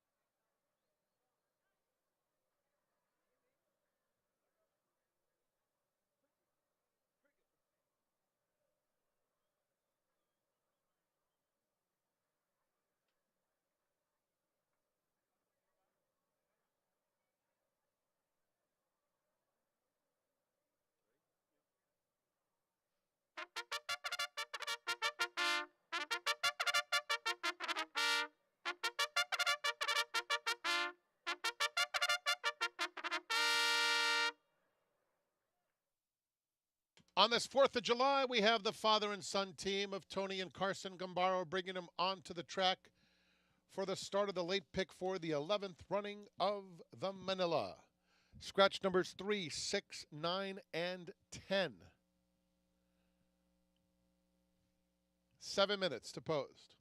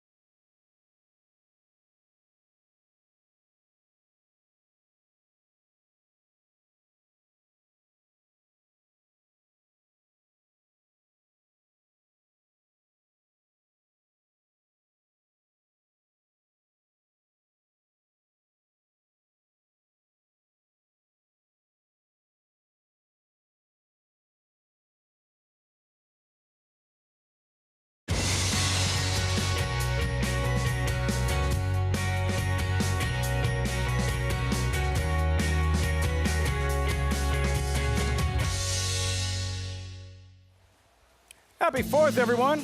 America's Day at the races. Imagine our audience jumping over from Fox. Great to have you with us on Fox Sports 1, Stars and Stripes, this 4th of July Racing Festival for the first time at Saratoga. Not done yet. Graded stakes race after graded stakes race. Just watch Test Score dominate the Belmont Derby. And coming up next, key race for older horses, the Suburban, presented by Suburban. $400,000 person there is Locked. Odds-on favorite, considered one of the best older horses in the country. He's trained by Todd Pletcher. Pletcher, who has several of the top-ranked older horses in the country. So which version of Locked is going to show up this afternoon? Always highly regarded. He won the Santa Anita Handicap out west 2 starts back, but disappointed in the Ali Sheba at Churchill Downs Kentucky Derby weekend. The bettors don't seem too concerned, as you just saw, an odds-on favorite for the Suburban. Take a look at the field and current odds for the Suburban. Locked in his competition. Suburban, presented by Suburban. I love it. Disarm is out, 7 strong. Classic American racing distance of 1.25 miles. As mentioned, Locked 4 to 5 with about 16 minutes to post. Still with my friends, colleagues, co-host, champion jockey Richie Migliori, Jonathan Kitchen, handicapper, New York Racing Association analyst, Andy Sterling, who had Test Score in the Belmont Derby. Andy, this Suburban and Locked. Big picture, what does it mean in terms of the second half of the year and the classic division, the handicap division in racing? Well, Locked is trying to prove that he belongs with the big boys, and based on his race 2 back at Santa Anita, he does. And fortunately for him, his best race was at 1.25 miles. The distance of today's race, the distance of the Breeders' Cup Classic as well, and also the Grade 1 Jockey Club Gold Cup at the meet. The question is, does he need more distance, or can he run better than he ran in his last start? If he can, and he wins this race, he puts himself in the picture to be one of the top horses in the country. Yeah, I mean, I agree. I thought his Santa Anita handicap that we're going to see right here was sensational. It was really, really good. The problem is that he came back on Derby Day and didn't run particularly well. Derby weekend, excuse me, didn't run particularly well. And he was supposed to run well. He was being pointed to that race. Fierceness kind of came in late, stole the show, but Locked did no running. At least he did no running compared to what he did here. The problem I have with Locked is that he's 4 to 5, and I think there's a lot of other interesting horses in here, and so maybe, just maybe, I'll try to beat the favorite. I think from a wagering standpoint, that's a sound way to go about it. But I can make excuses or at least forgive a poor race. Maybe he didn't handle Churchill Downs. He shipped there from Todd Pletcher's winter base at Palm Beach Downs. He never even worked over the surface. Then he came up here to Saratoga, and he's been training here, so maybe he has a little bit of a home field advantage. I think he can rebound. I think there's some question of just how well he is training up here, though, and as Jonathan alluded to, this was the horse that Todd Pletcher wanted to run in the Ali Sheba. Yeah. He wanted to run Fierceness at Aqueduct the next day. He helped us out by running him at Churchill, so that was good for us in the New York Racing Association. But he wanted to run Locked, and slow pace or not, he didn't do any running. Locked, odds on. So much history and tradition, this Suburban. And if you want to get involved, you want to play the Suburban, maybe back Locked or take a stand against him if you don't think the best version shows up. Get signed up, NYRABets.com. Use that promo code TOGA200 to claim your $200 match bonus. Start winning today with Naira Bets, the official betting site of Saratoga Racecourse. Sign up, NYRABets.com. Today's remaining races on this 4th of July. Hope you're having a great one. Today's race is brought to you by Claiborne Farm, the Suburban in 14 minutes, and later the Harvey Pack. A name around here, and gentlemen, that if not for Harvey Pack, who knows if we're sitting here right now this very moment. Well, the bad news for you guys is if it wasn't for Harvey Pack, you probably wouldn't be sitting next to me. It's his fault. You could blame him. I never got to tell him to his face. Your fault? Moments ago, Belmont Derby, as you saw on Fox, and Richie, Test Score here. I think everybody observing, waiting for him to find his best ride. Graham Motion said he thought he was just not going to bring his best, and all of a sudden, he kicks it in. He's so. Manny Franco had to kind of muscle his way out to the clear a little bit with Luther lapped to his hip. And I think that actually, once he saw all that daylight, he kind of really kicked it in another gear. They came home the last furlong in just over 11 seconds. That's real racehorse time. They were finishing. Yeah, no, I agree. I'm a big fan of this horse, and I think right now he's made it very clear he's the best 3-year-old turf horse in the country. Especially at this distance, right? We saw Zulu Kingdom a little earlier in the race. He's going to probably focus on races closer to 1 mile. test score feels like he'll run all day the way he finished this race. Manny Franco, test scored, Graham Motion in the Belmont Derby Invitational. We welcome Acacia Clement to the broadcast, standing by live with a very special guest. Well, I can't think of a better partnership than the Suburban with Suburban Life, as I'm very happy to be joined by Jen Hardell, founder and CEO of Suburban Life. Jen, tell us a little bit about what makes this different than any other canned cocktail. Well, bourbon usually sits at night. We're making it daytime fun. So it's a non-carbonated, 5% light, refreshing bourbon cocktail. And there's a great opportunity for fans at the track throughout the summer to get their own Suburban Life. Absolutely. Yes. Right at the Beverage Express. Perfect. Thank you very much for the time and for the support. Thank you so much. Suburban presented by Suburban. I think we need a few of them on the set. What's Yeah. going on here? Yeah. We chop Acacia. liver over here? like that would be a first on the afternoon. Celebration for the 4th starts early around here, upstate New York. First time ever 4th of July racing at the Spa.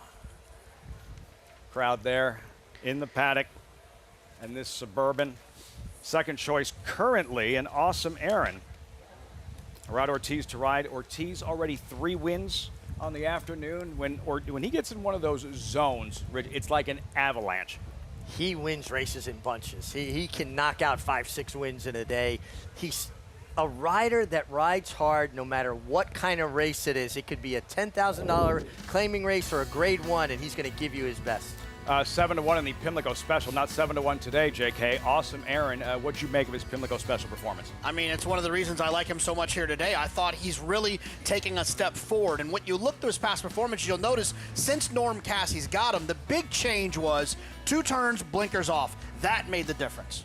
Claimed him for $40,000. He deserves an enormous amount of credit. Awesome Aaron. In that stretch battle, emerging victorious in the Pimlico Special. Second choice in today's Suburban as we check in with Maggie Wolfendale, this Suburban Paddock Report. Maggie, and all eyes on Locked. Even money, what's he showing you? Yeah, Laffy, can he get back on track here? I think is a major question because it seems as though this is a horse who came back as a 3-year-old last year, and was really quick away. I mean, you look back at that October 19th race going 7 furlongs, he actually broke incredibly well, was tactical, and they ran a very quick time. And then it just seems as that subsequently, start after start, he's getting slower and slower away from the gates. And I feel as though that's a detriment to him. He needs to be able to get involved. As we saw, it was his undoing last time out in the Ali Sheba. Now looking at him here in the paddock, I still wish he filled out more, to be perfectly honest. This is a horse that has never really kind of bulked up, you would hope one would, as a 4-year-old colt now. So we'll see what he gives us. Let's check in with Todd's other horse, who I've always been a fan of, and that's number 7, Antiquarian, as he comes in here working very well. It seems as though up here at Saratoga, he contested the pace 2 wide last time in that Blame. He made the lead, then he kind of switched back out after he got passed and ran on again. I thought it was a very, very game effort. He looks sensational here in the paddock, but granted, I usually like what I'm seeing from Antiquarian, as the same can be said for one of my very good friends, hi Ben Duke, as he is one of my favorites, but he's a horse that is his own worst enemy at times in the fact that he loves to lug in. Now, in his last start, Bill Mott affixed him with a extended cage bit / run out with a burr, very complicated bit system, to say the least. But it did do the job, and he has been working in it and working well and very straight. He is such a beautiful animal. I mean, Liffy, this is my picture-perfect equine physical in Ben Duke. If he could ever put it all together, I think he'd be very good. Picture perfect, looks the part. Ben Duke, if he could maximize that potential and break that bad habit of lugging in and just run straight. My problem with Ben Duke is he's had too many chances to show he belongs at this level. And unlike you talking about the 8 and the 7 Antiquarian who's improving, I think we've seen the best of Ben Duke, and he's a good horse, but he, to me, has had too many chances to show he can win a race like this. But he's a big price if you like him. You can't be one of those if you fix this, if you fix that type of horses when you're not even as good as the other horse you're talking about. Because then it's problematic, right? It's even if he does fix it, he still might not be good enough. Well, I think that's fair, but he also minimizes his ability with that bad habit of lugging in. And the one thing that I always fall for, and it's bit me enough, so I'm off of him, he says one of the most beautiful horses you will ever lay eyes on. You know, in a lot of ways, I'm rooting for Locke to do well. I really, Eclipse Thoroughbreds who own this horse with others, the way they ran journalism in all 3 Triple Crown races, especially in a situation where Sovereignty didn't run in the Preakness after winning the Derby, I think in a lot of ways they're sort of really like the leading owners in the game for being, you know, able to run them in all those races. And think of how much more exciting, even though you didn't win, the Belmont Stakes was because journalism was in there. I completely agree. I mean, Aaron Wellman and the team could have made a lot of other decisions. And I'm so grateful because that's what made this Triple Crown so special. No was even when we missed Sovereignty, we got journalism in the middle, and then we got them both at the end. And Todd Pletcher, strong hand in this Suburban with Locked and Antiquarian, and standing by live with Acacia. That's right, Lafitte. Let's start with Locked. Todd, do you think that getting out to a further distance today will make a big difference for him? I think it'll help a lot. You know, the last race, a tough one to hold against him. They went pretty slow fractions early and then set a track record in the end. So hard to make up ground in that scenario. He's a horse that we know it's in there. He's been dazzling on the track. What do you think he has to do today to get back to those races? I think just a good setup, an honest pace, and a clean trip. What about Antiquarian? He really seemed to kind of put it all together this year. I think he's improving. He's coming in off a very good work. You know, I think he sets a good stalking trip. So I think, you know, he's live. Thanks for the time, Todd. Thank you. Lafitte. Todd Pletcher, 4-time Suburban winning trainer, seeking a 5th with Locked or Antiquarian. Let's meet the field. Phileas Fogg, pictured 9-2. He's going to be the speed on the inside, and I'll tell you something, he is really improved. It brings it. Every time just brings it. Disarm is out. San Siro, 4th in that Common Pimlico special. Yeah, but he had everything his own way that day and has a lot to make up to get with the big boys. Big cap winner, Locked. Yeah, his big cap and his cigar mile, he's getting his picture taken here. I just don't quite trust him at a short price. Good looking Ben Duke. Run straight, man. He's a big price if you like him. I've just seen enough. Jose Lezcano in the saddle, 16-1 outsider. Honor Marie for Whit Beckman. Yeah, figured it out last time, going 1.5 miles. I mean, maybe the longer the better for him. He's just too plotty for me. 8th in last year's Kentucky Derby, Honor Marie, then the 2nd at 2 for Todd Pletcher. He says he's training well, he's improving. Antiquarian. I took a shot with Honor Marie in here. Antiquarian, who I think is very interesting, to me is a massive underlay at 5-2. 5-2 Antiquarian to his outside. Awesome Aaron, that Pimlico special winner, and Arad Ortiz looking for a 4th win this afternoon. Lafitte, I'll tell you, if we had a segment called Beat the Favorite, I might pick That's a good this idea, horse. man. I might pick this That's horse. a good idea. I might pick him. I might. If we had it. Beat the favorite, bet the favorite. We do have one. I'm going to beat the favorite.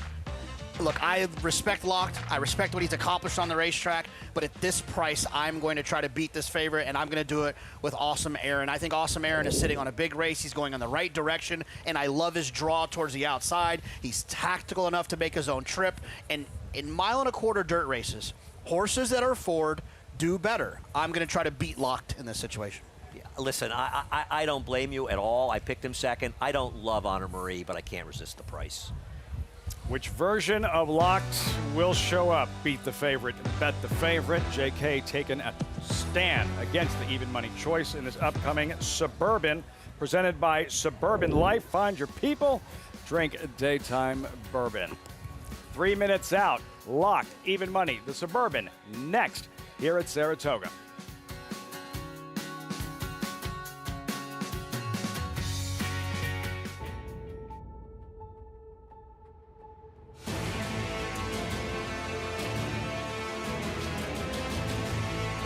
They come on for the finish in the Pilgrim Stakes.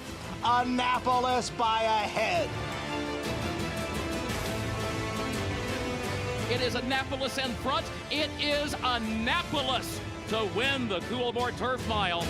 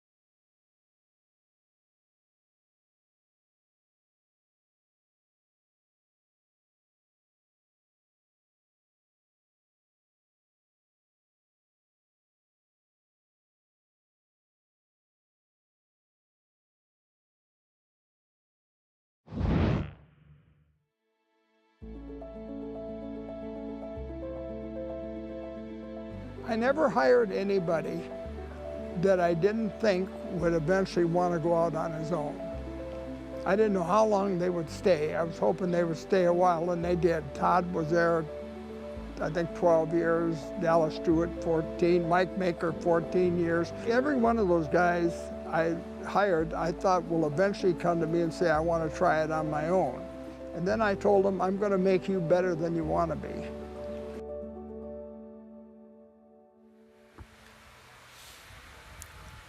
Loss of a legend, but what a legacy. Dwayne Lucas, and a live look there at Todd Pletcher and the impact Lucas had on Pletcher as a person, as a trainer. Todd Pletcher, the brightest of stars on that Dwayne Lucas coaching tree.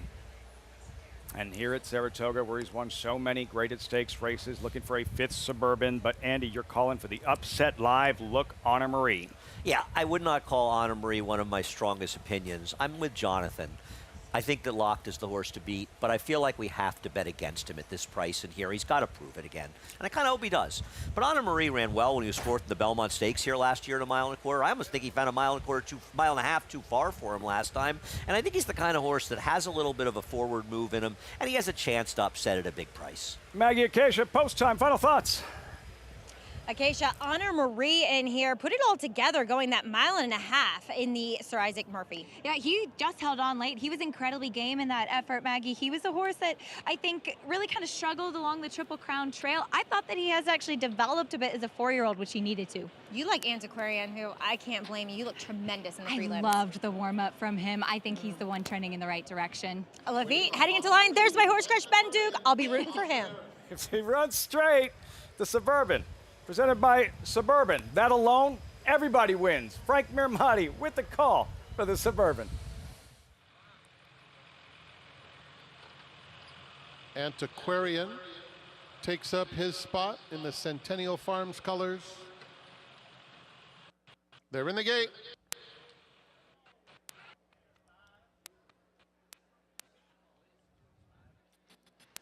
And they're off in the Suburban, presented by Suburban Life. And it is Phileas Fogg who's the quickest out of the gate, sprinting a length and a half in front of Antiquarian.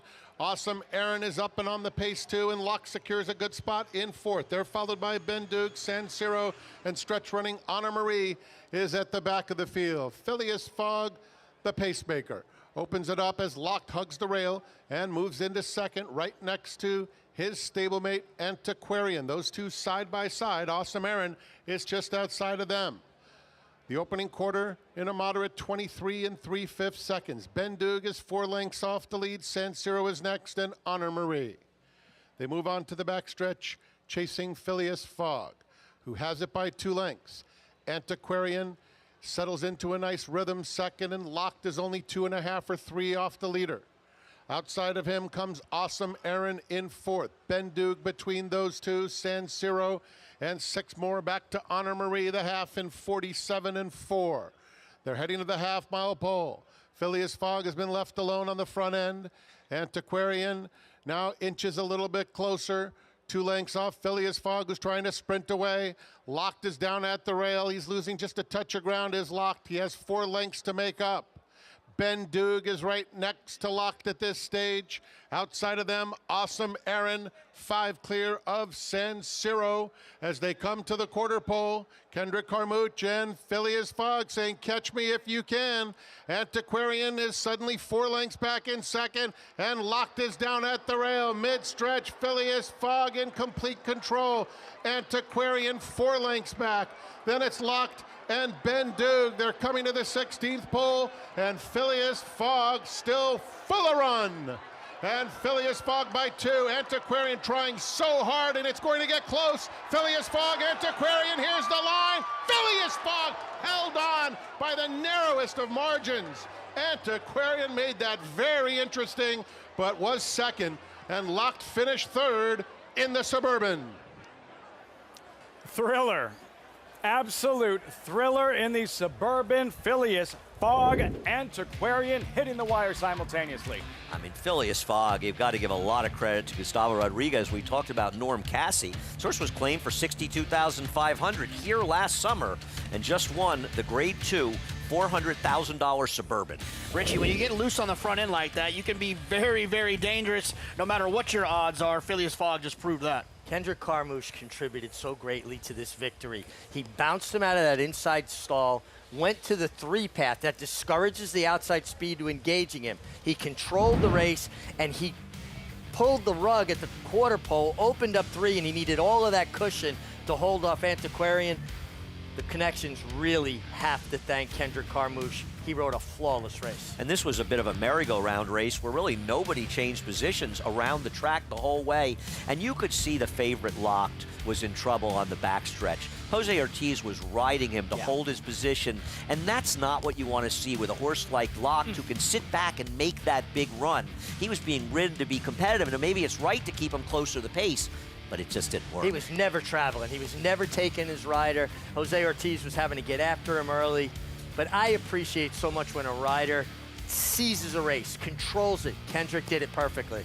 And for trainer Gustavo Rodriguez, whose barn has been unconscious, a first career graded stakes victory in the Suburban, and standing by live with Maggie.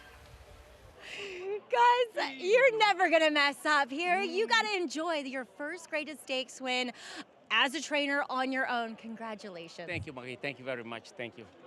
This has got to be special to do it up here at the spa with the horse you claimed. He has been so good, Phileas Fogg. We are very blessed with this horse, Maggie.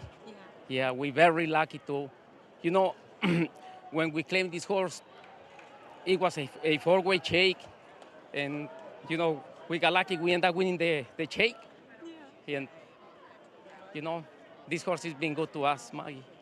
How meaningful is this for you? You worked with your brother, Rudy. You both came here from Mexico. Man, it's a long way, you know. It's a lot of work, too. A lot of work. I don't know what to say. Congratulations. Thank you. You're so welcome.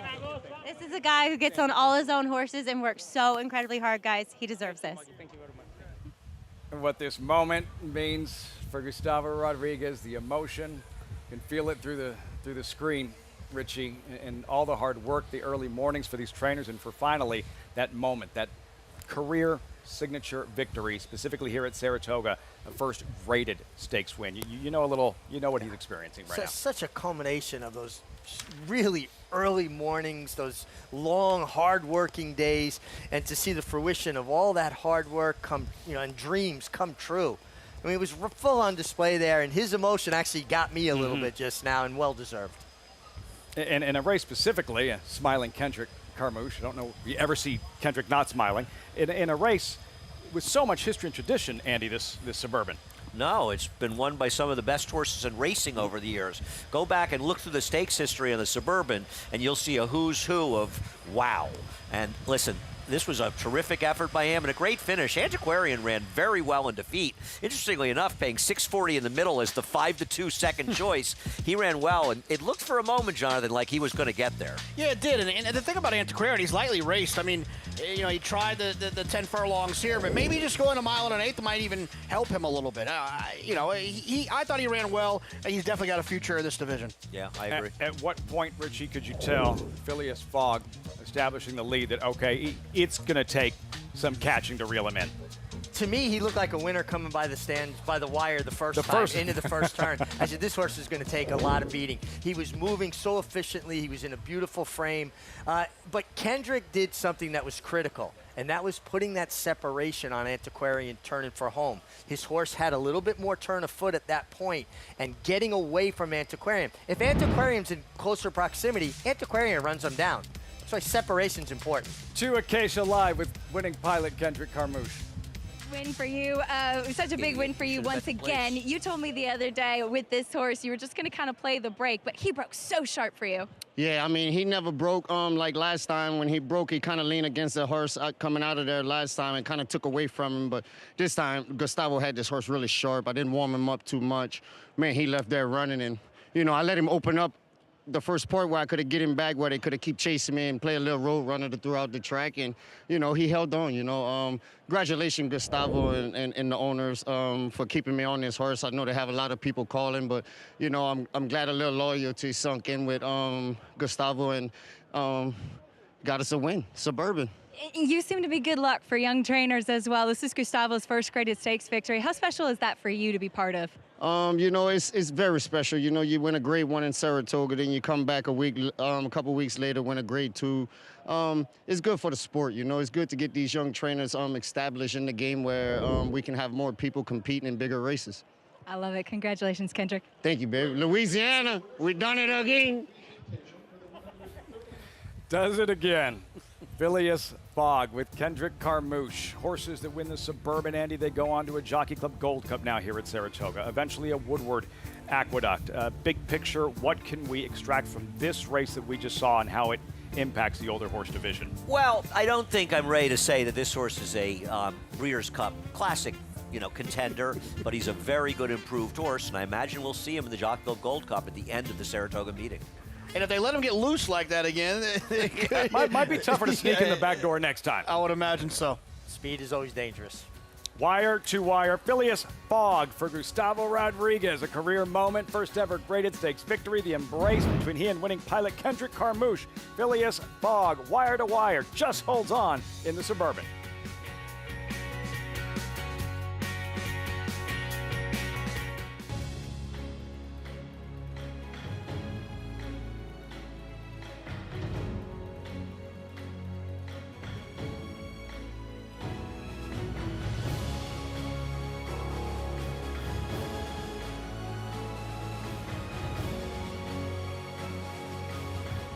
Olympiad leads American Revolution. Olympiad gets the gold in the Jockey Club Gold Cup.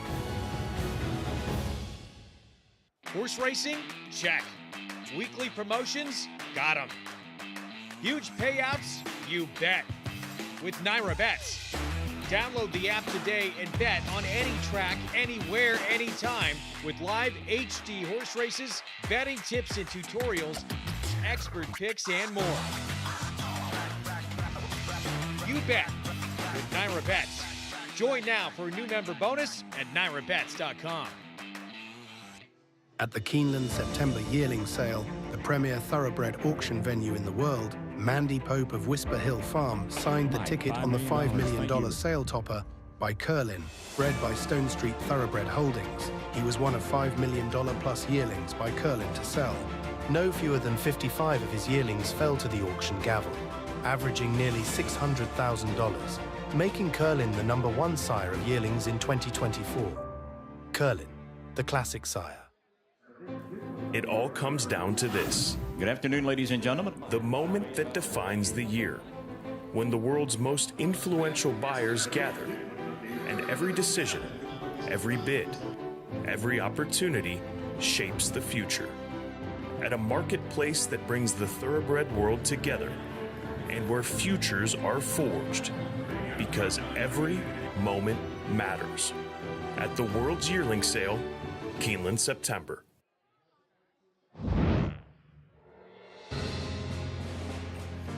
Troy, New York, about 30 miles south of Saratoga Springs, is the home of Uncle Sam, Samuel Wilson. Samuel was born in Arlington, Massachusetts, spent his industrial years in Troy as a brickmaker, meat packer. Best known for supplying meat to the troops in the War of 1812, the soldiers nicknamed him Uncle Sam, and he became forever linked with the United States. Here at the track today, Andy, you pay your taxes I grew up here. on time? I never knew that Uncle Sam was from Troy, New York. It's good information. You didn't answer my question. Did I pay a tribute to Uncle Sam? No, you pay your taxes. Pay my taxes? I don't get paid. That guy brought me all of a sudden very stoic. What's wrong? Look on him. He brought me a hot dog today, that guy. He really? He really did, yeah. He's been here. 4th of Things July, are going that bad. It's only day 2, John. Really, you're a little short. Got I can cleaned give you a out, couple but at bucks least here. you got a hot dog. So moments ago, the Suburban, and things did not go as planned for the favorite in Lock, the big cap winner, a third place finish, but well behind the top 2 finishers in the end. I mean, it's not like he ran terribly. He finished 3rd in here. He just doesn't have any oomph in him, and it's disappointing. I wonder if he's a horse that has some issues, the way he missed so much time last year, because he got so good, and the Santa Anita Handicap was a great performance. Just disappointing. I think it's a circumstance horse. When the circumstances hit him right between the eyes, he'll give us a great performance like in the Cigar Mile or the big cap out in Santa Anita. But when he has a little adversity, he breaks a little slow, he's in behind horses, he eats dirt, I think this is what we're going to get from him. I'm actually surprised he finished 3rd because midway in the race, it never looked like he was picking up the bit. Jose was already asking him to stay involved. And the fact that he even finished 3rd, to me, was remarkable. Feels like a continued theme in this older horse division. Sierra Leone, Fierceness, Lock. A lot of horses that are consistently inconsistent. That's pretty fair. I mean, to be fair about Fierceness, he has been consistent for quite a while, and Sierra Leone always runs well. He's a bit pace dependent, but right now, whether you like him or not, the leader of the division is Mindframe. Mindframe coming into his zone. Perhaps the best older horse in North America as we go back to grass here in this turf sprint, formerly the Troy, now the Harvey Pack. Andy, why is there a race here at Saratoga called the Harvey Pack? You know, it's a couple of things. First of all, Harvey Pack was instrumental, and Lafitte sort of hit on it in simulcasting. He used to have the prattles, people on between races back in the 70s. He started inside racing with Harvey Pack, bringing on a lot of handicappers. And at John and Brielle, when he had hair, as a matter of fact. I think I had hair back then, too. And Harvey was just, I mean, he spoke for the horse player. And came to work here in 1976, worked here for over 20 years. Then he did the seminars over at Ciro's, the handicapping seminars. He was a pleasure to be with. He had an incredible sense of humor, but he really was in a lot of ways sort of the father of simulcasting. There he is with the great Pete Axthelm as well. NBC Breeders' Cup. And it's kismet that Axthelm is running in this race. They were great friends, and all of us were very lucky to lose Pete. We lost him to know him, and we lost him too early as well. Harvey was instrumental for me. He was a great friend of mine. He was an incredible supporter of mine as well, and he was really important to racing and important for horse players as well. And in naming the race for Harvey, it's a way of remembering him and telling people about him going forward, but also in a way to recognize the horse players that Harvey was such a great advocate for. So I'm really proud that we run the Harvey Pack, and it's a great race every year. His family comes up for it. They're all here today. It's pretty exciting. We're going to break. Richie, quickly, tougher on jockeys. Harvey Pack or this guy? Oh, he's taking it to a whole other level. And I'm proud of it. The Harvey Pack is next, winding down our coverage. 4th of July here at Saratoga for the very first time, 4th of July Racing Festival. honoring Harvey Pack when we return, and the stars and stripes all over town, the celebration, the flags. Happy birthday, America. 249 today.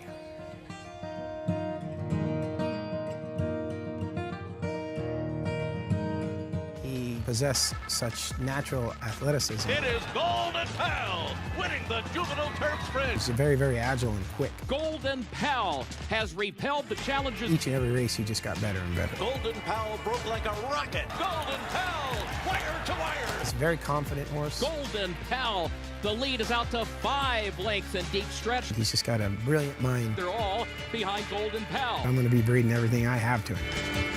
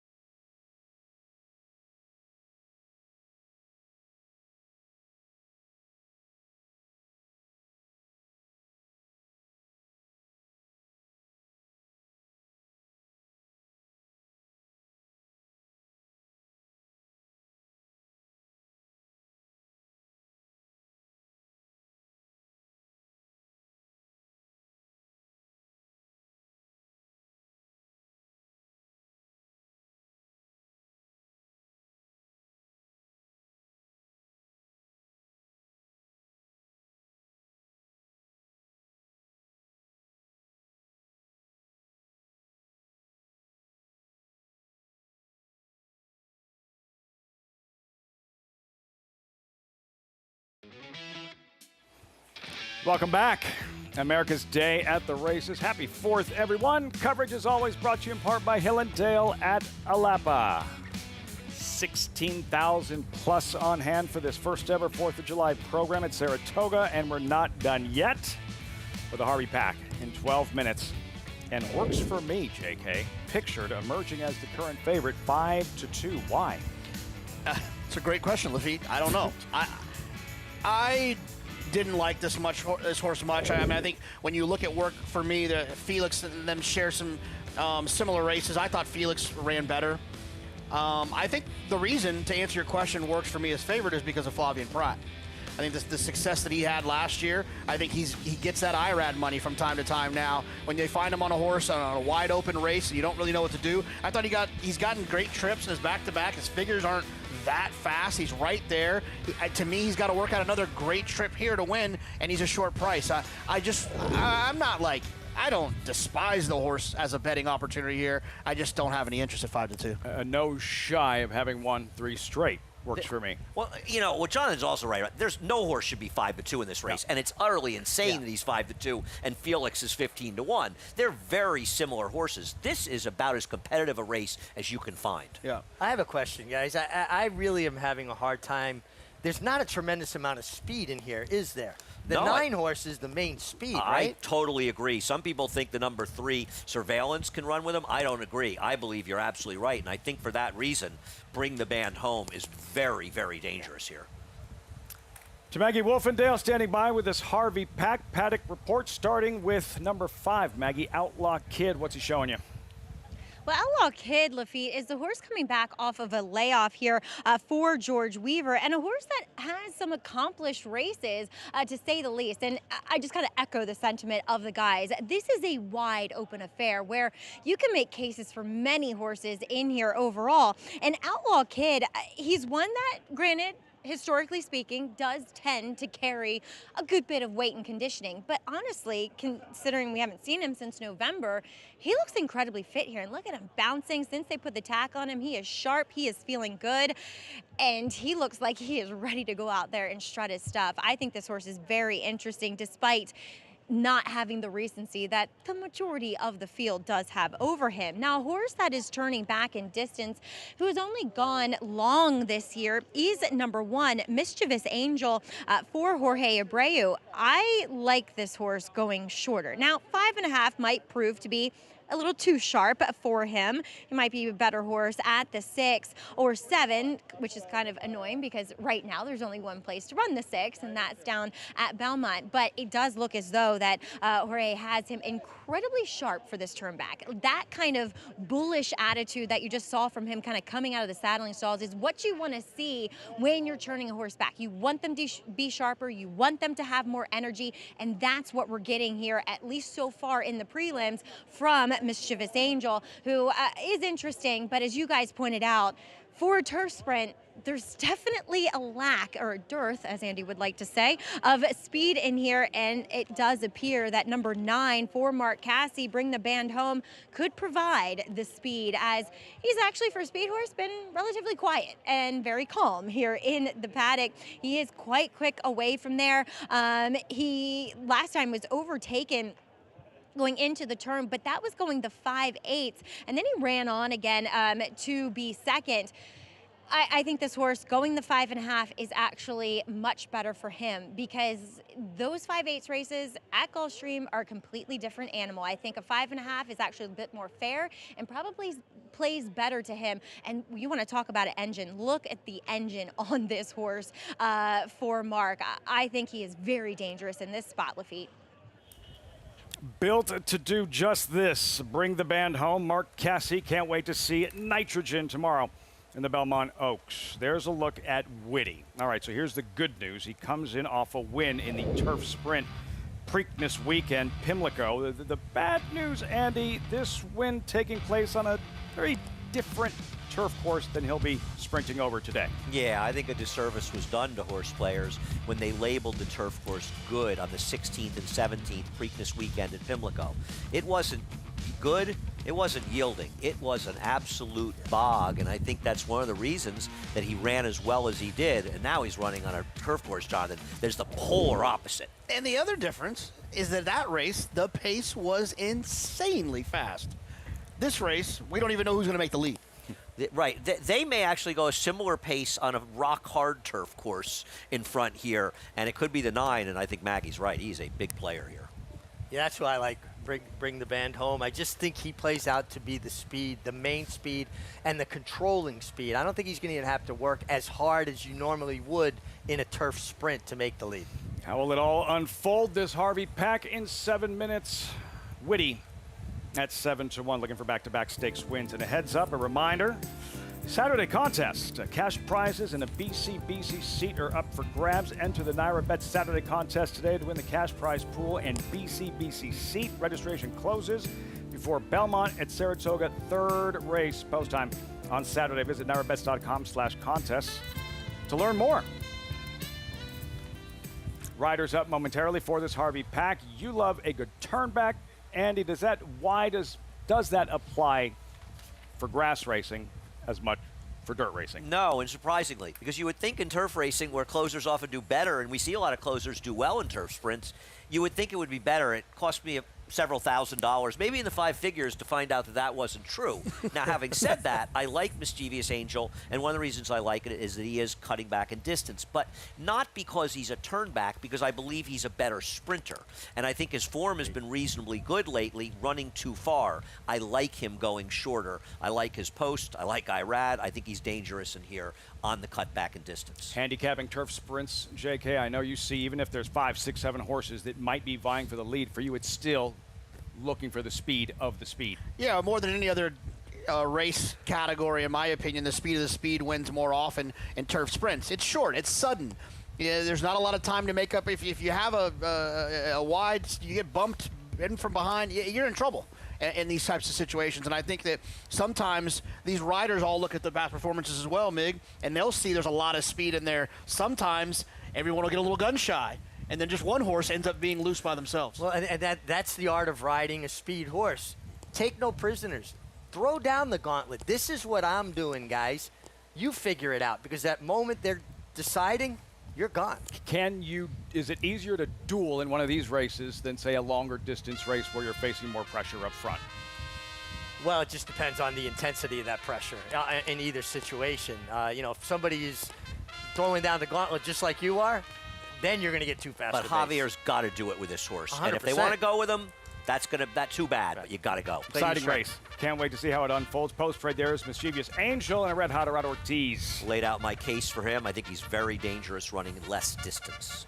Our shot, Louis Saez aboard. If you know someone with a time machine that can get me back to 2024 or 23, his races this year, it's not been very good. He'd be the favorite. Absolutely. Surveillance, Kendrick Carmouche, fresh off his Suburban victory. Yeah, he's really more of a dirt horse. To be fair, he has improved recently, but his turf efforts overall not good enough to compete. I root for this guy on name alone. Mattingly and Frankie Dettori. He had a good mustache, didn't he, Lafitte? You'd be proud of me for that baseball knowledge. That guy. Met fans in this booth. Keep this quiet. This horse Dodger could. fans. This horse could wire. This horse could wire. World champion, Los Angeles Dodgers. Outlaw kid, billion-dollar Manny payroll. Franco, Belmont winning rider, Belmont Derby winning rider. In some ways similar to what you were talking about with the 2-hour shot. There was a time in his career where he could be a major player here. It just might be too late. It works for me. We'll hear from his trainer, Joseph Lee, in a moment. Sure. I just think he's too short of a price. Felix, John Velasquez. No, I think the discrepancy in price between the 6 and 7 is insane. How fitting. Axhelm running in this Harvey pack. Yeah, and I just think it's so cool that a horse named for the late, great Pete Axthelm, who was such a close friend to Harvey Pax, whether he's good enough remains to be seen, but you got to love it. Pedal to the metal, Javi. There's Bring the Band Home. Just send him the lead, and he could be good enough. Witty, Dylan Davis. Yeah, I mean, it just feels like last time was the time. And I'm not saying that because the horse was a great price last time. I just think the circumstances last time, this was the time for this horse. 26-1, and Bill Mott trained American Monarch. I like that Jose Lescado is getting back on this horse. A horse who at one time could compete. I think he's your upset special at a huge price here. This horse did not get the best of trips last time at Keeneland. I think he's interesting at a huge price. To Acacia.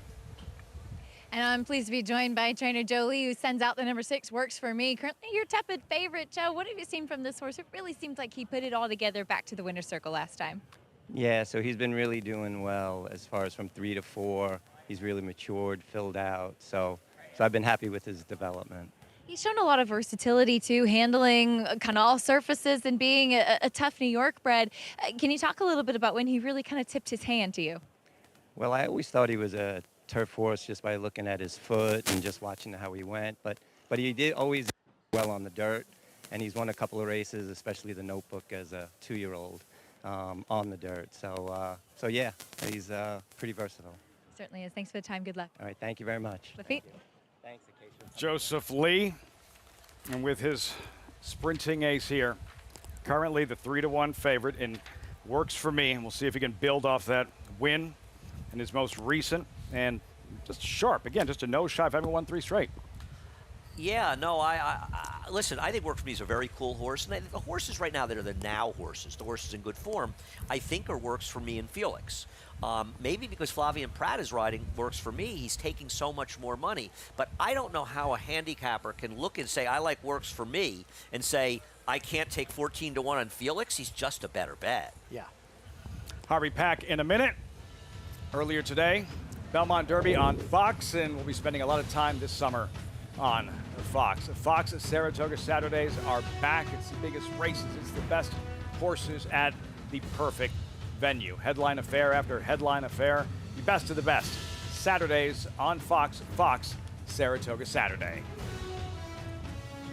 The rundown, where we'll see the stars of the sport, beginning with the coaching club, American Oaks, Torpedo Anna, sensational last year. The Jim Dandy, expect to see Derby, Belmont winner, Surveillance, Whitney, Sword Dancer, Alabama, presented by Keeneland Sales, and DraftKings Travers, the highlight every summer at Saratoga. And speaking of 3-year-olds, Shell, you'll be on site tomorrow.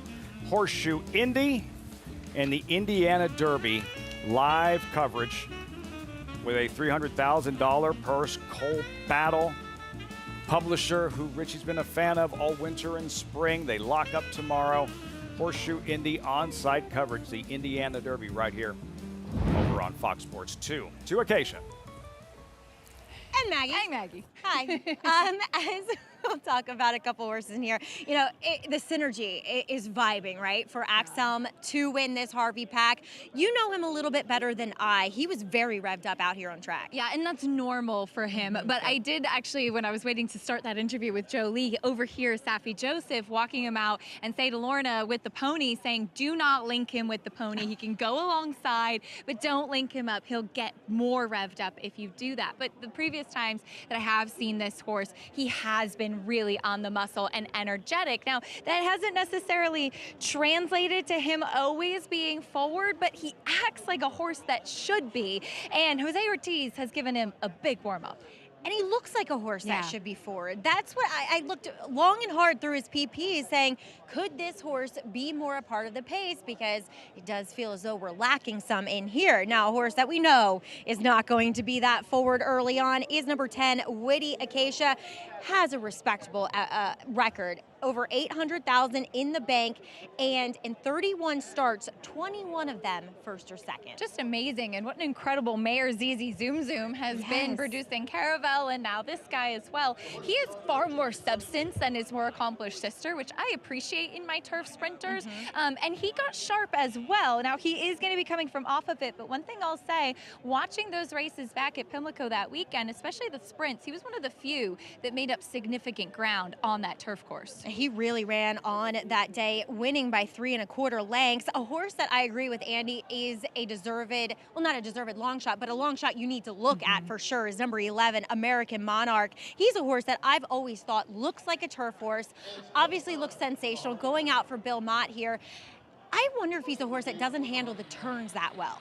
Because he dropped back at Keeneland. Yeah, it's a very interesting point. I mean, this is a horse that has always turned your attention to him in the preliminaries. We'll see if he can put it together today. Lafitte? In moments, we'll find out. This 11th and final on 4th of July. Moving it a line for the Harvey Pack. Frank Riamati with the load and call post time. The Harvey Pack live on Fox Sports 1. Thank you, Lafitte. Happy 4th to everyone. Outlaw Kid goes in. American Monarch to the outside. Goes up.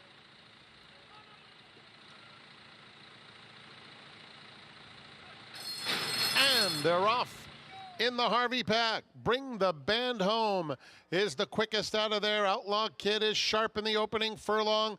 Works for me. Mischievous Angel along the inside. Surveillance in the orange colors moving into 3rd. That group is followed by Felix, who's asked for even more speed. 3 lengths clear of Our Shot. They're followed by Axelm. Witty is next, 10 lengths or so off the lead as they move into the far turn. Now it's Surveillance toward the back of the field, and Mattingly is the trailer. They're coming to the quarter pole. Bring the band home in front. American Monarch is in second. On the inside, Outlaw Kid. The opening quarter went in 21 2/5 seconds. Works for Me is coming through along the inside in the final furlong. Bring the band home. Outlaw Kid is still 2.5 lengths behind. And on the inside, it's Works for Me, but it's Bring the Band Home. And Javier Castellano in the Harvey Pack finishing full of run too, almost 5 lengths. Works for Me was second, and then it was Outlaw Kid. Mischievous Angel and Witty was on the scene with big strides late. Could be a big weekend for trainer Mark Casse. Nitrogen tomorrow in the Belmont Oaks. Bring the band home here in the Harvey Pack in a fast time. Bring the band home. Never gave him a chance from Jump Street. We talked about a horse last year going under a minute for 5.5 furlongs and talked about how exceptional that was. Cogburn. Well, it's possible that we may have just seen that happen again. If that time is right, he just ran the kind of race that Cogburn did. And guys, he won this race by about 5 lengths. This was a tour de force. This was a huge effort. He was sent from the gate resolutely by Javier Castellano, and he ran fast early, fast in the middle, and fast late, Jonathan. No, he was outstanding. I mean, when you win a turf sprint by 6 lengths, you are rolling. Impressive. Never gave him a chance. Bring the band home for Mark Casse, live with Acacia. And he certainly brought it home today, Laffit. Mark, just a 1/10 of a second off the track record. What a performance today, my goodness. It was. He ran fast. I mean, he broke like a shot. Avi gets him out of there, and, you know, he's a horse that we always thought was a really good horse, and he just never did it, but today he did. Last time he didn't get to the lead. Today he did. Do you think that's the difference maker with him? Yeah, when he's on his game, he gets to the lead. And, you know, he likes it here. He's won here. And the weather, too. I think the heat gets him a little. In fact, if it had been really warm, I wasn't going to run him. So I, you know, training horses, you also got to be a weatherman. So we were looking, and it was nice. We had the late post, and I thought it would cool off a little. And so here we are. I think all of you have about 6 weather apps on your phone, but your weekend is not done yet. Of course, looking ahead to Nitrogen tomorrow in the Belmont Oaks. She's been such a star. How has she been since that blowout win on the dirt last time out? She's super. Honestly, I don't get nervous very often, but I'll be nervous tomorrow. I kind of feel like she has a shot to go on to greatness. She still has a lot to prove. We'll keep our fingers crossed, but she's ready. Cannot wait to see her tomorrow, but congratulations on the impressive victory today. Thank you. Laffit? What a tear, and at just the right time, Richie. The 3 stakes wins, Belmont Stakes Racing Festival, including Lacara in the Grade 1 Acorn, Nitrogen, maybe the parlay from the Belmont Oaks to the Alabama, we'll see, and this speed demon we just saw moments ago dominating in the Harvey Pack. And they're all speed. They're all wiring all of a sudden, Mark Casse's like Bob Baffert wiring every race. Yeah, but what you guys may not know, in the 80s when Mark first came to New York and I was riding first call from him, he wanted all his horses on the lead.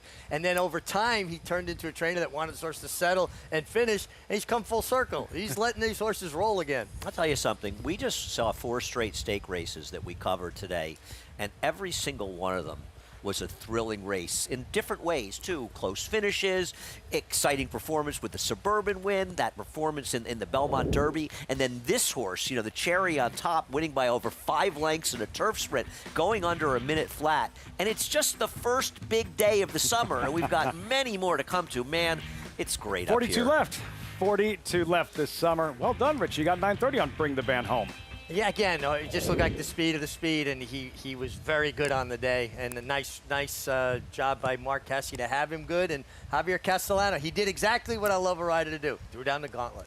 Let it rip right from the start. Congratulations. Charlotte Weber's Live Oak Plantation, a win here in the Harvey Pack. As we say goodbye and step aside here, lasting impression, lasting image of this 4th of July at Saratoga, JK. I'm just happy to be here. I'm used to the red and white out here. It's just now we do a little red, white, and blue. Got a hot dog? I'm going to go eat as many hot dogs as I possibly can. Festivities. The celebration continues. 4th of July Racing Festival. Phileas Fogg just holds on in the Suburban. Gustavo Rodriguez, first win as a trainer in a graded stakes race. And moments ago, exciting performance here. Wire to wire, just too much speed. Another big win for Mark Casse here. Victorious in the Harvey Pack. Number 1 is Mo Donegal by Uncle Mo. And they're off in the Remsen. As they come on for the finish, and it's going to be tight here in the Remsen. Mo Donegal bearing down on the outside. It's Mo Donegal and early voting, and it is Mo Donegal to win the Wood Memorial. And it will be Mo Donegal to win the Test of the Champion, the Belmont Stakes. RaceLens is the most in-depth product in horse racing, with unique features found nowhere else. True odds, predictive analysis, and pace projection. RaceLens. It will change the way you follow horse racing and take your game to the next level. The official Saratoga Barstool Sports Collection is here. Check out the hottest styles of the summer. Shop this limited drop before it's gone. Get yours at shop.naira.com. Champion, Echo Zulu, Sierra Leone.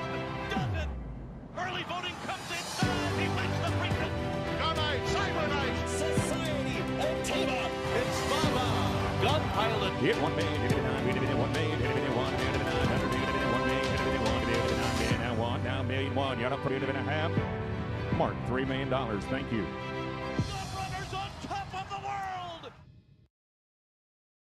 Japan's legacy of beauty lives in all we do. Rare sensibilities and breathtaking skill show the way to the finish line. That beauty and that power take you to another world. Racing is art.